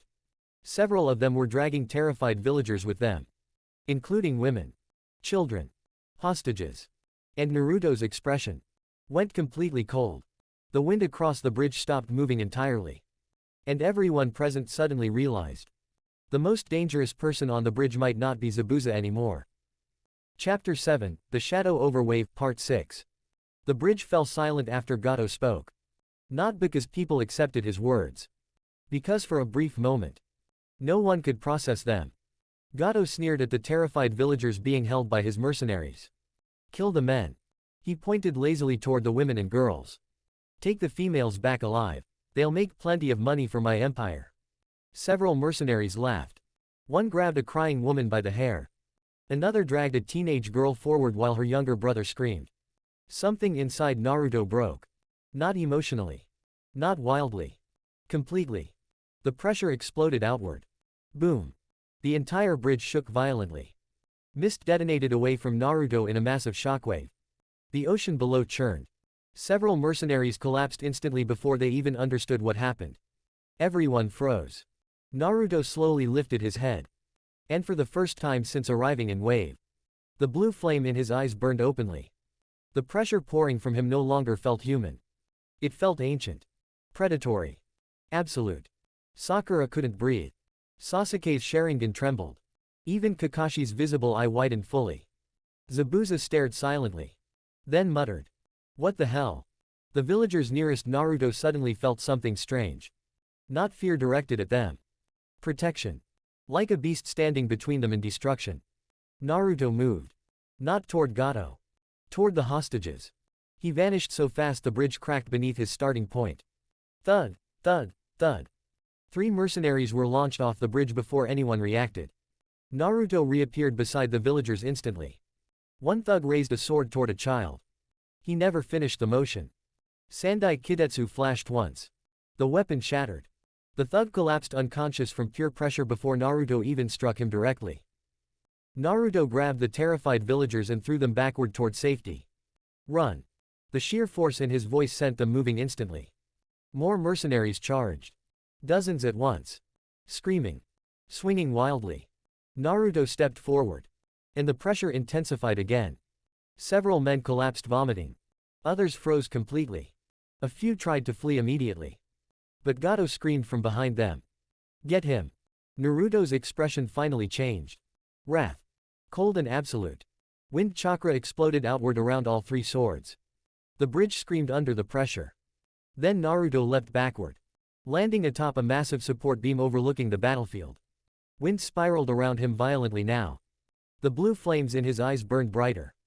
Below him. Hundreds of mercenaries stared upward nervously. For the first time. They realized they had come to the wrong bridge. Naruto slowly raised his swords. One in each hand. The third between his teeth. The world around him seemed to narrow. Compress. Focus. Then he spoke. Quietly. But every person on the bridge heard it. The 9 mountains and 8 seas constitute one world. The ocean below trembled. 1,000 of them form a small chiliocosm. Wind bent inward toward his blades.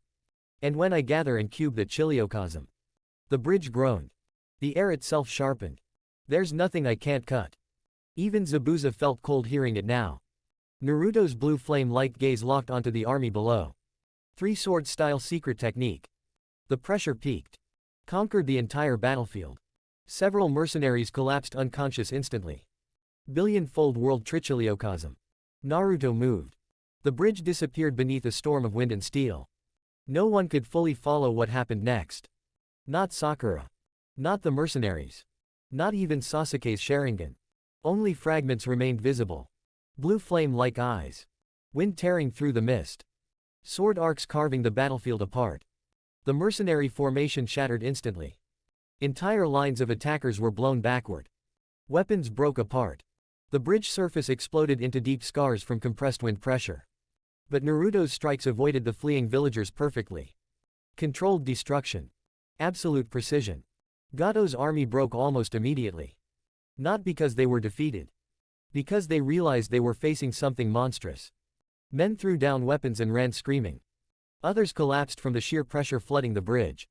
And at the center of it all, Naruto Uzumaki carved through the battlefield like a demon unleashed from restraint for the very first time. Chapter 7, The Shadow Over Wave, Part 7. The bridge had become chaos.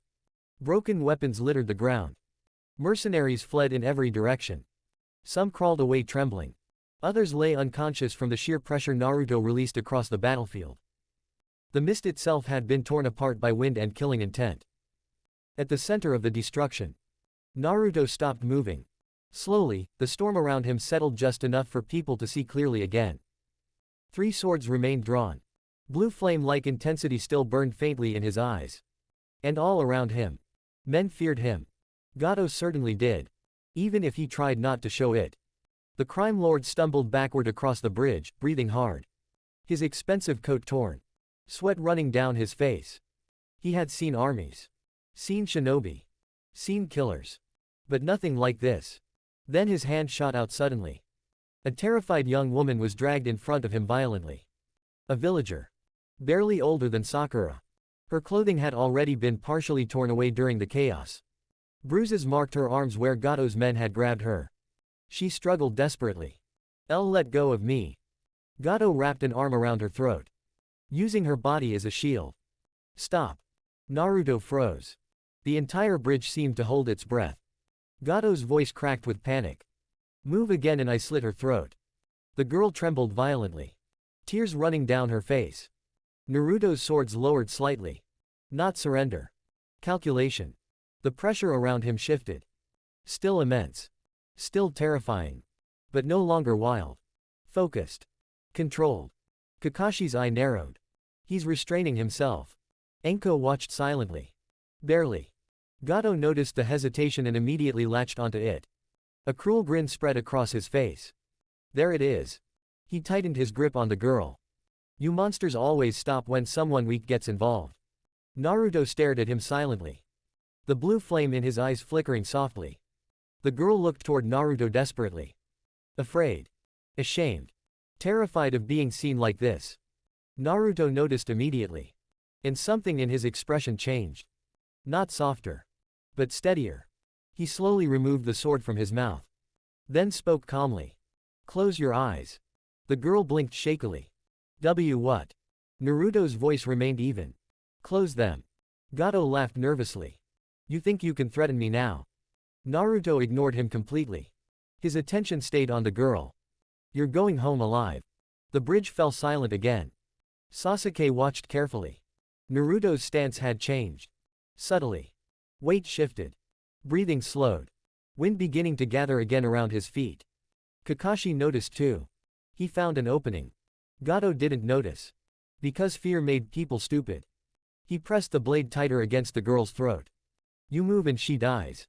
Naruto finally looked directly at him. And for the first time, Gato truly understood the kind of person standing before him. There was no panic in Naruto. No desperation. No uncertainty. Only inevitability. Naruto exhaled once. The wind around the bridge stopped moving entirely. Then, he vanished. Gato's eyes widened. Too late. A burst of compressed wind exploded between them. Not outward. Precise. Controlled. The blade in Gato's hand shattered instantly. Naruto appeared directly in front of him. One arm wrapping around the terrified girl protectively. The other sword stopping less than an inch from Gato's throat. Silence. Absolute silence. The girl collapsed against Naruto, shaking. Safe. Gato stared at the blade touching his skin. His entire body trembling uncontrollably now. Naruto slowly handed the girl toward Sakura behind him without taking his eyes off Gato. Sakura immediately wrapped a cloak around her protectively. Then Naruto turned fully back toward Gato. 3 swords lowered. But somehow even more dangerous now. Gato stumbled backward. Monster. Naruto's voice remained calm. Cold. Final. No. A pause. Wind curled faintly around his blades again. You made me this way. Chapter 7, The Conqueror's Bridge, Final Part. Gato stumbled backward across the ruined bridge. His legs shook so badly he nearly fell. Around him, the remains of his mercenary force had completely collapsed. Some unconscious. Some fleeing. Some too terrified to even stand. For the first time in his life, Gato understood fear. Real fear. Naruto walked toward him slowly. 3 swords still drawn. Wind moving around him in slow spirals. The faint blue flame in his eyes had dimmed slightly, but the pressure around him remained crushing. Gato pointed desperately. You can't kill me. Naruto didn't stop walking. I can. You're Konoha shinobi. Naruto's expression remained cold. And you trafficked women, murdered civilians, starved an entire country. A pause. You stopped being human a long time ago. Gato fell backward completely now. Crawling. Pathetic. No, wait, I can pay. Naruto vanished. A single flash of steel crossed the bridge. Clean. Precise. Final. Silence followed. Gato's eyes widened once. Then his body collapsed motionless onto the bridge he tried to control through fear. The ocean wind blew quietly across the battlefield. And just like that, Wave Country's nightmare ended. For several seconds, nobody moved. Not the villagers. Not Team 7. Not even Zabuza. Then slowly, Naruto lowered his swords. The pressure around him flickered violently. Unstable now. His breathing finally becoming uneven. Kakashi's eye narrowed. Naruto. The blue flame-like intensity in Naruto's eyes faded. The wind around him weakened. His body swayed once. Then again. Anko moved instantly, catching him before he hit the bridge. The moment Naruto relaxed, the exhaustion hit all at once. Every wound. Every strain. Every ounce of pressure he forced his body to endure. Naruto's eyes barely opened halfway. Did we finish it? Anko smirked faintly despite herself. Yeah, brat. A softer pause followed. You did good. Naruto looked toward the villagers one last time. Toward the bridge. Toward the people finally beginning to realize they were free. Then his eyes closed completely. And the demon swordsman of the leaf finally collapsed unconscious in Anko's arms. Several days later, the mist around Wave began to clear. Not magically. Not instantly. But slowly. Like the country itself was learning how to breathe again. Without Gato's control, supplies started moving freely. Workers smiled again. Children laughed openly. And every day, the bridge grew larger. Stronger. Closer to completion. Naruto remained unconscious for nearly 2 full days. Exhaustion mixed with chakra strain and the overwhelming pressure he unleashed during the battle. Even Kakashi admitted quietly. Most Jonin wouldn't have survived that output. When Naruto finally woke, he found himself inside Tezuna's house with Anko sitting nearby. She glanced over. Took you long enough. Naruto blinked slowly. Mission status. Anko snorted. Of course that's your first question. Naruto sat up carefully. Everything hurt. Outside, he could hear hammering. Construction. Voices. Life. A few hours later, Naruto walked outside onto the completed bridge for the first time. The villagers gathered almost immediately. Not fearful. Grateful. Tezuna stood near the center of the bridge, smiling proudly. It's finished. Naruto looked up at the massive structure stretching across the water. Strong. Enduring. Built through suffering and refusal to surrender. Then Tezuna spoke again. We decided on a name. Naruto frowned slightly. A name. The old bridge builder nodded. The Conqueror's Bridge. Silence followed. Naruto looked toward him. Why? Tizuna laughed softly. Because a boy came here carrying the weight of hatred. A pause. And conquered the fear that ruled this country. The villagers nodded in agreement. Some smiling. Some crying quietly. Naruto stood silently in the ocean wind. 3 swords resting at his side. Blue eyes calmer now. For the first time in a very long time. He didn't feel hated. He didn't feel hunted. He didn't feel alone. Far behind him, Kakashi watched quietly. Sasuke stood silently beside Sakura. Even Zabuza and Haku, having vanished before Konoha could properly pursue them, left behind only rumors now. And as the sun set over the newly completed bridge, the people of Wave Country celebrated the shinobi who saved them. Not as a monster. Not as a demon. But as their protector. Naruto Uzumaki. The demon swordsman of the leaf. The boy who conquered despair itself. Chapter 8. Morning sunlight stretched across the ocean as the shinobi of Konoha prepared to leave Wave Country behind. The completed Conqueror's Bridge stood proudly over the water, strong enough to withstand storms and wide enough to carry the future of an entire nation. Villagers lined the entrance to see them off. Children waved enthusiastically. Workers bowed respectfully. Even hardened fishermen lowered their heads toward Naruto as he walked past. Naruto still wasn't used to that. Respect. Gratitude. People looking at him without hatred in their eyes. It felt strange. Not unpleasant. Just unfamiliar. Tizuna stood at the front of the crowd. You're welcome back anytime. Naruto adjusted the strap holding his swords. Hopefully under better circumstances. The old bridge builder laughed loudly. Agreed. Beside him, Sakura smiled softly at the villagers while Kakashi lazily waved from behind his orange book. The 2 Anbu operatives had already departed before sunrise after filing their reports. Their mission was technically complete. Anko, however, remained. Naruto noticed immediately. You're still here. Anko smirked. Hokage's orders. A pause. And someone has to make sure you don't accidentally level another country. Naruto snorted quietly.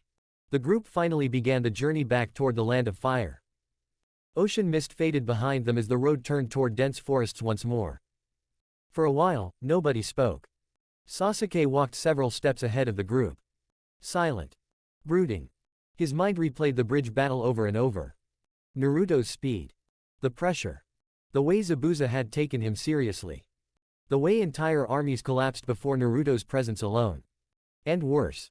The fact Sasuke had used Naruto as a substitution target inside Haku's mirrors. Even now, part of him knew Naruto hadn't forgotten it. Naruto walked near the middle of the group instead. Closer to Anko than usual. Not intentionally at first. At least that's what he told himself. The road narrowed briefly between large trees. Their shoulders brushed lightly. Then their hands. Naruto glanced sideways slightly. Anko noticed immediately. A faint grin appeared on her lips. Careful, brat. Naruto raised an eyebrow. With what? With that face. He blinked once. What face? That one. Naruto looked away slightly. And for the first time in days. A small smile appeared.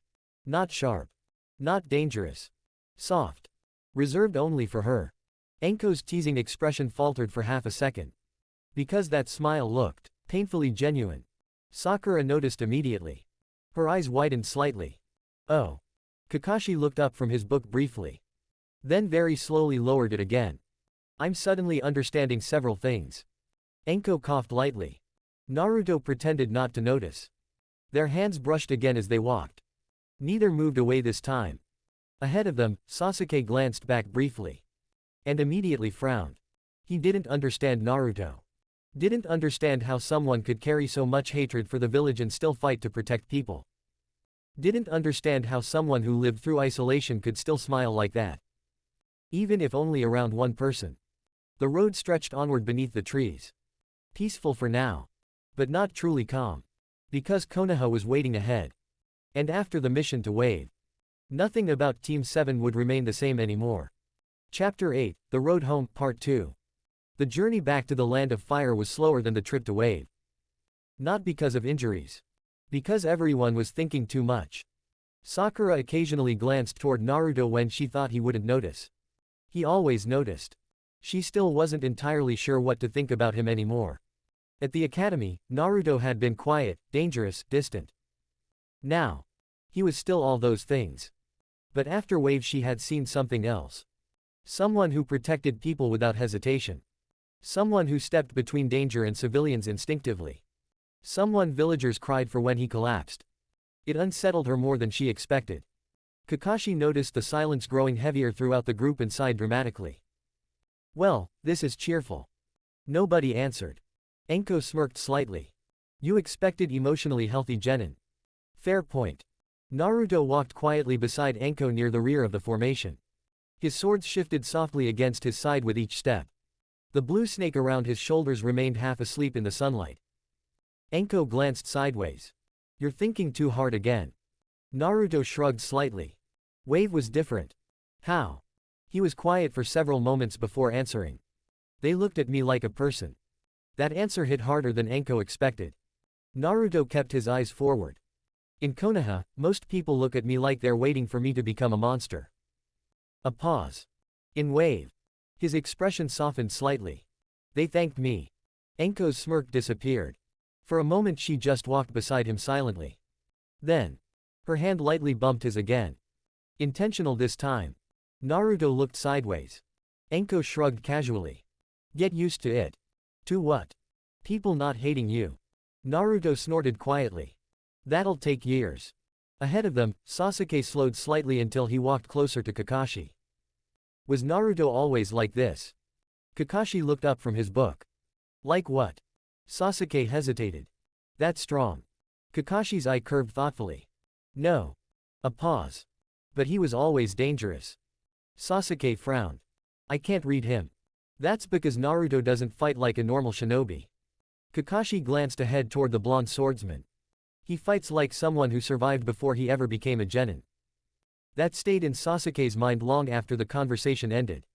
As evening approached, the group stopped near a river clearing to rest for the night. Sakura began setting up camp while Kakashi lazily gathered firewood at the speed of someone absolutely not trying very hard. Naruto sat near the edge of the river sharpening Sandai Kidetsu carefully. The cursed blade practically purred beneath the whetstone. Anko eventually walked over and sat beside him. You know, she said casually, most people your age don't spend evenings maintaining cursed swords after terrifying criminal organizations. Naruto didn't look up. What did they do instead? Complain about chores, flirt badly, obsess over ramen. Naruto considered that. Sounds inefficient. Anko laughed loudly. There's the problem right there. For a while they sat in comfortable silence. The river flowed quietly nearby. The evening breeze moved through the trees. Then Anko spoke again, softer this time. You scared a lot of people on that bridge. Naruto's sharpening slowed slightly. I know. But you also saved them. He didn't answer immediately. When I released all of it. A pause. For a second I understood why the village fears me. Anko studied him carefully. The difference is choice. Naruto looked at her. You could have slaughtered everyone there. A beat. But you didn't. Naruto stared at the river for several long moments. Then quietly asked. What if one day I can't stop? Anko answered immediately. Then I'll stop you. Naruto blinked once. Not offended. Not angry. Just surprised. Anko smirked slightly. That's what trusted people are for. Naruto looked at her for a long moment after that. Then. Very faintly. He smiled again. That same small smile reserved only for her. Across the camp, Sakura noticed instantly. Okay, now I'm definitely seeing it. Kakashi glanced up from his book. Oh good, it's not just me. Sasuke looked between Naruto and Anko silently. Then looked away with a frown. He still didn't fully understand Naruto. But he was beginning to realize something important. Naruto Uzumaki wasn't held together by hatred. He was held together by the few bonds he actually trusted. And that made him far more dangerous than anger ever could. Chapter 8, The Road Home, Part 3. The campfire burned low beneath the night sky. Sakura had fallen asleep near her bedroll hours ago. Kakashi sat against a tree with his orange book resting over his face, though Naruto could tell the Jonin wasn't actually asleep. Sasuke remained awake on the opposite side of camp, staring silently into the fire. Thinking. Always thinking. Naruto sat near the riverbank beside Anko. The moon reflected softly across the moving water while the sounds of the forest settled into quiet nighttime rhythm. For once. There was no battle. No screaming. No killing intent flooding the air. Just stillness. Anko stretched slightly beside him. You know, she said lazily, most shinobi your age are probably sneaking around trying to peek into hot springs right now. Naruto glanced sideways. That sounds like a waste of effort. Anko snorted. See, emotionally damaged. Naruto shook his head faintly. Then after a moment, he leaned closer. Anko blinked once in surprise as Naruto's lips brushed softly against hers. The kiss wasn't rushed. Wasn't desperate. Just honest. A rare moment of warmth from someone who usually carried himself like a drawn blade. When he pulled back slightly, his forehead rested briefly against hers. Then Naruto spoke quietly enough that only she could hear. You alone keep my humanity in check. Anko's teasing expression faded slowly. If anything happened to you. Naruto's voice lowered further. There would be no force stopping me from killing the fool responsible. A pause. Even your old sensei. The forest seemed quieter after he said the name. Orochimaru.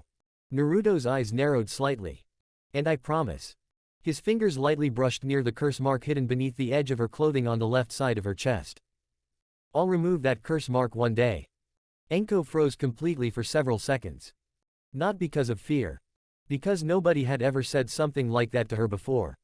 Not seriously. Not sincerely. Most people either feared the mark. Or pitied her for carrying it.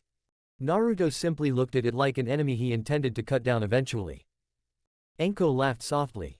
But there was emotion beneath it now. You really are insane. Naruto answered immediately. You already knew that. True. She leaned against his shoulder afterward, surprisingly relaxed. For someone who trusted almost nobody herself, the silence between them felt easy. Across the campfire, Kakashi slowly lowered his book just enough to glance toward them. Then immediately covered his face again. I suddenly miss being late. Sasuke noticed too. His expression tightened briefly before he looked away again. Not jealousy.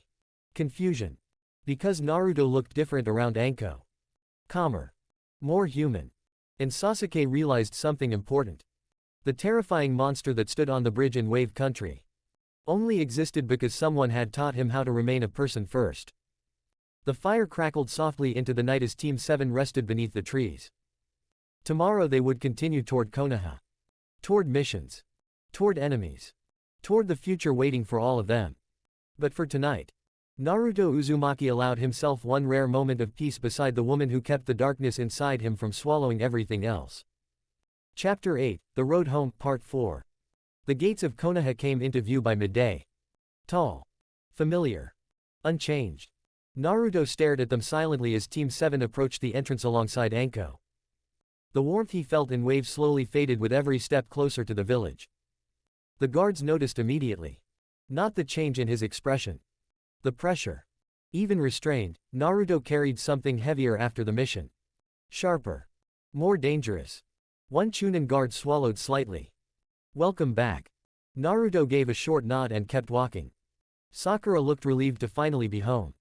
Kakashi looked exhausted in the specific way only paperwork could cause. Sasuke remained quiet. Still brooding. Still processing everything from Wave. The streets of Konoha were busy as always. Merchants shouted. Children played. Villagers moved through their daily routines. And then they noticed Naruto. Whispers started almost immediately. Some fearful. Some hateful. Some nervous.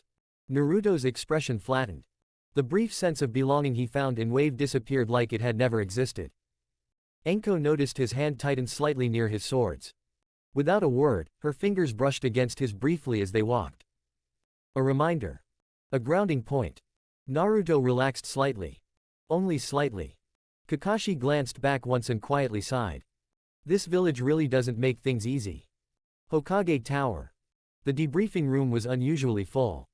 Hiruzen sat behind his desk with several Jonin and Anbu present nearby. Including Shikaku Nara, Homura, Kaharu. Several masked Anbu operatives. The mission report had already reached them partially through the Anbu escorts. But now they wanted details. The room became very quiet when Team 7 entered. Especially when Naruto walked in beside Anko carrying 3 swords and an aura that felt distinctly heavier than before the mission. Hiruzen studied the team carefully. You've all changed. Kakashi scratched the back of his head. It was that kind of mission. The debrief began immediately. Kakashi explained the false C rank classification, Zabuza's involvement, Haku's abilities, the bridge battle, Gato's private army. The room grew increasingly tense as the details continued, especially when Kakashi reached Naruto's part in the mission. Naruto engaged Zabuza directly multiple times. Homura frowned. A genin fought a jonin-level missing nin. Kakashi looked flatly at him. Yes. Silence. Then Kakashi continued. He also neutralized the majority of Gato's mercenary force. One elder blinked. How many mercenaries? Approximately 300. The room went dead silent. Even Hiruzen's pipe paused slightly. Kaharu narrowed her eyes. That is impossible. Naruto finally spoke. No. A pause. It happened. The pressure behind those words alone made several people uncomfortable. Shikaku leaned forward slightly. Explain the force output. Kakashi's visible eye shifted toward Naruto briefly. Naruto displayed an advanced form of pressure-based combat capability combined with highly refined wind chakra manipulation. That was the politically safe explanation. Anko snorted quietly. He terrified an army into breaking formation. More accurate. One Anbu operative spoke next. The terrain damage reports suggest large-scale destructive capability. Naruto shrugged slightly. The bridge survived. Several people looked alarmed that this was apparently his standard for restraint. Then Hiruzen finally asked the important question. And Zabuza? Kakashi answered calmly. He escaped with Haku. Naruto's eyes narrowed slightly. For now. The Hokage noticed that tone immediately. A long silence followed before Hiruzen exhaled slowly. Wave Country formally requested the mission be classified as an A- rank operation retroactively. Kakashi nodded. That's appropriate. Then the old Hokage looked directly at Naruto. Long. Carefully. You protected them. Naruto's expression didn't change. They needed protecting. Hiruzen's eyes softened slightly. And how did the people of Wave view you? That question caught Naruto slightly off guard. After a pause, he answered honestly. Like a person. Silence filled the room again. Heavier this time. Several Jonin looked away slightly. Even some Anbu shifted uncomfortably. Because everyone in the room understood what Naruto wasn't saying. Hiruzen closed his eyes briefly. I see. Then finally. The Hokage stood. The mission is concluded successfully. A pause. Team 7 is dismissed for 1 week of recovery leave. Sakura looked thrilled. Kakashi looked relieved. Sasuke simply nodded. Naruto turned to leave. But Hiruzen spoke once more. Naruto. He paused. The old Hokage's voice lowered slightly. Do not lose yourself to hatred. The room became very quiet. Naruto stood still for several moments before answering. I won't. A pause. Not while there are still people worth protecting. Then he walked out beside Anko. 3 swords at his side. The weight of waves still lingering behind him. And for the first time, the leadership of Konoha began truly understanding what Naruto Uzumaki was becoming. Chapter 8, The Road Home, Part 5. The moment Naruto left the Hokage Tower, word began spreading through Konoha's shadows. Quietly. Efficiently. Dangerously. An army broken by a genin. A missing nin of Zabuza's caliber forced into retreat. Pressure capable of incapacitating trained men without physical contact. And most importantly, a Jinchuriki whose loyalty to the village itself remained uncertain. Deep beneath Konoha. In the darkness below the roots of the village. Shimura Danzo listened silently as route operatives finished their report. The old war hawk sat motionless with his cane resting beside him. One visible eye half-lidded. Thinking. Calculating. He openly stated he despises the village. The masked route operative nodded. Yes, Lord Danzo. A pause. However, he remains loyal to the Hokage. Danzo's expression darkened slightly. That is temporary. Another operative stepped forward. The boy also possesses an unusual influence over snakes connected to Orochimaru's summoning line. That drew genuine interest. And his combat profile. The operative hesitated. Unstable. Danzo almost smiled. Perfect. Because unstable weapons could still be controlled. If broken correctly. Leave me. The root shinobi vanished instantly. Silence returned to the underground chamber. Danzo closed his eyes slowly. Naruto Uzumaki. The Jinchuriki. The swordsman. The boy powerful enough to terrify veteran shinobi before even reaching Chunin rank. Hiruzen would try to nurture him. Protect him. Guide him emotionally. Weakness. Danzo understood a truth Hiruzen never accepted. Weapons did not need love. They needed direction. And if Naruto's hatred for Konoha already existed, then Danzo simply needed to redirect it. Shape it. Own it. Later that evening, Naruto sat atop a rooftop near the edge of the village overlooking the forest. The noise of Konoha echoed below. Distant. Disconnected. Anko had temporarily left to report separately to Intelligence Division. Meaning for once, Naruto was alone. Or so most people would think. The blue snake around his shoulders lifted its head first. Alert. Naruto's eyes narrowed slightly. You can come out. Several masked figures emerged from the darkness silently. Root operatives. No hesitation. No wasted movement. Naruto didn't stand. Didn't reach for his swords. But the air around him sharpened immediately. One operative stepped forward. Uzumaki Naruto. Naruto's expression remained flat. You already started wrong. The operative paused. You approached me like a target. The pressure around Naruto deepened slightly. Enough to make the rooftop creak beneath him. Another root member spoke. Lord Danzo wishes to meet with you. Naruto finally stood slowly. And if I refuse? Silence. That answer told him enough. Naruto's eyes hardened. Then answer something for me first. The root operatives remained motionless. Where were you? A pause. When villagers beat me as a child. Silence. Where were you when I starved? The pressure increased again. Where were you when I was thrown into the forest of death like garbage? One root operative finally answered emotionlessly. Irrelevant. That single word changed everything. Naruto's killing intent exploded outward instantly. Not fully. But enough. Crack. The rooftop beneath the root agents fractured. Several operatives instinctively reached for weapons. Naruto's blue eyes burned cold now. You want to control me? Wind began spiraling around him. You're too late. One root operative lunged suddenly. Testing him. A mistake. Naruto moved once. A blur. The operative froze mid-step as Sandai Kidetsu stopped directly against his throat. The cursed blade humming hungrily. The other root members reacted immediately.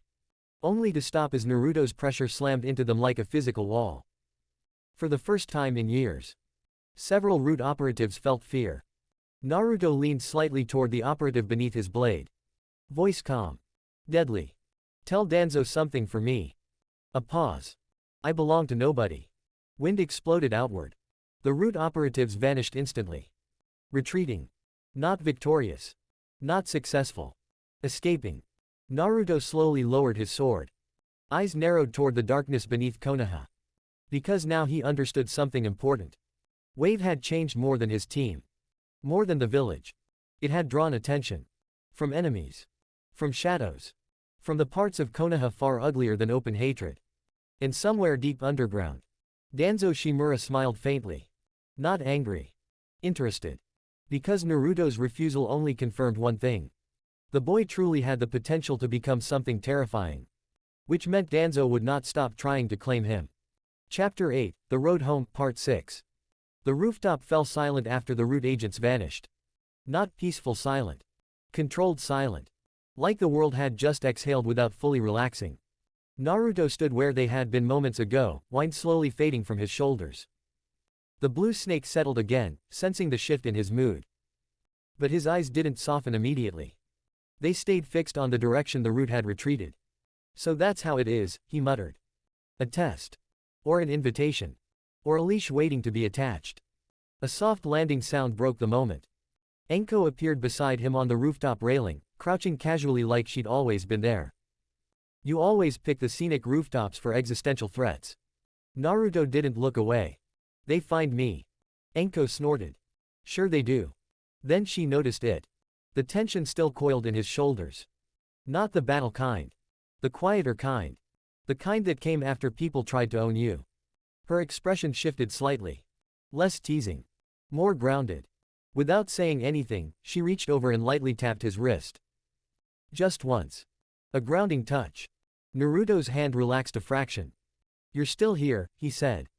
Anko raised an eyebrow. Were you expecting me to disappear into the Hokage Tower and start writing emotional reports about you? Yes. Rude. That got the smallest hint of a breath from him that almost counted as a laugh. Almost. Anko leaned back against the railing beside him. For a moment, they just stood there watching Konoha together. The village lights were starting to glow as evening settled in. Normal life continuing below. Unaware of what was happening above and beneath it. Naruto finally spoke again. Root tried to recruit me. Anko's expression sharpened instantly. They what? I refused. She studied him carefully. And Naruto's voice stayed flat. They'll try again. Anko clicked her tongue. Danzo never learns. A pause. Then she looked at him sideways. You did the right thing. Naruto didn't respond immediately. Then quietly. I don't know if I did. That made Anko pause. Naruto's gaze stayed on the village. I don't belong to them. But I also don't belong anywhere else. Silence stretched for a moment. Then Anko moved closer. Not suddenly. Not aggressively. Just close enough that her shoulder brushed his. You're really bad at noticing things, she said. Naruto glanced at her. Like what? Anko tilted her head slightly. Like the fact you're not as alone as you think. Before he could respond, she leaned in and pressed a brief kiss to his cheek. Soft. Unhurried. Completely unbothered by the fact they were sitting on a rooftop overlooking the entire village. Naruto froze slightly. Not in shock. More like recalibration. Anko smirked faintly. What? You survived Wave Country in an army, but that's what gets you. Unexpected. That's my specialty. Naruto looked at her for a moment longer than usual. Then, slowly, he leaned in and returned a small kiss to her forehead. A quiet counterpoint. Anko's teasing expression softened for half a second before she looked away like it didn't matter. It did. But she wasn't saying that out loud. Naruto exhaled slightly. You're distracting. Anko grinned. Good. She nudged him lightly with her shoulder again. You need that sometimes. Naruto tilted his head.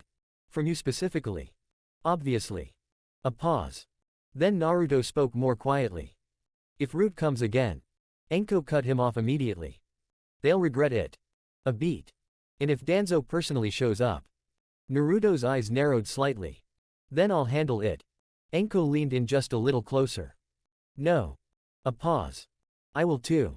That made him look at her again. Really look. Not as a sensei. Not as a mentor.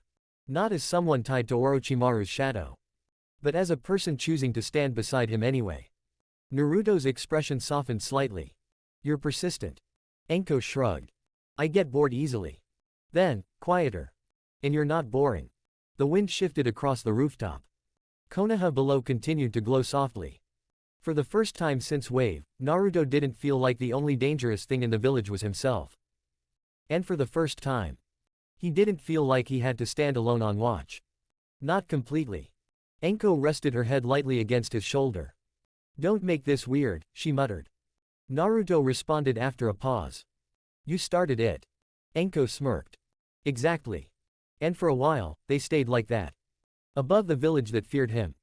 Above the shadows watching him. Above everything waiting to pull him apart. Just two people on a rooftop. Quietly deciding, without saying it outright, that they weren't letting each other go. Chapter 8, The Road Home, Part 7. The summons came early the next morning. No mission scroll, no Anbu escort. Just a formal order stamped with the Hokage's seal. Council assembly. Mandatory attendance, Uzumaki Naruto. Naruto stared at the scroll for a long moment. Then quietly set it down. Trouble. Anko, leaning against the wall with her arms crossed, didn't even pretend to be surprised. Yeah. A pause. You're about to meet the parts of Konoha that smile while sharpening knives. Naruto glanced at her. You're coming. It wasn't a question.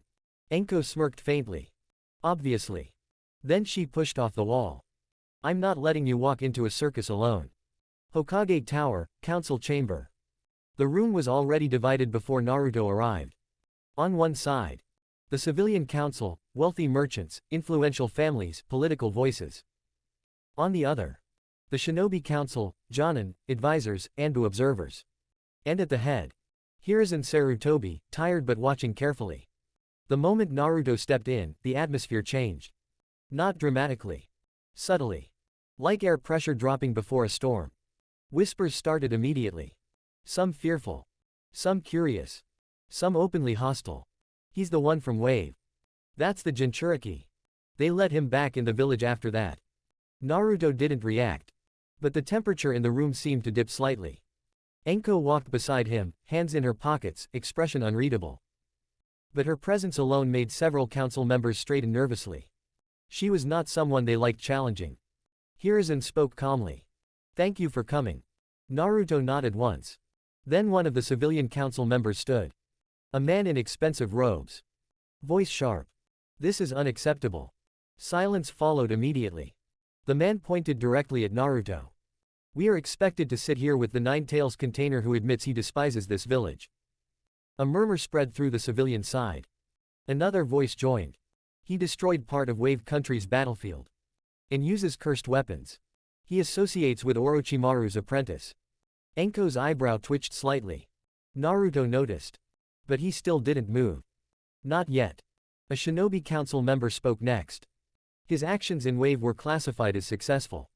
A civilian snapped back immediately. At what cost? The room began to fracture into arguments. Fear versus results. Politics versus survival. Naruto stood quietly in the center of it all. Watching. Listening. Absorbing. Then. A voice cut through everything. Cold. Deliberate. "He is unstable." The room quieted slightly. Danzo Shimura stepped forward from the shadows of the council seating. Anko's expression darkened instantly. "Of course he's here." Danzo's visible eye fixed on Naruto. "You release killing intent without restraint. You wield cursed blades without supervision. You openly reject the village while benefiting from its protection." A pause. "You are a liability." Naruto looked at him directly for the first time. The air in the room subtly tightened. Anko shifted slightly closer to Naruto. "Not defensive." Warning. Hiruzen frowned. "Danzo." But Danzo continued. "The boy should be placed under root supervision." Silence. "That is the proper containment strategy for unstable assets of his caliber." Something in the room changed. Not loud. Not obvious. But dangerous. Naruto finally spoke. Calmly. "Asset." Danzo didn't hesitate. "Yes." A pause. Then Naruto's gaze hardened slightly. "You want to control me." Danzo's tone remained neutral. "I want to prevent destruction." Anko's chakra flared slightly. Barely noticeable. But real. Naruto turned his head slightly toward Hiruzen. "Is this what you want?" The Hokage's eyes narrowed. "No." A firm answer. Then Naruto looked back at Danzo. And the temperature dropped again. "I already told your men something." A pause. "I don't belong to anyone." The pressure in the room began to rise. Slowly. Deliberately. Council members started feeling it first. Then shinobi. Then even Anbu observers stiffened. Naruto's voice stayed quiet. "But I'll say it again." A faint wind spiraled at his feet. "Touch me." A pause. "Try to own me." The blue flame-like intensity flickered faintly in his eyes. "And I'll cut the idea of root out of this village entirely." The room went completely silent. Anko exhaled slowly beside him. "Yeah." She muttered under her breath. "That's exactly what I was worried about." Hiruzen raised a hand immediately. "That is enough." A pause. Then more firmly. "Danzo, the matter is closed." Danzo said nothing. But his gaze lingered on Naruto for several seconds longer than necessary. Like he was measuring something. Not if Naruto could be controlled. But how much effort it would take. Finally, he turned away. The pressure in the room slowly eased. But the damage was done. Naruto remained still for a moment longer. Then exhaled slowly. Anko leaned slightly toward him. "You held back." Naruto nodded faintly. "Yes." A pause. "Barely." She smirked slightly. "That's growth." Naruto didn't respond. But he stayed standing. Not shaken. Not broken. Just aware. Because now it was official. Konoha wasn't just watching him anymore. It was deciding what to do with him. And Danzo had already made his answer clear. Chapter 8, The Road Home, Part 8. The council chamber had barely settled when Danzo raised his hand. It was subtle. Almost imperceptible. A flick of two fingers behind his sleeve. But the room noticed it. Anko noticed it immediately. Naruto noticed it faster than anyone else. From the shadows above the chamber rafters. Movement. Root operatives dropped silently. No warning. No words. Only intent. Blades drawn mid-fall, angled directly toward Naruto's blind spots. A coordinated kill strike. Clean. Efficient. Final. Anko's chakra flared instantly. Konoha. But she didn't even finish the sentence. Naruto moved first. He didn't draw a sword. He didn't step back. He didn't even look surprised. Instead, something inside him broke open. The air collapsed. Not outward, but inward. Like the entire room had been crushed by an invisible ocean of will. Boom. The root operatives hit the ground midair. Not slammed. Not struck. Pinned. Forced down by sheer pressure alone. The stone floor cracked beneath them instantly. Several masks shattered from impact. Their bodies trembled violently, unable to rise. Unable to even breathe properly. Silence detonated across the chamber. Sakura froze. Sasuke's Sharingan widened. Kakashi lowered his book entirely. Even the Anbu in the rafters stiffened. What is that pressure? One civilian council member whispered. Naruto finally turned his head toward Danzo. Slowly. The blue flame-like intensity in his eyes was no longer faint. It was awake. Fully. His hand rested on Sandai Kidetsu. Not drawn. Just resting. But the intent was clear. You tried again.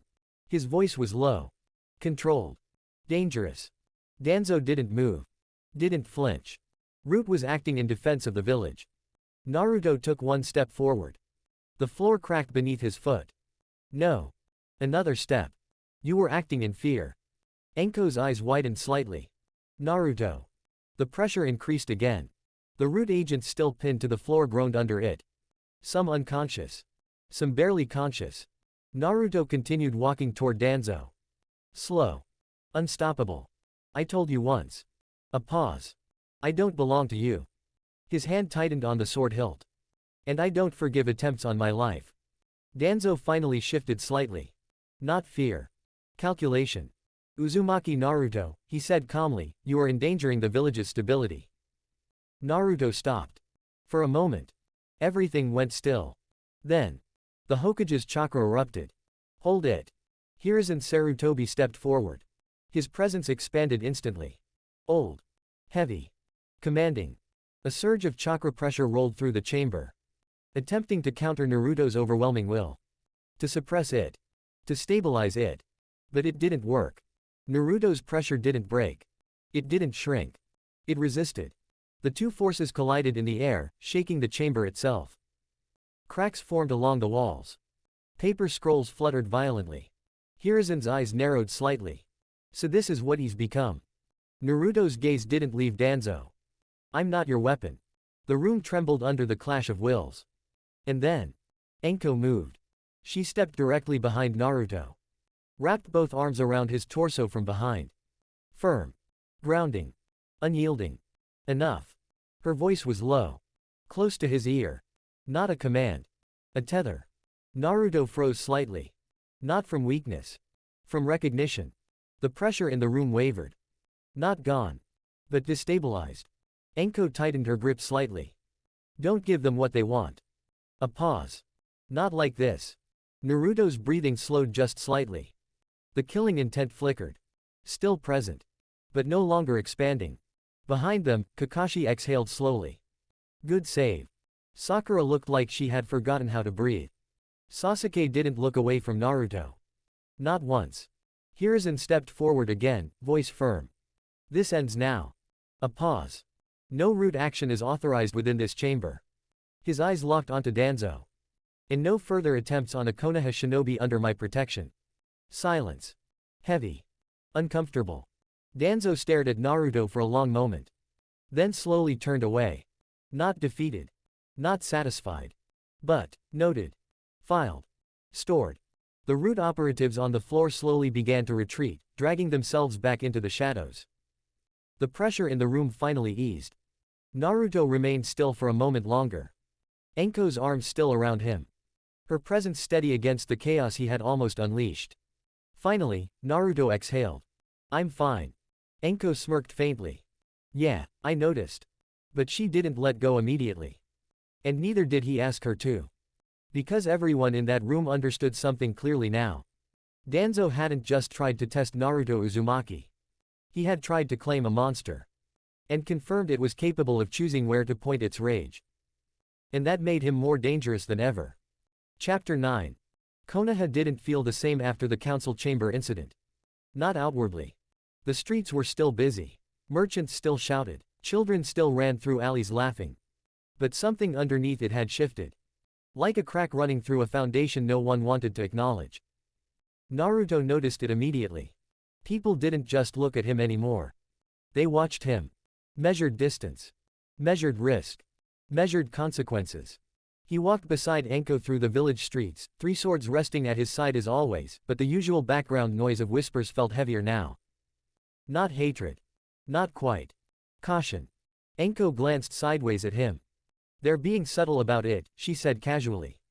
Naruto didn't respond at first. "That's new." Anko snorted. "No, it's not. It's just less honest." They turned down a quieter street. For once, no one followed. No eyes immediately tracking their movement. Just space. Naruto exhaled slightly. Danzo didn't stop. Anko's expression tightened a fraction. No. A pause. He just recalculated. Naruto's hand rested lightly on Sandai Kidetsu's hilt. "I should have killed him." Anko stopped walking. "So did he." She looked at him directly. "No." Naruto blinked once. Anko stepped closer. "Listen to me carefully." Her voice wasn't playful now. It was grounded. Real. "If you kill Danzo inside Konoha, you don't remove a problem. A pause. You fracture the village." Naruto's gaze stayed steady. "And if I don't, he keeps coming." Anko didn't deny it. That was the worst part. Instead she reached up and tapped his chest lightly. "You're not alone in this." Naruto looked down at her hand. Then back at her face. "You keep saying that." Anko shrugged. "Because you keep forgetting." For a moment, neither of them spoke. The village moved around them. Unaware of how close things had come to collapsing just hours earlier. Then Naruto spoke quietly. "He's trying to shape me." Anko nodded once. "Yes." A pause. "And you're not letting him." Naruto's eyes narrowed slightly. "Not yet." Anko smirked faintly. "That's the spirit." Hokage Tower, later that day. Hiruzen Sarutobi stood alone in his office. The window was open. The wind moved papers gently across his desk. But his focus wasn't on paperwork.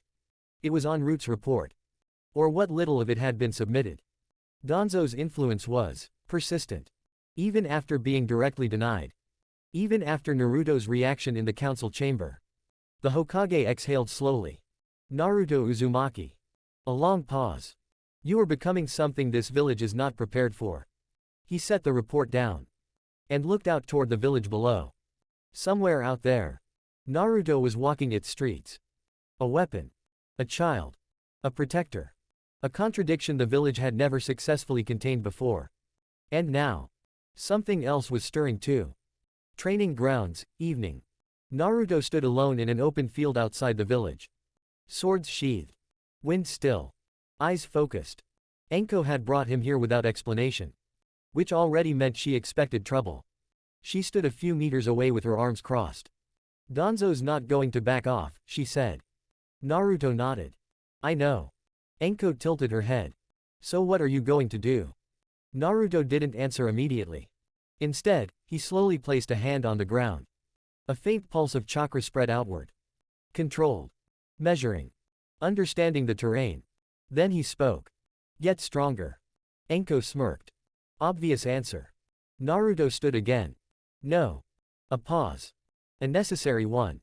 The wind shifted slightly around him. Not aggressive. Not violent. Just aware. Like something listening. Anko stepped forward again, closer this time. "You're thinking too far ahead." Naruto looked at her. "That's how I survived." A beat of silence. Then Anko sighed lightly. "Yeah." She stepped even closer. "But now you've got people in your way who actually want you alive." Naruto blinked once. Anko leaned in slightly. "So stop acting like you're still alone in a forest." For a moment, the tension in him eased. Just slightly. Not gone. But not tightening. You're annoying, Naruto said quietly. Anko smiled. I know. She reached up and lightly flicked his forehead. Now train. Naruto exhaled once. Fine. And for the first time since returning to Konoha, Naruto didn't feel like he was being watched by enemies. Not entirely. But somewhere far beneath the village, Danzo Shimura was already planning his next move. Chapter 9, The Quiet After the Storm, Part 2. The training field was quiet except for wind moving through tall grass. Anko stood with her arms crossed, watching Naruto reset his stance. The air still felt tense from everything that had happened in the council chamber, but here, outside the walls, away from politics, it was at least honest tension. Naruto glanced at her. Then, without warning, he stepped closer. Anko raised an eyebrow. What? Poke. Naruto lightly tapped her chest with 2 fingers. Anko froze for half a second. Excuse me. Naruto's expression didn't change much, but there was a faint edge of amusement in his eyes. You said I was acting like I'm alone. Anko narrowed her eyes. That's not what I said. Naruto ignored her. You keep standing in front of me like that. He poked her chest again, a little firmer this time. Not mocking. Not teasing in the usual sense. More like confirmation. Anko grabbed his wrist immediately. Okay, brat, you're pushing your luck. Naruto didn't resist. Instead, he stepped forward and pulled her into a sudden hug. Firm. Direct. No hesitation. Anko stiffened completely. What are you doing? Naruto's voice was quiet against her shoulder. Confirming something. A pause. Anko blinked once. Then exhaled slowly, tension easing just slightly. And what exactly are you confirming? Naruto didn't let go yet. That you're still here. A beat. So I don't have to think alone. That made Anko go quiet. Not awkwardly. Just, still. Then she sighed and smacked the back of his head lightly. You really are emotionally backwards. Naruto finally let go. Probably. Anko smirked faintly. But you're getting better at it. Naruto turned away without replying and walked back toward the training area. 3 swords shifting slightly at his side as he moved. Wind picked up again around him, subtle but controlled. Anko watched him for a moment longer than usual. Then crossed her arms again. Idiot. But there was no bite in it. Naruto drew Sandai Kidetsu slowly. The cursed blade hummed faintly in response. His posture shifted immediately, focus returning. Anko called out from behind him. Don't get distracted again. Naruto didn't turn. I'm not. A pause. I'm adjusting. Anko raised an eyebrow. Adjusting to what? Naruto's grip tightened slightly. To not being alone. That earned a quiet pause from her. Then a small, satisfied smirk. Good answer. Naruto exhaled and stepped into stance. Wind chakra began to coil faintly around his blades. Controlled. Measured. No longer chaotic. Anko leaned against a nearby post, watching him carefully. The same boy who had once terrified an entire battlefield. Now adjusting his footing because someone told him he didn't have to stand completely alone. And for the first time, she realized something important. Naruto wasn't softening. He was stabilizing. Which, in his case, might have been even more dangerous than before. All right, she called out. Show me what wave left you with. Naruto's eyes narrowed slightly. Then he moved. And the training resumed. Chapter 9, The Quiet After the Storm, Part 3. The wind across the training field sharpened as Naruto moved. Not wild like before. Not explosive. Controlled. Measured. Like a blade being slowly brought to full readiness instead of drawn in anger. Sandai Kidetsu cut through the air with a faint hiss. A clean arc. No wasted motion. Then the second sword followed. Then the third.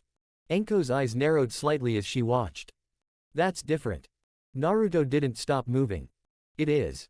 His footwork was tighter now. Less instinctive chaos. More structure.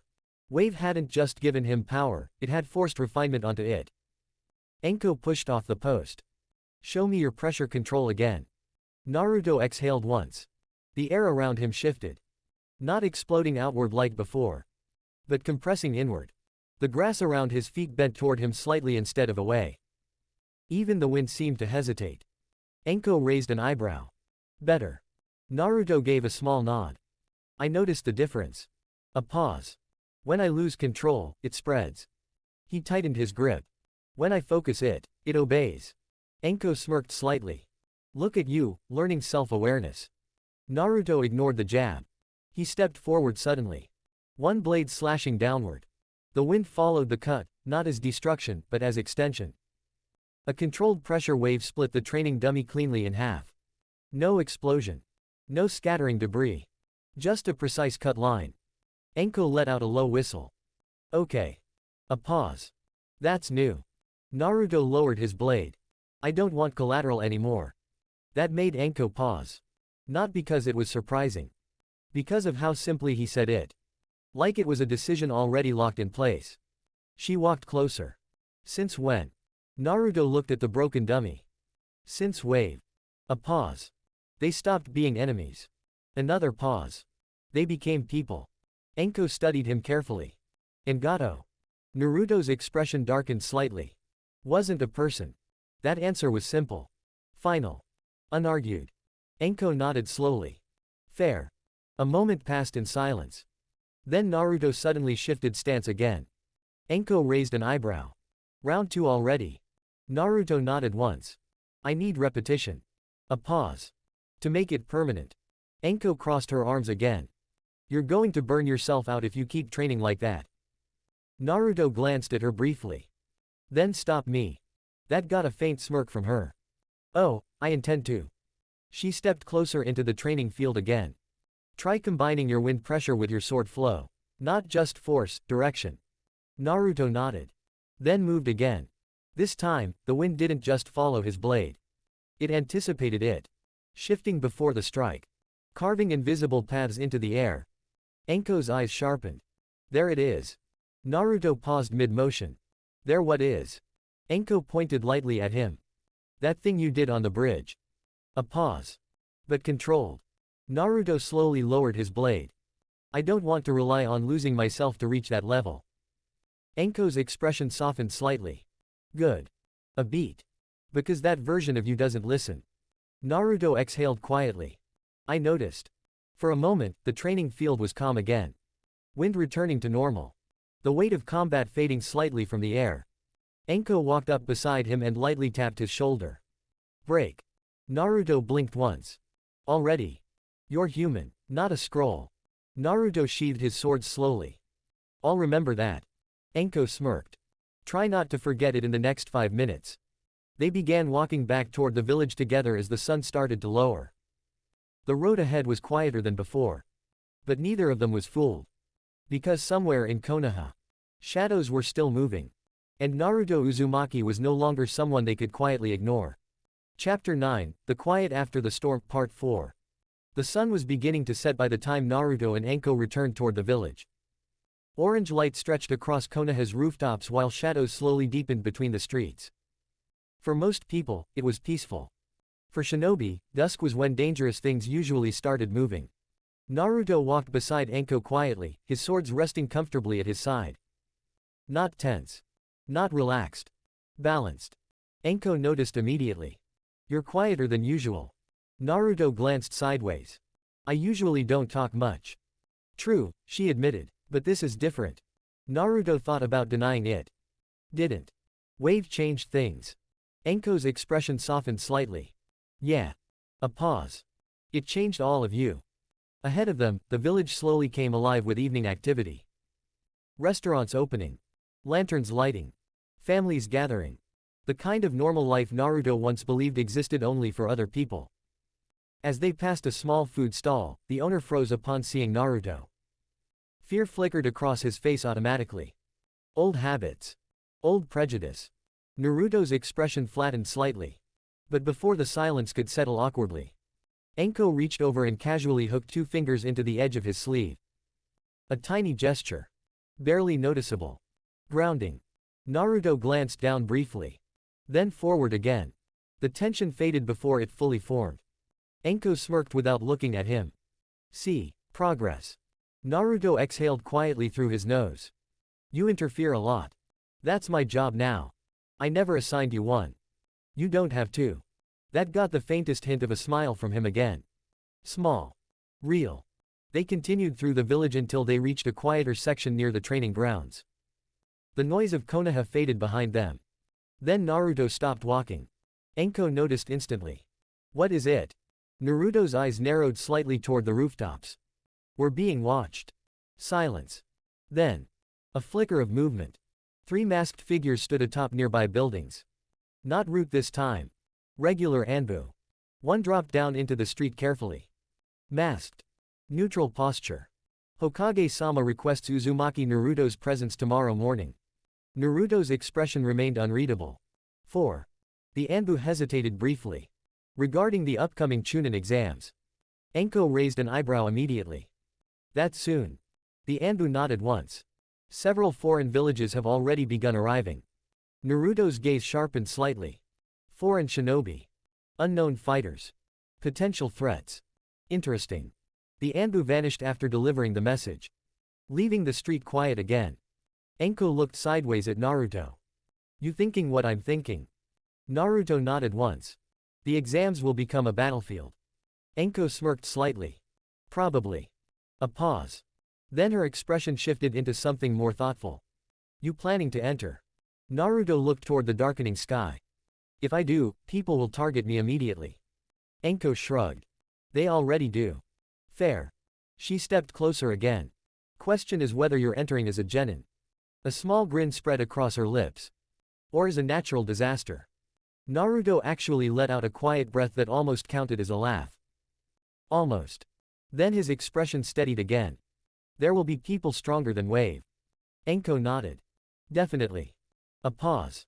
And some of them won't care about civilians. Naruto's eyes narrowed slightly at that.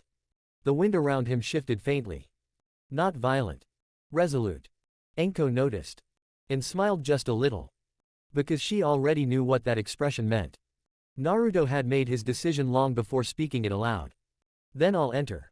The evening wind moved softly through Konoha's streets as darkness finally settled over the village. And somewhere beyond the walls. Other villages were already bringing their monsters to Konoha. They just didn't know yet. Konoha already had one waiting. Chapter 10. Morning sunlight spilled across the Hokage Tower. The village below was already awake and moving, but the atmosphere in Konoha had changed noticeably over the last few days.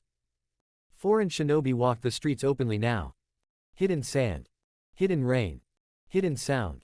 Dozens of unfamiliar chakra signatures mixed into the village like predators circling the same hunting ground. Naruto noticed every single one of them. He stood atop a nearby rooftop overlooking the tower, wind brushing lightly against his black shirt as the 3 swords at his side shifted softly. The blue snake around his shoulders lifted its head slightly. Alert. Watching. Below, several foreign genin walking through the street suddenly froze. Not because Naruto released killing intent.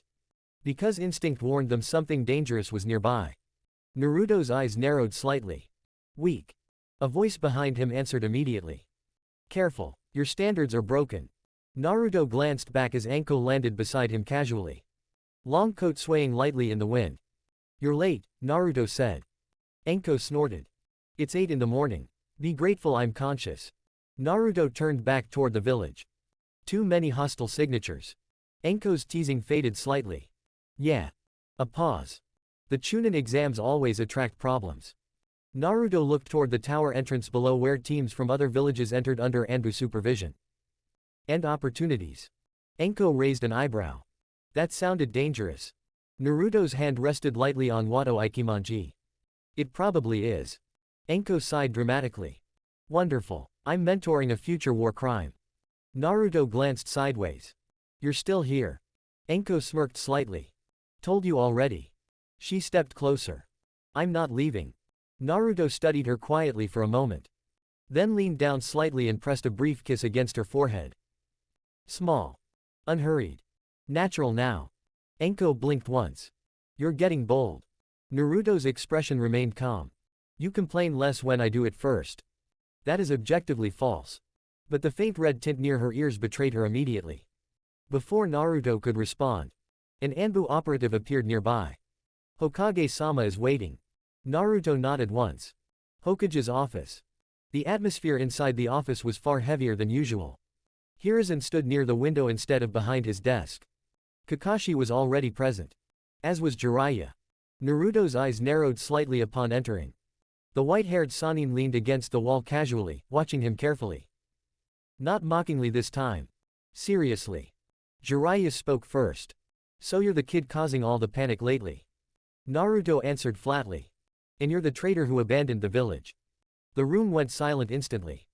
Kakashi visibly winced. Anko outright smirked. Jiraiya blinked once. Then barked out a laugh. Ha, okay, fair enough. Hiruzen pinched the bridge of his nose. Naruto. Naruto crossed his arms. What? Jiraiya studied him carefully. The swords. The posture. The pressure hidden beneath stillness.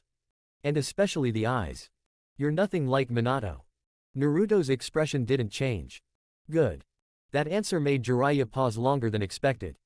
Because there was no anger in it. Only certainty. Hiruzen finally stepped forward. There's a reason I called you here. Naruto focused on him immediately. The Chunin exams begin in 3 days. A pause. And based on recent events. The Hokage's gaze sharpened slightly. I need to know if you intend to participate. Naruto answered immediately. Yes. No hesitation. No uncertainty. Kakashi sighed quietly. Of course he does. Jiraiya tilted his head. Mind if I ask why? Naruto looked toward the village outside the window. Foreign shinobi everywhere. Predators. Killers. People hiding behind masks and false smiles. Then he answered calmly. Because dangerous people are coming here. A pause. And if they threaten civilians? His hand rested lightly on Sandai Kidetsu. I'll cut them down. Silence filled the office. Heavy. Absolute. Jiraiya stared at him for several long seconds. Then slowly grinned. Okay. A pause. I get it now. Hiruzen exhaled slowly. Naruto. The old Hokage's voice became firmer. The Chunin exams are not an execution ground. Naruto looked directly at him. Then tell the enemy not to make it one. The room went quiet again. Because nobody there could confidently say he was wrong. Then Jiraiya suddenly pushed off the wall. Well. He clapped his hands once. If the kid's entering, someone should probably make sure he doesn't accidentally split the stadium in half. Anko raised an eyebrow. You volunteering? Jiraiya smirked. Maybe. Naruto's eyes narrowed slightly. I don't need a handler. Jiraiya laughed. Relax, kid. Then his grin sharpened. I'm just curious how strong you really are. The air in the room tightened slightly at that. Naruto noticed. So did Jiraiya. For the briefest moment. Both of them smiled. Not warmly. Like predators acknowledging each other. And Hiruzen immediately realized something deeply concerning. The Chunin exams were about to become far more dangerous than anyone expected. Chapter 10, Gathering Storms Part 2. The atmosphere in the Hokage's office shifted instantly. Subtle at first. Then dangerous. Jiraiya's grin faded slightly as he studied Naruto more carefully. Not as a child. Not as Minato's son. As a shinobi. Then the Sannin released pressure. Not chakra alone. Presence. Experience. The overwhelming weight of someone who survived wars, killed countless enemies, and stood at the top of the shinobi world for decades. The room creaked faintly. Kakashi's visible eye narrowed. Anko's posture shifted immediately. Even Hiruzen looked sharply toward Jiraiya. Jiraiya. But Naruto reacted before anyone else could speak. The pressure slammed into him. And stopped. Naruto didn't bow. Didn't kneel. Didn't even take a step back. Instead. His own will exploded outward in response. Boom. The windows rattled violently. Papers scattered across the office. The floor beneath Naruto cracked outward in spiderweb fractures. Blue flame-like intensity ignited behind his eyes again. Wild. Unyielding. Kakashi's hand immediately moved toward his headband. Anko's eyes widened slightly. Naruto. But Naruto never looked away from Jiraiya. Not once. Slowly. He drew Sandai Kidetsu. The cursed blade hissed sharply as it left its sheath. Hungry. You don't get to test me. His voice was low now. Sharp enough to cut the air itself. Jiraiya's expression lost all humor. Naruto took one step forward. Pressure colliding directly against the Sannins. I'm aware of who you are. Another step. You were supposed to be my godfather. Silence hit the room instantly. Jiraiya's eyes widened slightly. Not at the words. At the hatred behind them. Naruto's grip tightened on his sword. You. His voice almost growled now. Along with Tsunade. Wind spiraled violently around him. Abandoned me. The office trembled slightly under the pressure. This village beat me. Another step. Starved me. Another. Hunted me. Jiraiya's jaw tightened. And where were you? Naruto's eyes burned now. Not just with anger. With years of loneliness sharpened into a blade. You left me here to survive alone. The pressure exploded harder. Even Kakashi felt sweat form slightly. This wasn't chakra. This was raw will colliding against the room itself. Jiraiya finally answered quietly. I know. Naruto's sword snapped upward instantly. Pointed directly at his throat. No. His voice shook slightly now. Not from fear. From rage barely contained. You know now. The office fell completely silent. Jiraiya didn't move. Didn't reach for a weapon. Didn't defend himself. Because Naruto was right. Every word of it. Anko slowly stepped closer behind Naruto. Careful. Measured. The wind around Naruto was becoming unstable again. Violent. You don't get to stand here now. Naruto's breathing sharpened. And suddenly act like you care. For a moment. It genuinely looked like he might swing. Then. Anko's hand touched his shoulder. Light. Steady. Real. Naruto froze slightly. The sword still pointed at Jiraiya. But he stopped advancing. Anko spoke quietly behind him. Don't let old pain decide your future. Naruto's grip trembled slightly against Sandai Kidetsu's hilt. Not weakness. Conflict. Jiraiya finally lowered his head slightly. A rare thing. A painful thing. You deserved better. Naruto's eyes narrowed sharply. I deserved family. That hit harder than the pressure ever could. Hiruzen closed his eyes briefly. Kakashi looked away. Even Anko's expression softened slightly. Because beneath all the power, all the danger, all the fury, Naruto was still the child nobody came back for. The wind slowly weakened around him. Not disappearing. Just no longer exploding outward. After several long seconds, Naruto finally lowered his sword. But he did not sheath it. His voice came out quiet. Cold. You don't get forgiveness because you finally showed up. Jiraiya nodded once. I know. And for once. The legendary Sannin had absolutely no defense for his failure. Chapter 10, Gathering Storms Part 3. The office remained painfully silent after Naruto lowered his sword. Tension still flooded the room like a living thing. Not gone. Just barely restrained. Naruto stood motionless. Sandai Kidetsu still drawn at his side. The cursed blade humming softly in the aftermath of his rage. Jiraiya remained where he was. For once, the legendary Sannin looked older than usual. Not physically. Emotionally. Like Naruto's words had forced him to confront something he spent years avoiding. Then Anko moved. Without hesitation, she stepped directly into Naruto's space and wrapped her hand gently around the wrist holding his sword. Not forceful. Not commanding. Grounding. Naruto's eyes flicked toward her immediately. The blue flame-like intensity still lingering faintly behind them. Anko met his gaze evenly. Enough. Her voice was softer now. Not teasing. Not sharp. Just steady. Slowly. She guided his arm downward. Not disarming him. Just easing the tension from it. Naruto resisted for half a second. Then exhaled sharply through his nose and allowed her to pull him backward toward one of the chairs near the desk. The moment he sat down, Anko immediately settled herself sideways into his lap before he could argue. One arm around his shoulders. Her body pressed firmly against his side. Keeping contact. Keeping him anchored. Naruto blinked once in visible surprise.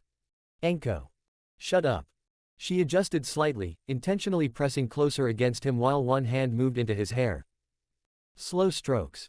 Gentle. Consistent. The room collectively forgot how to function for several seconds. Kakashi stared openly now. Wow. Hiruzen coughed into his pipe. Jiraiya looked genuinely caught off guard. Anko ignored all of them completely. Her focus remained entirely on Naruto. You're spiraling again, she muttered quietly near his ear. Naruto's breathing was still uneven. He had no right. I know. Her fingers continued moving through his hair slowly. Naruto's grip on Sandai Kidetsu loosened slightly. Not fully. But enough. Anko leaned closer. You don't need to fight every battle with your swords drawn. Naruto's jaw tightened briefly. That's how I survived. Anko's expression softened. Yeah. A pause. But you survived long enough to learn something else now. Naruto looked at her quietly. The storm in his eyes still there. But no longer consuming everything else. You've got people pulling you back now. For several moments, Naruto said nothing. Then slowly. Very slowly. He sheathed Sandai Kidetsu. The metallic click echoed softly through the office. And the entire room relaxed slightly afterward. Anko smirked faintly. There. Her fingers brushed lightly through his hair again. Much better. Naruto rested one arm lightly around her waist instinctively. Not possessive. Grounding. Jiraiya watched the interaction silently. And finally understood something important. Anko wasn't just calming Naruto down. She was the only reason the situation hadn't turned catastrophic already. Hiruzen noticed it too. Which both relieved and deeply concerned him. Because Naruto's emotional stability now clearly centered around a single person. And that kind of bond, while powerful, could become incredibly dangerous if threatened. Naruto finally looked back toward Jiraiya. Still cold. Still wounded. But calmer now. You can't undo the past. Jiraiya nodded once. I know. Naruto's eyes narrowed slightly. Then don't stand there expecting me to suddenly trust you. The Sannin sighed quietly. Fair. A pause. But whether you hate me or not. Jiraiya's expression steadied. I'm here now. Naruto didn't answer immediately. Anko's hand continued slowly moving through his hair. Steady. Warm. Real. Finally, Naruto spoke quietly. Then prove it. Jiraiya's gaze sharpened slightly. Not offended. Determined. And somewhere beneath all the tension in the room, the first fragile step towards something resembling family finally began. Chapter 10, Gathering Storms Part 4. The tension inside the Hokage's office slowly settled into something less explosive. Still heavy. Still uncomfortable. But no longer moments away from violence. Naruto remained seated with Anko resting sideways in his lap, one arm around his shoulders while her fingers continued moving slowly through his hair. The steady contact kept the storm inside him from spiraling again. Hiruzen quietly returned to his chair behind the desk, though his sharp eyes never fully left Naruto. Kakashi leaned against the wall with his book closed for once. Even Jiraiya seemed more careful now. More aware of exactly how much damage had been done over the years. For a while, nobody spoke. Then Jiraiya finally cleared his throat. For what it's worth, kid. Naruto's eyes flicked toward him. I did keep tabs on you from afar. Naruto's expression remained flat. That's supposed to help. Jiraiya admitted honestly. A pause. But it's the truth. Silence lingered again. Anko lightly scratched her nails against the back of Naruto's neck absent-mindedly. The motion made some of the tension leave his shoulders almost immediately. Kakashi noticed. So did Hiruzen. And neither of them commented on it. Naruto's arm remained around Anko's waist quietly. Comfortably. Naturally. But as the conversation continued, his hand slowly drifted lower along her side beneath the edge of her coat. Not crude. Not rushed. Just instinctive closeness. Anko paused mid-motion for half a second. Then one eyebrow lifted slightly. Naruto didn't even seem fully aware he was doing it at first. Still focused mostly on Jiraiya. If you're staying in the village, Naruto said calmly, then stop treating me like a weapon you're evaluating. Jiraiya crossed his arms. Fair request. Anko shifted slightly in Naruto's lap, adjusting her position while keeping one arm around his shoulders. The movement pressed her closer against his side again. Naruto's hand settled lightly at her lower waist. Warm. Grounding. Anko glanced sideways at him briefly. A faint smirk tugged at her lips. Comfortable. Naruto answered without hesitation. Yes. Kakashi immediately looked away toward the ceiling. I suddenly miss life-threatening missions. Hiruzen coughed into his pipe again. Jiraiya barked out a surprised laugh. Well, he definitely didn't inherit Minato's subtlety. Naruto ignored them entirely. His focus stayed mostly on Anko and the conversation. Which somehow made it worse for everyone else in the room. Anko leaned slightly closer to Naruto's ear. Quiet enough that only he heard it. You're distracting yourself. Naruto's expression didn't change. It's working. That earned the faintest hint of color across Anko's cheeks. Very faint. But noticeable. Hiruzen decided immediately to redirect the meeting before it became even more awkward. Moving on. A pause. The Chunin exams. Naruto's attention sharpened slightly again. The Hokage folded his hands together. We have confirmed participation from several foreign villages. Sunagakur, Kurigakure, Kusagakur, and Otogakur. Anko's expression darkened slightly at the last name. Naruto noticed instantly. Orochimaru. Hiruzen nodded grimly. Potentially. The atmosphere in the room tightened again. But differently this time. Focused. Dangerous. Naruto's hand instinctively tightened slightly against Anko's waist. Protective. Anko noticed. And for once, she didn't tease him about it. Instead she simply rested her head lightly against his shoulder for a brief moment before straightening again. Jiraiya studied the two of them quietly. Then sighed. This is going to become complicated. Kakashi deadpanned immediately. It already is. Naruto's eyes narrowed slightly. If Orochimaru comes near her. The room temperature seemed to dip slightly. I'll kill him. Nobody laughed. Because after Wave. After the council chamber. After what they had just witnessed. Not a single person in that office doubted Naruto meant every word. Chapter 10, Gathering Storms Part 5. The office fell quiet again after Naruto's last statement. Orochimaru's name alone carried weight in Konoha. Fear. History. Blood. Naruto sat still in the chair with Anko resting against him, one arm loosely around her waist while his gaze stayed fixed on the Hokage. Calm. Focused. Deadly serious. Then. The pressure returned. Not explosive like before. Not wild. Controlled. Intentional. The air in the office suddenly grew heavier. Kakashi's visible eye narrowed immediately. Jiraiya straightened slightly. Even Hiruzen's pipe smoke shifted unnaturally in the pressure wave now settling through the room. Naruto let his haki spill outward just enough for them to feel it. A warning. A promise. The floor beneath his chair creaked softly. Naruto's voice came out low and absolute. If he tries anything. A pause. And I mean anything. The blue flame-like intensity flickered faintly behind his eyes again. I'm going all in. Anko glanced sideways at him quietly but didn't interrupt. Because she could tell immediately. He wasn't speaking from rage now. This was conviction. Naruto's hand tightened slightly against her waist unconsciously. I'll release everything I have to fight him. The pressure deepened another fraction. Enough to make the room feel smaller. I may not be able to kill him. A faint wind spiraled around his feet. But I'll force him to retreat if he shows himself. Silence. Heavy. Absolute. Jiraiya stared at him carefully. Not dismissively. Evaluating. Because Naruto wasn't boasting. That was the unsettling part. He genuinely believed it. And after Wave. After the council chamber. Jiraiya wasn't entirely sure he was wrong. Hiruzen finally spoke. Naruto. The old Hokage's voice remained calm, though sharper now. Orochimaru is not an opponent you can approach recklessly. Naruto's expression didn't change. He marked her. The room stilled slightly. Naruto's eyes hardened.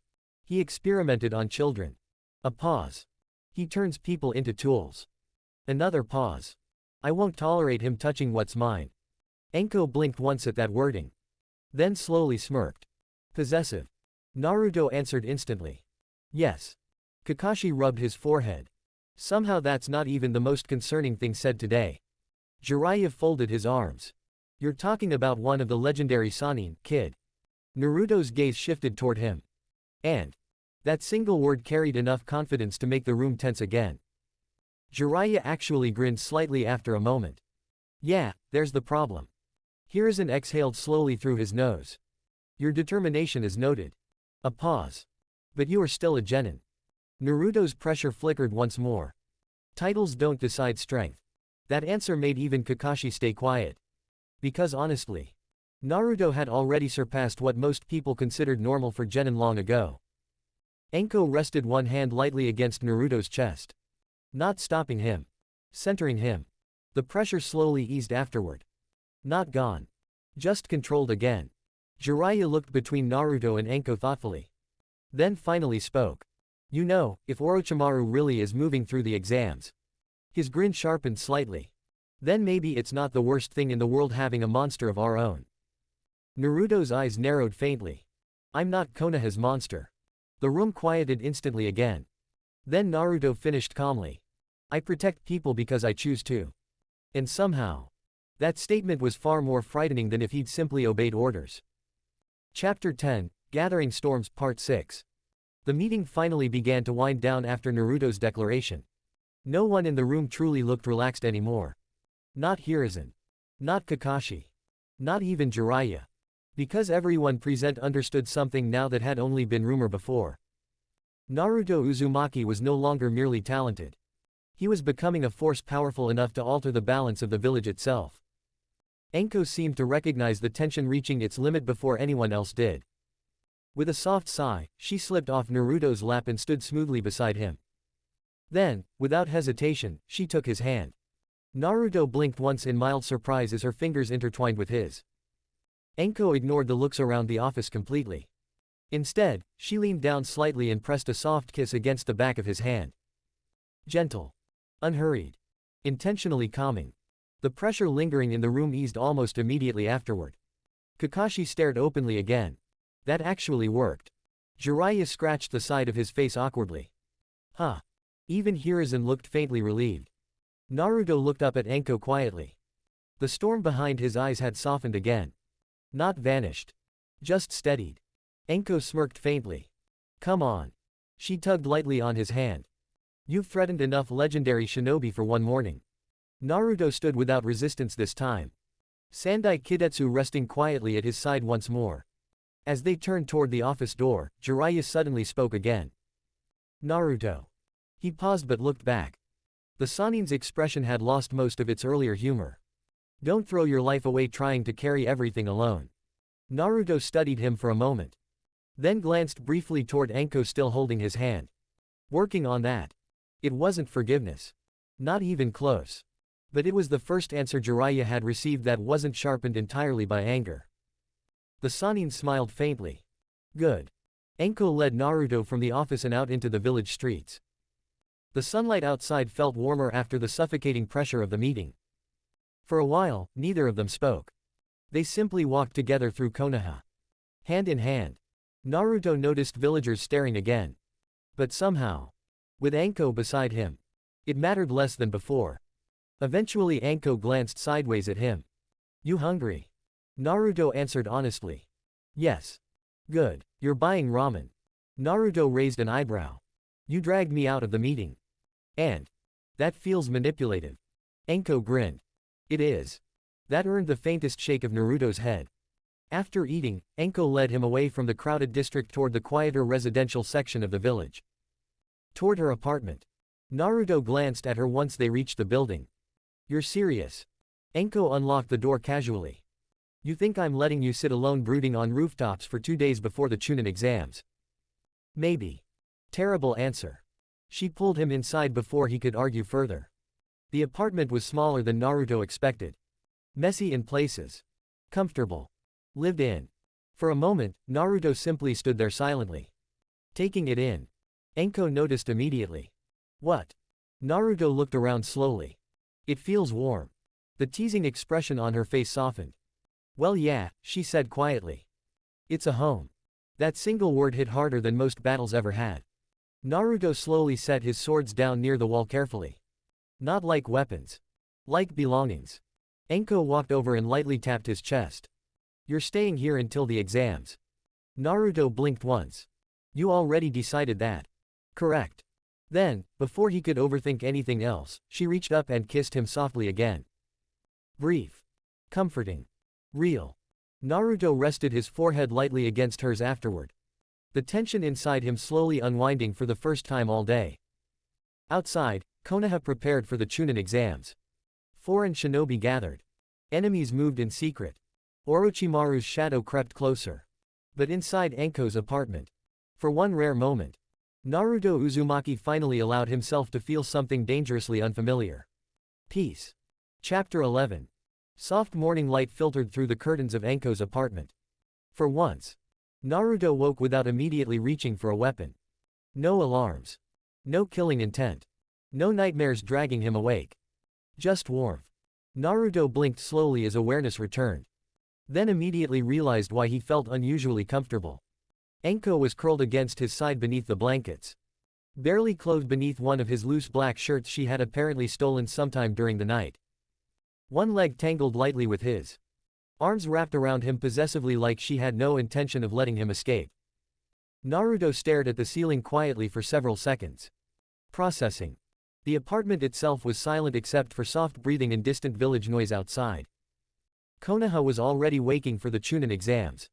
But inside the room, everything felt strangely peaceful. Anko shifted slightly in her sleep and buried herself closer against his chest. Warm, she mumbled half asleep. Naruto looked down at her quietly. A faint expression softened his face. Not quite a smile. Close. For someone who spent most of his life sleeping alone in abandoned apartments or dangerous forests. This still felt unfamiliar. Dangerously unfamiliar. Anko cracked one eye open slightly after a moment. Why are you staring at the ceiling like it insulted you? Naruto answered honestly. Thinking. That's always concerning first thing in the morning. She stretched lazily beneath the blankets before glancing up at him. Then noticed his expression. Anko smirked faintly. You're not used to this. Naruto didn't deny it. No. The teasing in her eyes softened slightly at that answer. Without another word, she shifted upward slightly and pressed a slow kiss beneath his jaw. Gentle. Sleepy. Affectionate. Naruto's arm instinctively settled more securely around her waist. The motion earned a quiet hum of approval from Anko. You're calmer when you wake up beside someone, she murmured. Naruto looked down at her. Only you. That made Anko pause briefly. Then a small grin returned. Careful, brat. A pause. You keep saying things like that and I might start thinking you actually like me. Naruto's expression stayed completely serious. I do. Anko blinked once. Then laughed softly while hiding part of her face against his chest. You're unfairly direct. Naruto tilted his head slightly. Is that bad? No. A quieter pause followed. Just dangerous. For several minutes neither of them moved from the bed. Simply enjoying the rare stillness before the chaos waiting outside. Eventually Anko sighed dramatically. As much as I'd enjoy ignoring responsibility. She glanced toward the window. Today's going to be annoying. Naruto's eyes narrowed slightly. The exams. Yep. She stretched again before poking his chest lightly. And before you ask, yes, foreign shinobi are absolutely going to try provoking you. Naruto's expression flattened. Good. Anko immediately grabbed his face with both hands. No. Naruto blinked once. She narrowed her eyes at him. You are not allowed to solve every problem by terrifying people unconscious today. A pause. At least not immediately. That got the faintest hint of amusement from Naruto. Anko noticed instantly and smirked triumphantly. There it is. What? That face. Naruto exhaled quietly through his nose. Then after a moment, he leaned forward slightly and kissed her softly. Not rushed. Not desperate. Just honest. When they pulled apart, Anko rested her forehead lightly against his. 2 days ago you were threatening to cut root out of the village. Naruto answered calmly. I still might. Anko snorted loudly. There he is. Outside. Konoha prepared for one of the most dangerous Chunin exams in years. Future enemies gathered. Alliances formed. Killers waited behind smiling faces. But inside Anko's apartment. For a few more precious moments. Naruto allowed himself to simply exist as something other than a weapon. Chapter 11, Morning Before the Storm, Part 2. The quiet warmth of the apartment lingered for a little while longer before Naruto finally shifted. Anko groaned immediately and tightened her hold around his waist. Number. Naruto glanced down at her. The exams start soon. Terrible excuse. Naruto carefully untangled himself from her grip and stood from the bed. The blankets shifted and slid downward in the process. Revealing that Anko had apparently gone to sleep wearing almost nothing besides his oversized shirt. Naruto paused briefly. Anko noticed instantly. One eye cracked open lazily. What? Naruto's gaze flicked downward once. You stole my shirt. Anko smirked sleepily against the pillow. Looks better on me. Naruto shook his head once before reaching down and giving her a light smack on the hip. Not hard. Just enough to earn a startled reaction. Anko jolted slightly. Brat. Naruto's expression remained completely calm. You were distracting me. That sounds like a you problem. But the faint flush on her face betrayed that she wasn't actually annoyed. Naruto turned away before the argument could continue and began getting dressed for the exams. Black pants. Dark fitted shirt. Bandages wrapped carefully around his waist and forearms. Then finally. The swords. One by one he secured them at his side. Wado Ikimanji. Sandai Kidetsu. Enma. The atmosphere in the room subtly shifted the moment the blades settled against him. Not heavier. Sharper. Anko watched quietly from the bed now, chin resting against one hand. The teasing expression slowly faded into something more thoughtful. You really look like a different person with those swords on. Naruto adjusted Enma's position slightly. Because I am. That answer lingered in the room for a moment. Then Anko sighed dramatically and finally pushed herself out of bed. You're lucky I'm emotionally attached to you. Naruto glanced sideways. Only emotionally. Anko blinked once. Then laughed loudly. Oh wow. She pointed at him accusingly. You're getting confident. Naruto's expression stayed unreadable. You said honesty was important. I'm starting to regret that. She walked over toward him, now wearing shorts pulled on beneath the oversized shirt, and stopped directly in front of him. For a moment, neither spoke. Then Anko reached up and adjusted his collar slightly. A small gesture. Careful. Personal. Naruto. He looked at her immediately. Her expression turned serious for the first time that morning. Today people are going to provoke you. A pause. Some because they're scared. Some because they're stupid. And some because they want to see how dangerous you really are. Naruto nodded once. I know. Anko's hand rested lightly against his chest. Don't lose yourself. Naruto covered her hand with his own. I won't. She studied his face carefully for a few seconds longer. Then finally smirked again. Good. A pause. Because if you destroy the exam building before lunch, I'm making you rebuild it. Naruto actually let out a quiet breath that almost resembled a laugh again. Almost. Together, they headed toward the door. Toward the Chunin exams. Toward the gathering storm waiting in Konoha. Chapter 11, Morning Before the Storm, Part 3. Konoha was overflowing with shinobi by the time Naruto and Anko stepped into the streets. Headbands from foreign villages flashed through the crowds. Sand. Rain. Grass. Sound. Hidden killers disguised beneath polite smiles and false calm. Naruto noticed immediately how many eyes followed him. Not because of the orange-clad prankster reputation he once had. That version of him was gone. Now people stared because of the swords. The pressure. The rumors from Wave Country already spreading through the shinobi world. The demon swordsman of the leaf. Naruto heard the whisper from a nearby rain genin. Another voice answered quietly. They say he cut down hundreds. Anko smirked faintly beside him. Your reputation's getting dramatic. Naruto answered calmly. It's inaccurate. Anko blinked once. That is somehow more concerning.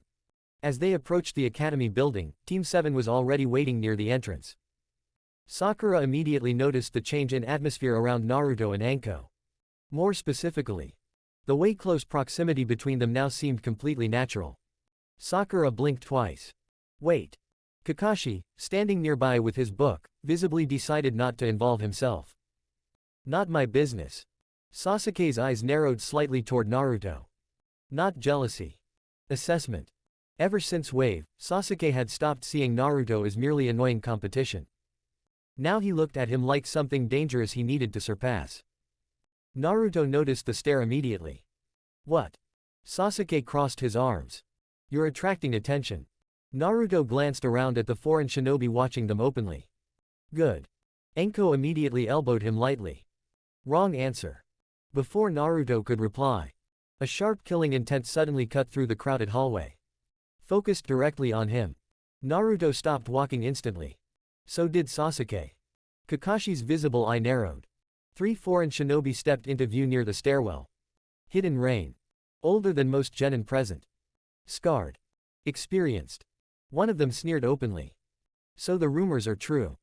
His eyes fixed on Naruto's swords. You're the Jinchuriki brat from Wave. The hallway grew quieter around them. Other teams immediately began backing away. Naruto's expression flattened completely. Anko's eyes sharpened slightly beside him. Another rain ninja cracked his knuckles slowly. Heard you think you're some kind of monster now. A grin spread across his face. Want to test that theory? Sakura stiffened. Sasuke's hand moved near his kunai pouch. Kakashi sighed quietly. Please don't collapse the building. Naruto stepped forward once. The floorboards creaked softly beneath his foot. The rain shinobi instantly reacted to the pressure rolling off him. Not full hockey. Barely even a fraction. But enough. Their confidence flickered. Naruto's eyes locked onto the one speaking. You came here to threaten me. The rain ninja forced a smirk. We came to see if the demon bleeds. Silence. Then. Naruto moved. Not an attack. Not yet. Just one step. Fast enough that all three rain shinobi flinched instinctively. Naruto stopped directly in front of the leader. Close enough that the man's bravado visibly weakened. Then Naruto leaned slightly closer. And spoke quietly. If you want to kill me. A faint pulse of killing intent leaked outward. Cold enough to freeze the hallway silent. Try. The rain shinobi's face paled instantly. His instinct screamed at him to move. Run. Fight. Anything. But he couldn't. Because for one horrifying second, it felt like standing in front of a predator that had already decided how he would die. Naruto's hand rested lightly on Sandai Kidetsu. Not drawing it. Not needing to. But understand something first. The blue flame-like intensity flickered faintly behind his eyes again. If you force me to draw my swords. A pause. You won't survive long enough to regret it. Complete silence swallowed the hallway. Then one of the rain genin stepped backward first. Then another. The leader clenched his jaw furiously before finally turning away. This isn't over. Naruto answered instantly. It never started. The rain team disappeared into the crowd quickly afterward. Retreating. Silence lingered for several seconds longer. Then Sakura slowly exhaled. That was terrifying. Kakashi turned a page in his book. For them especially. Sasuke stared at Naruto carefully. Not fearful. Studying. Calculating. Anko smirked proudly beside Naruto. You only traumatized them a little. Naruto glanced sideways at her. You said not to kill anyone before lunch. Anko laughed loudly. Fair point. Then Team 7 finally turned toward the exam room stairs. And above them, dozens of hidden eyes continued watching Naruto Uzumaki carefully. Because the Chunin exams had barely begun. And already the balance of fear inside Konoha was changing. Chapter 11, Morning Before the Storm, Part 4. The higher floors of the academy were packed with tension. Every hallway carried hidden hostility. Every room held shinobi pretending not to measure one another. The Chunin exams weren't simply tests. They were hunting grounds. Team 7 stopped outside the examination room doors. The moment Naruto stepped near them, the pressure hit. Killing intent. Heavy. Layered. Directed from multiple shinobi at once. Some were probing. Some were fearful. Some genuinely murderous. Sakura immediately stiffened. Sasuke's Sharingan flickered active instinctively. Even Kakashi's visible eye narrowed slightly from the hallway behind them. Naruto stood still for exactly 1 second. Then. He answered. Boom. His haki erupted outward instinctively. Not fully unleashed. But enough. The hallway shook violently. Several foreign genin stumbled backward instantly. One dropped to a knee outright. The walls creaked under the sudden collision of wills. Silence slammed through the corridor. Naruto's blue flame-like gaze slowly swept across the crowd. And the killing intent aimed toward Team 7 vanished almost immediately. Not because they chose peace. Because instinct screamed at them to survive. Anko, still nearby despite technically not being part of the exam area, pinched the bridge of her nose. There goes subtlety. But Naruto barely heard her. Because something else had caught his attention. Inside the room beyond the doors. 2 chakra signatures stood out sharply against everyone else. Different. Heavy. Familiar in a way he couldn't immediately explain. Naruto's eyes narrowed slightly. The first was obvious. A red-haired boy from Sunagaku standing silently near the far wall with a massive gourd strapped to his back. Cold eyes. Unstable presence. Violence buried beneath stillness. The air around him felt wrong. Like loneliness sharpened into a weapon. Naruto immediately understood. He's like me. The red-haired boy slowly lifted his gaze. Their eyes met across the room. And for one brief second, the entire room's atmosphere tightened. Not challenge. Recognition. The second presence surprised Naruto more. A girl from Kumogaku. Long blonde hair tied behind her. Dark skin lightly marked with faint lightning-shaped patterns near one shoulder. Her posture looked relaxed. But her eyes were not. The moment Naruto's haki spread through the room, she reacted instantly. Not fearfully. Awakened. Her chakra flared for a split second before she forcibly controlled it again. Naruto noticed immediately. And so did she. Her sharp blue eyes locked directly onto him from across the room. Studying. Measuring. Understanding. Naruto felt something strange from her presence. Not identical to his own power. But similar. Pressure. Willpower. Isolation. Like someone who also carried expectations heavy enough to crush normal people. The blonde girl tilted her head slightly while continuing to watch him. Interested now. Anko noticed Naruto's attention shift and followed his gaze. Oh. A pause. That could become complicated. Sakura looked confused. What? Anko pointed subtly toward the sand shinobi first. That one's dangerous. Then toward the blonde cloud kunoichi. And that one noticed Naruto the second he released pressure. Kakashi's eye sharpened slightly. Interesting. Meanwhile, inside the room, whispers had already started. That's him. The swordsman from Wave. Did you feel that pressure? He knocked people down without touching them. Naruto ignored all of it. Because the red-haired sand shinobi was still staring at him. Unblinking. Hungry. Then the boy finally spoke softly. Quiet enough that only Naruto barely heard it. Mother wants your blood. The room temperature seemed to drop instantly afterward. Naruto's hand rested lightly on Wado Ikimonji. Not fear. Preparation. And across the room. The blonde cloud kunoichi smiled very slightly. Not because she enjoyed the tension. Because for the first time since arriving in Konoha, she had found someone who felt dangerous enough to understand her. Chapter 11, Morning Before the Storm, Part 5. The examination room had gone completely silent. Not the normal nervous silence of competing genin. This was different. Heavier. Instinctive. Like every shinobi present suddenly realized predators had entered the room together. Gaara continued staring at Naruto without blinking. Cold green eyes filled with something deeply unstable. Something hollow. Mother wants your blood. The words lingered in the air like a curse. Naruto's hand rested lightly against Wado Ikimonji. Not drawing. Ready. And then. Another pressure rose. The blonde kunoichi from Kumogakure stepped forward slightly, blue eyes moving between Naruto and Gaara with open interest. The air around her crackled faintly. Not lightning chakra. Presence. Well, she said casually, this got exciting fast. Naruto's eyes shifted toward her. Gaara's did too. The girl smirked faintly. Name's Yugito. She crossed her arms loosely. Kumogakure. The moment she spoke, her own ki spilled outward.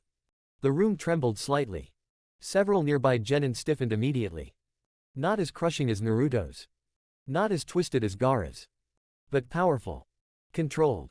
Sharp like a drawn claw. Naruto's eyes narrowed slightly. Another one. Gaara's sand began shifting softly around his feet. The air in the room turned suffocating. Then Naruto answered instinctively. Boom. His own pressure surged outward again. Blue intensity flickering behind his eyes as the floor beneath him cracked slightly. The collision between all three presences slammed through the room at once. One rain genin collapsed outright. Several others backed toward the walls immediately. Even experienced competitors looked visibly shaken. Sakura grabbed the edge of a nearby desk. What is wrong with these people? Kakashi sighed from near the doorway. A lot, probably. Sasuke's Sharingan spun rapidly as he tried to understand what he was feeling. This wasn't chakra alone. It was something deeper. Raw force of will made physical. Gaara slowly smiled. A terrifying expression. Empty. Yes. Sand curled upward around his body slightly. You understand hatred too. Naruto's gaze hardened instantly. Hatred doesn't control me. Gaara tilted his head slowly. Liar. Before Naruto could answer, Yugito suddenly laughed. Bright. Confident. Completely unbothered by the pressure threatening to crush half the room. You two are terrifying. A grin spread across her face. I like it. Her ki flared harder. Electric tension rolled across the room. Naruto looked at her carefully now. And realized something important. Unlike Gaara, she wasn't drowning in her power. She controlled it. Owned it. Yugito noticed his realization immediately and smirked. Oh. A pause. You figured it out. Naruto answered quietly. You're like me too. Several nearby shinobi looked confused. But Gaara's expression darkened sharply. Because he understood exactly what Naruto meant. Jinchuriki. The pressure between the three intensified instantly afterward. Like hidden beasts beneath their skin reacting to one another. Gaara's sand began moving more violently now. Yugito's eyes sharpened slightly as faint blue chakra flickered around her fingertips. Naruto's wind spiraled subtly around his swords. The room itself started trembling. Sakura backed away slowly. Kakashi-sensei. Kakashi closed his book fully. This is bad. Anko, watching from outside the room through the doorway, groaned loudly. Oh, for the love of. Then suddenly. A massive burst of killing intent slammed down across the room from above. Everyone froze instantly. Ibiki Morino stood at the front of the classroom. Scarred face unreadable. Eyes dangerous. Sit down. The command cracked through the room like thunder. The pressure clash stopped immediately. Not because Naruto, Gaara, or Yugito were intimidated. Because all three recognized something important instantly. Ibiki was strong. Very strong. Gaara slowly settled back. Sand calming. Yugito rolled her shoulders casually and grinned. Naruto exhaled once, letting the wind around him fade. But the smirks remained. Because all three had already reached the same conclusion. Sooner or later. They were going to fight. Chapter 11, Morning Before the Storm, Part 6. The classroom slowly stabilized after Ibiki's interruption. Slowly being the important word. Because even after Naruto, Gaara, and Yugito pulled their pressure back, tension still clung to the room like smoke after a fire. Most of the other genin avoided looking directly at the three of them now. Some out of fear.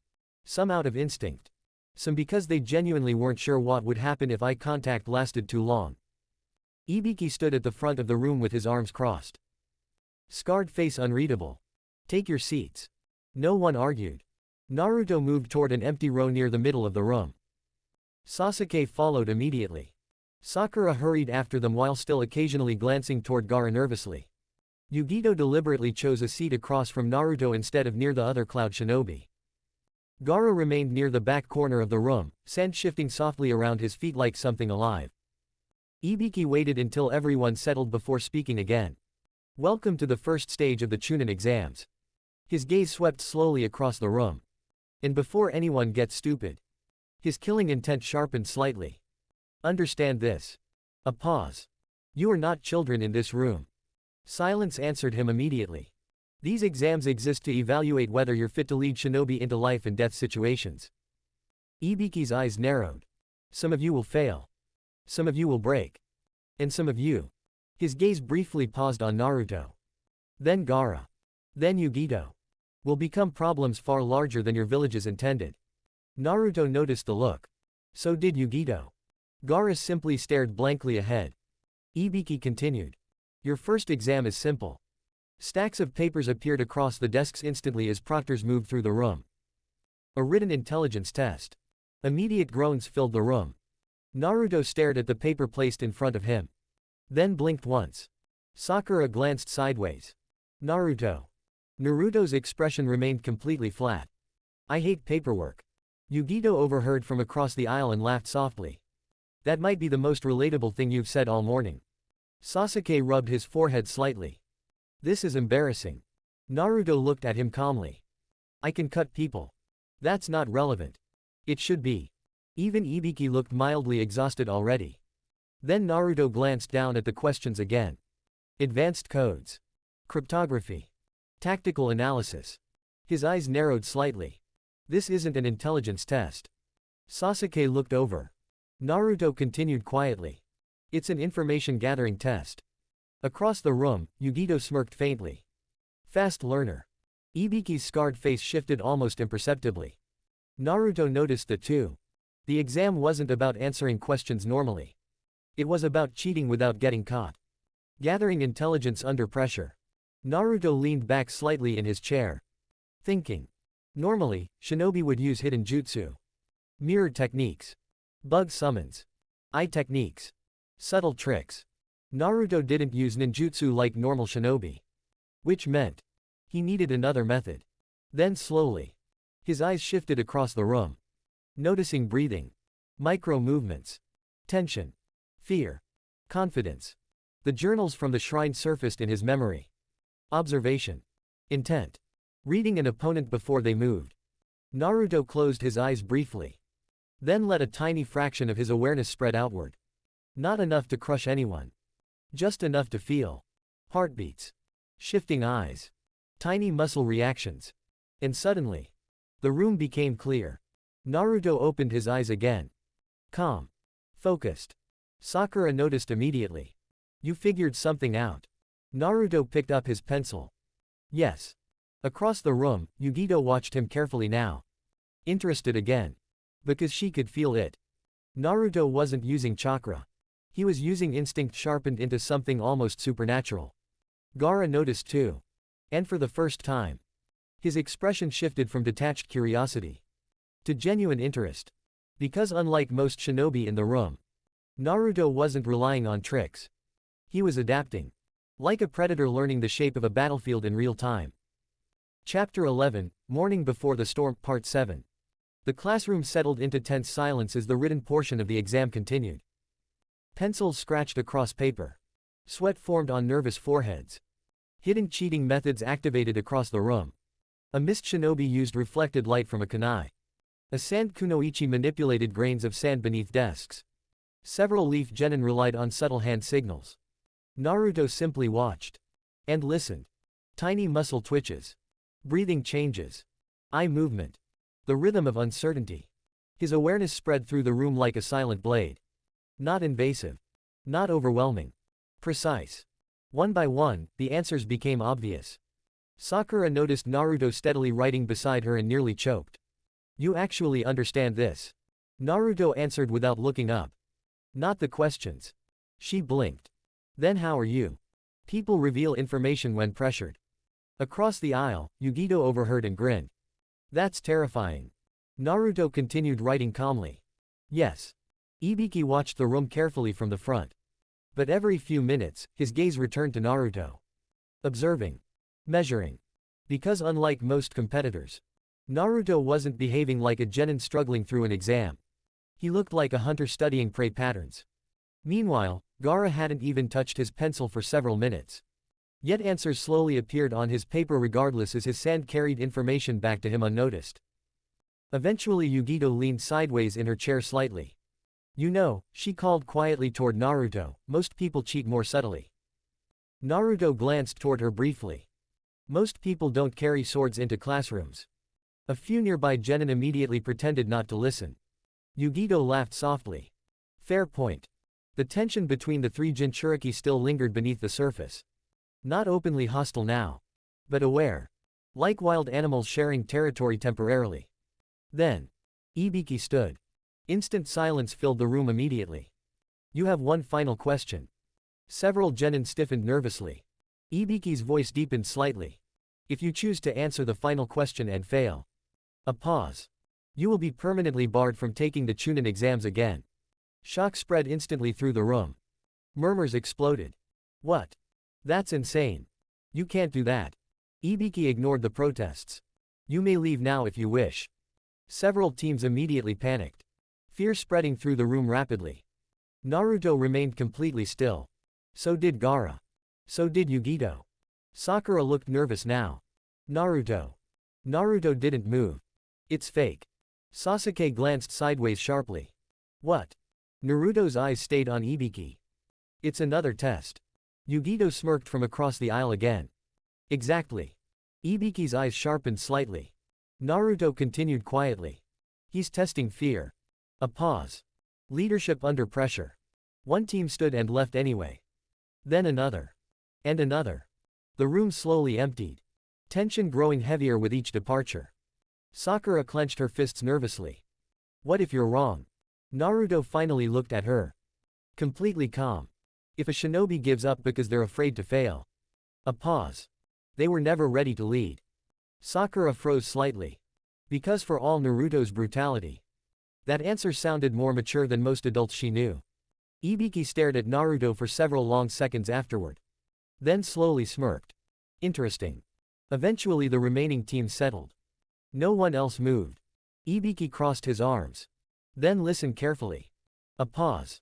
You all pass. Relief exploded across the room instantly. Cheers. Collapsing shoulders. Exhausted laughter. Naruto simply leaned back slightly in his chair. Unsurprised. Ibiki pointed toward the remaining genin. The purpose of this test was information gathering and psychological pressure. His eyes swept the room. Real shinobi must make impossible decisions while carrying the lives of others. Then his gaze paused briefly on Naruto again. Some of you understand that already. Before anyone could ask further questions, the window suddenly exploded inward. Smoke flooded the room dramatically. Several genin immediately jumped to defensive stances. A banner unfurled across the classroom. And from the smoke, Anko Mitarashi appeared with a vicious grin. All right, you little monsters. She pointed dramatically toward the window. Follow me to the second exam site. The room went dead silent. Then Anko noticed Naruto sitting there calmly. Their eyes met briefly. A small grin spread across her face immediately. Naruto's expression softened almost invisibly in response. Unfortunately, half the room noticed that too. Including Yugito, who immediately looked far too entertained by the realization. Kakashi sighed from the doorway. This is going to become a problem. And somewhere near the back of the room, Gaara continued staring at Naruto with growing fascination. Because for the first time in his life, he had met someone carrying darkness that didn't fully consume them. And he didn't understand how.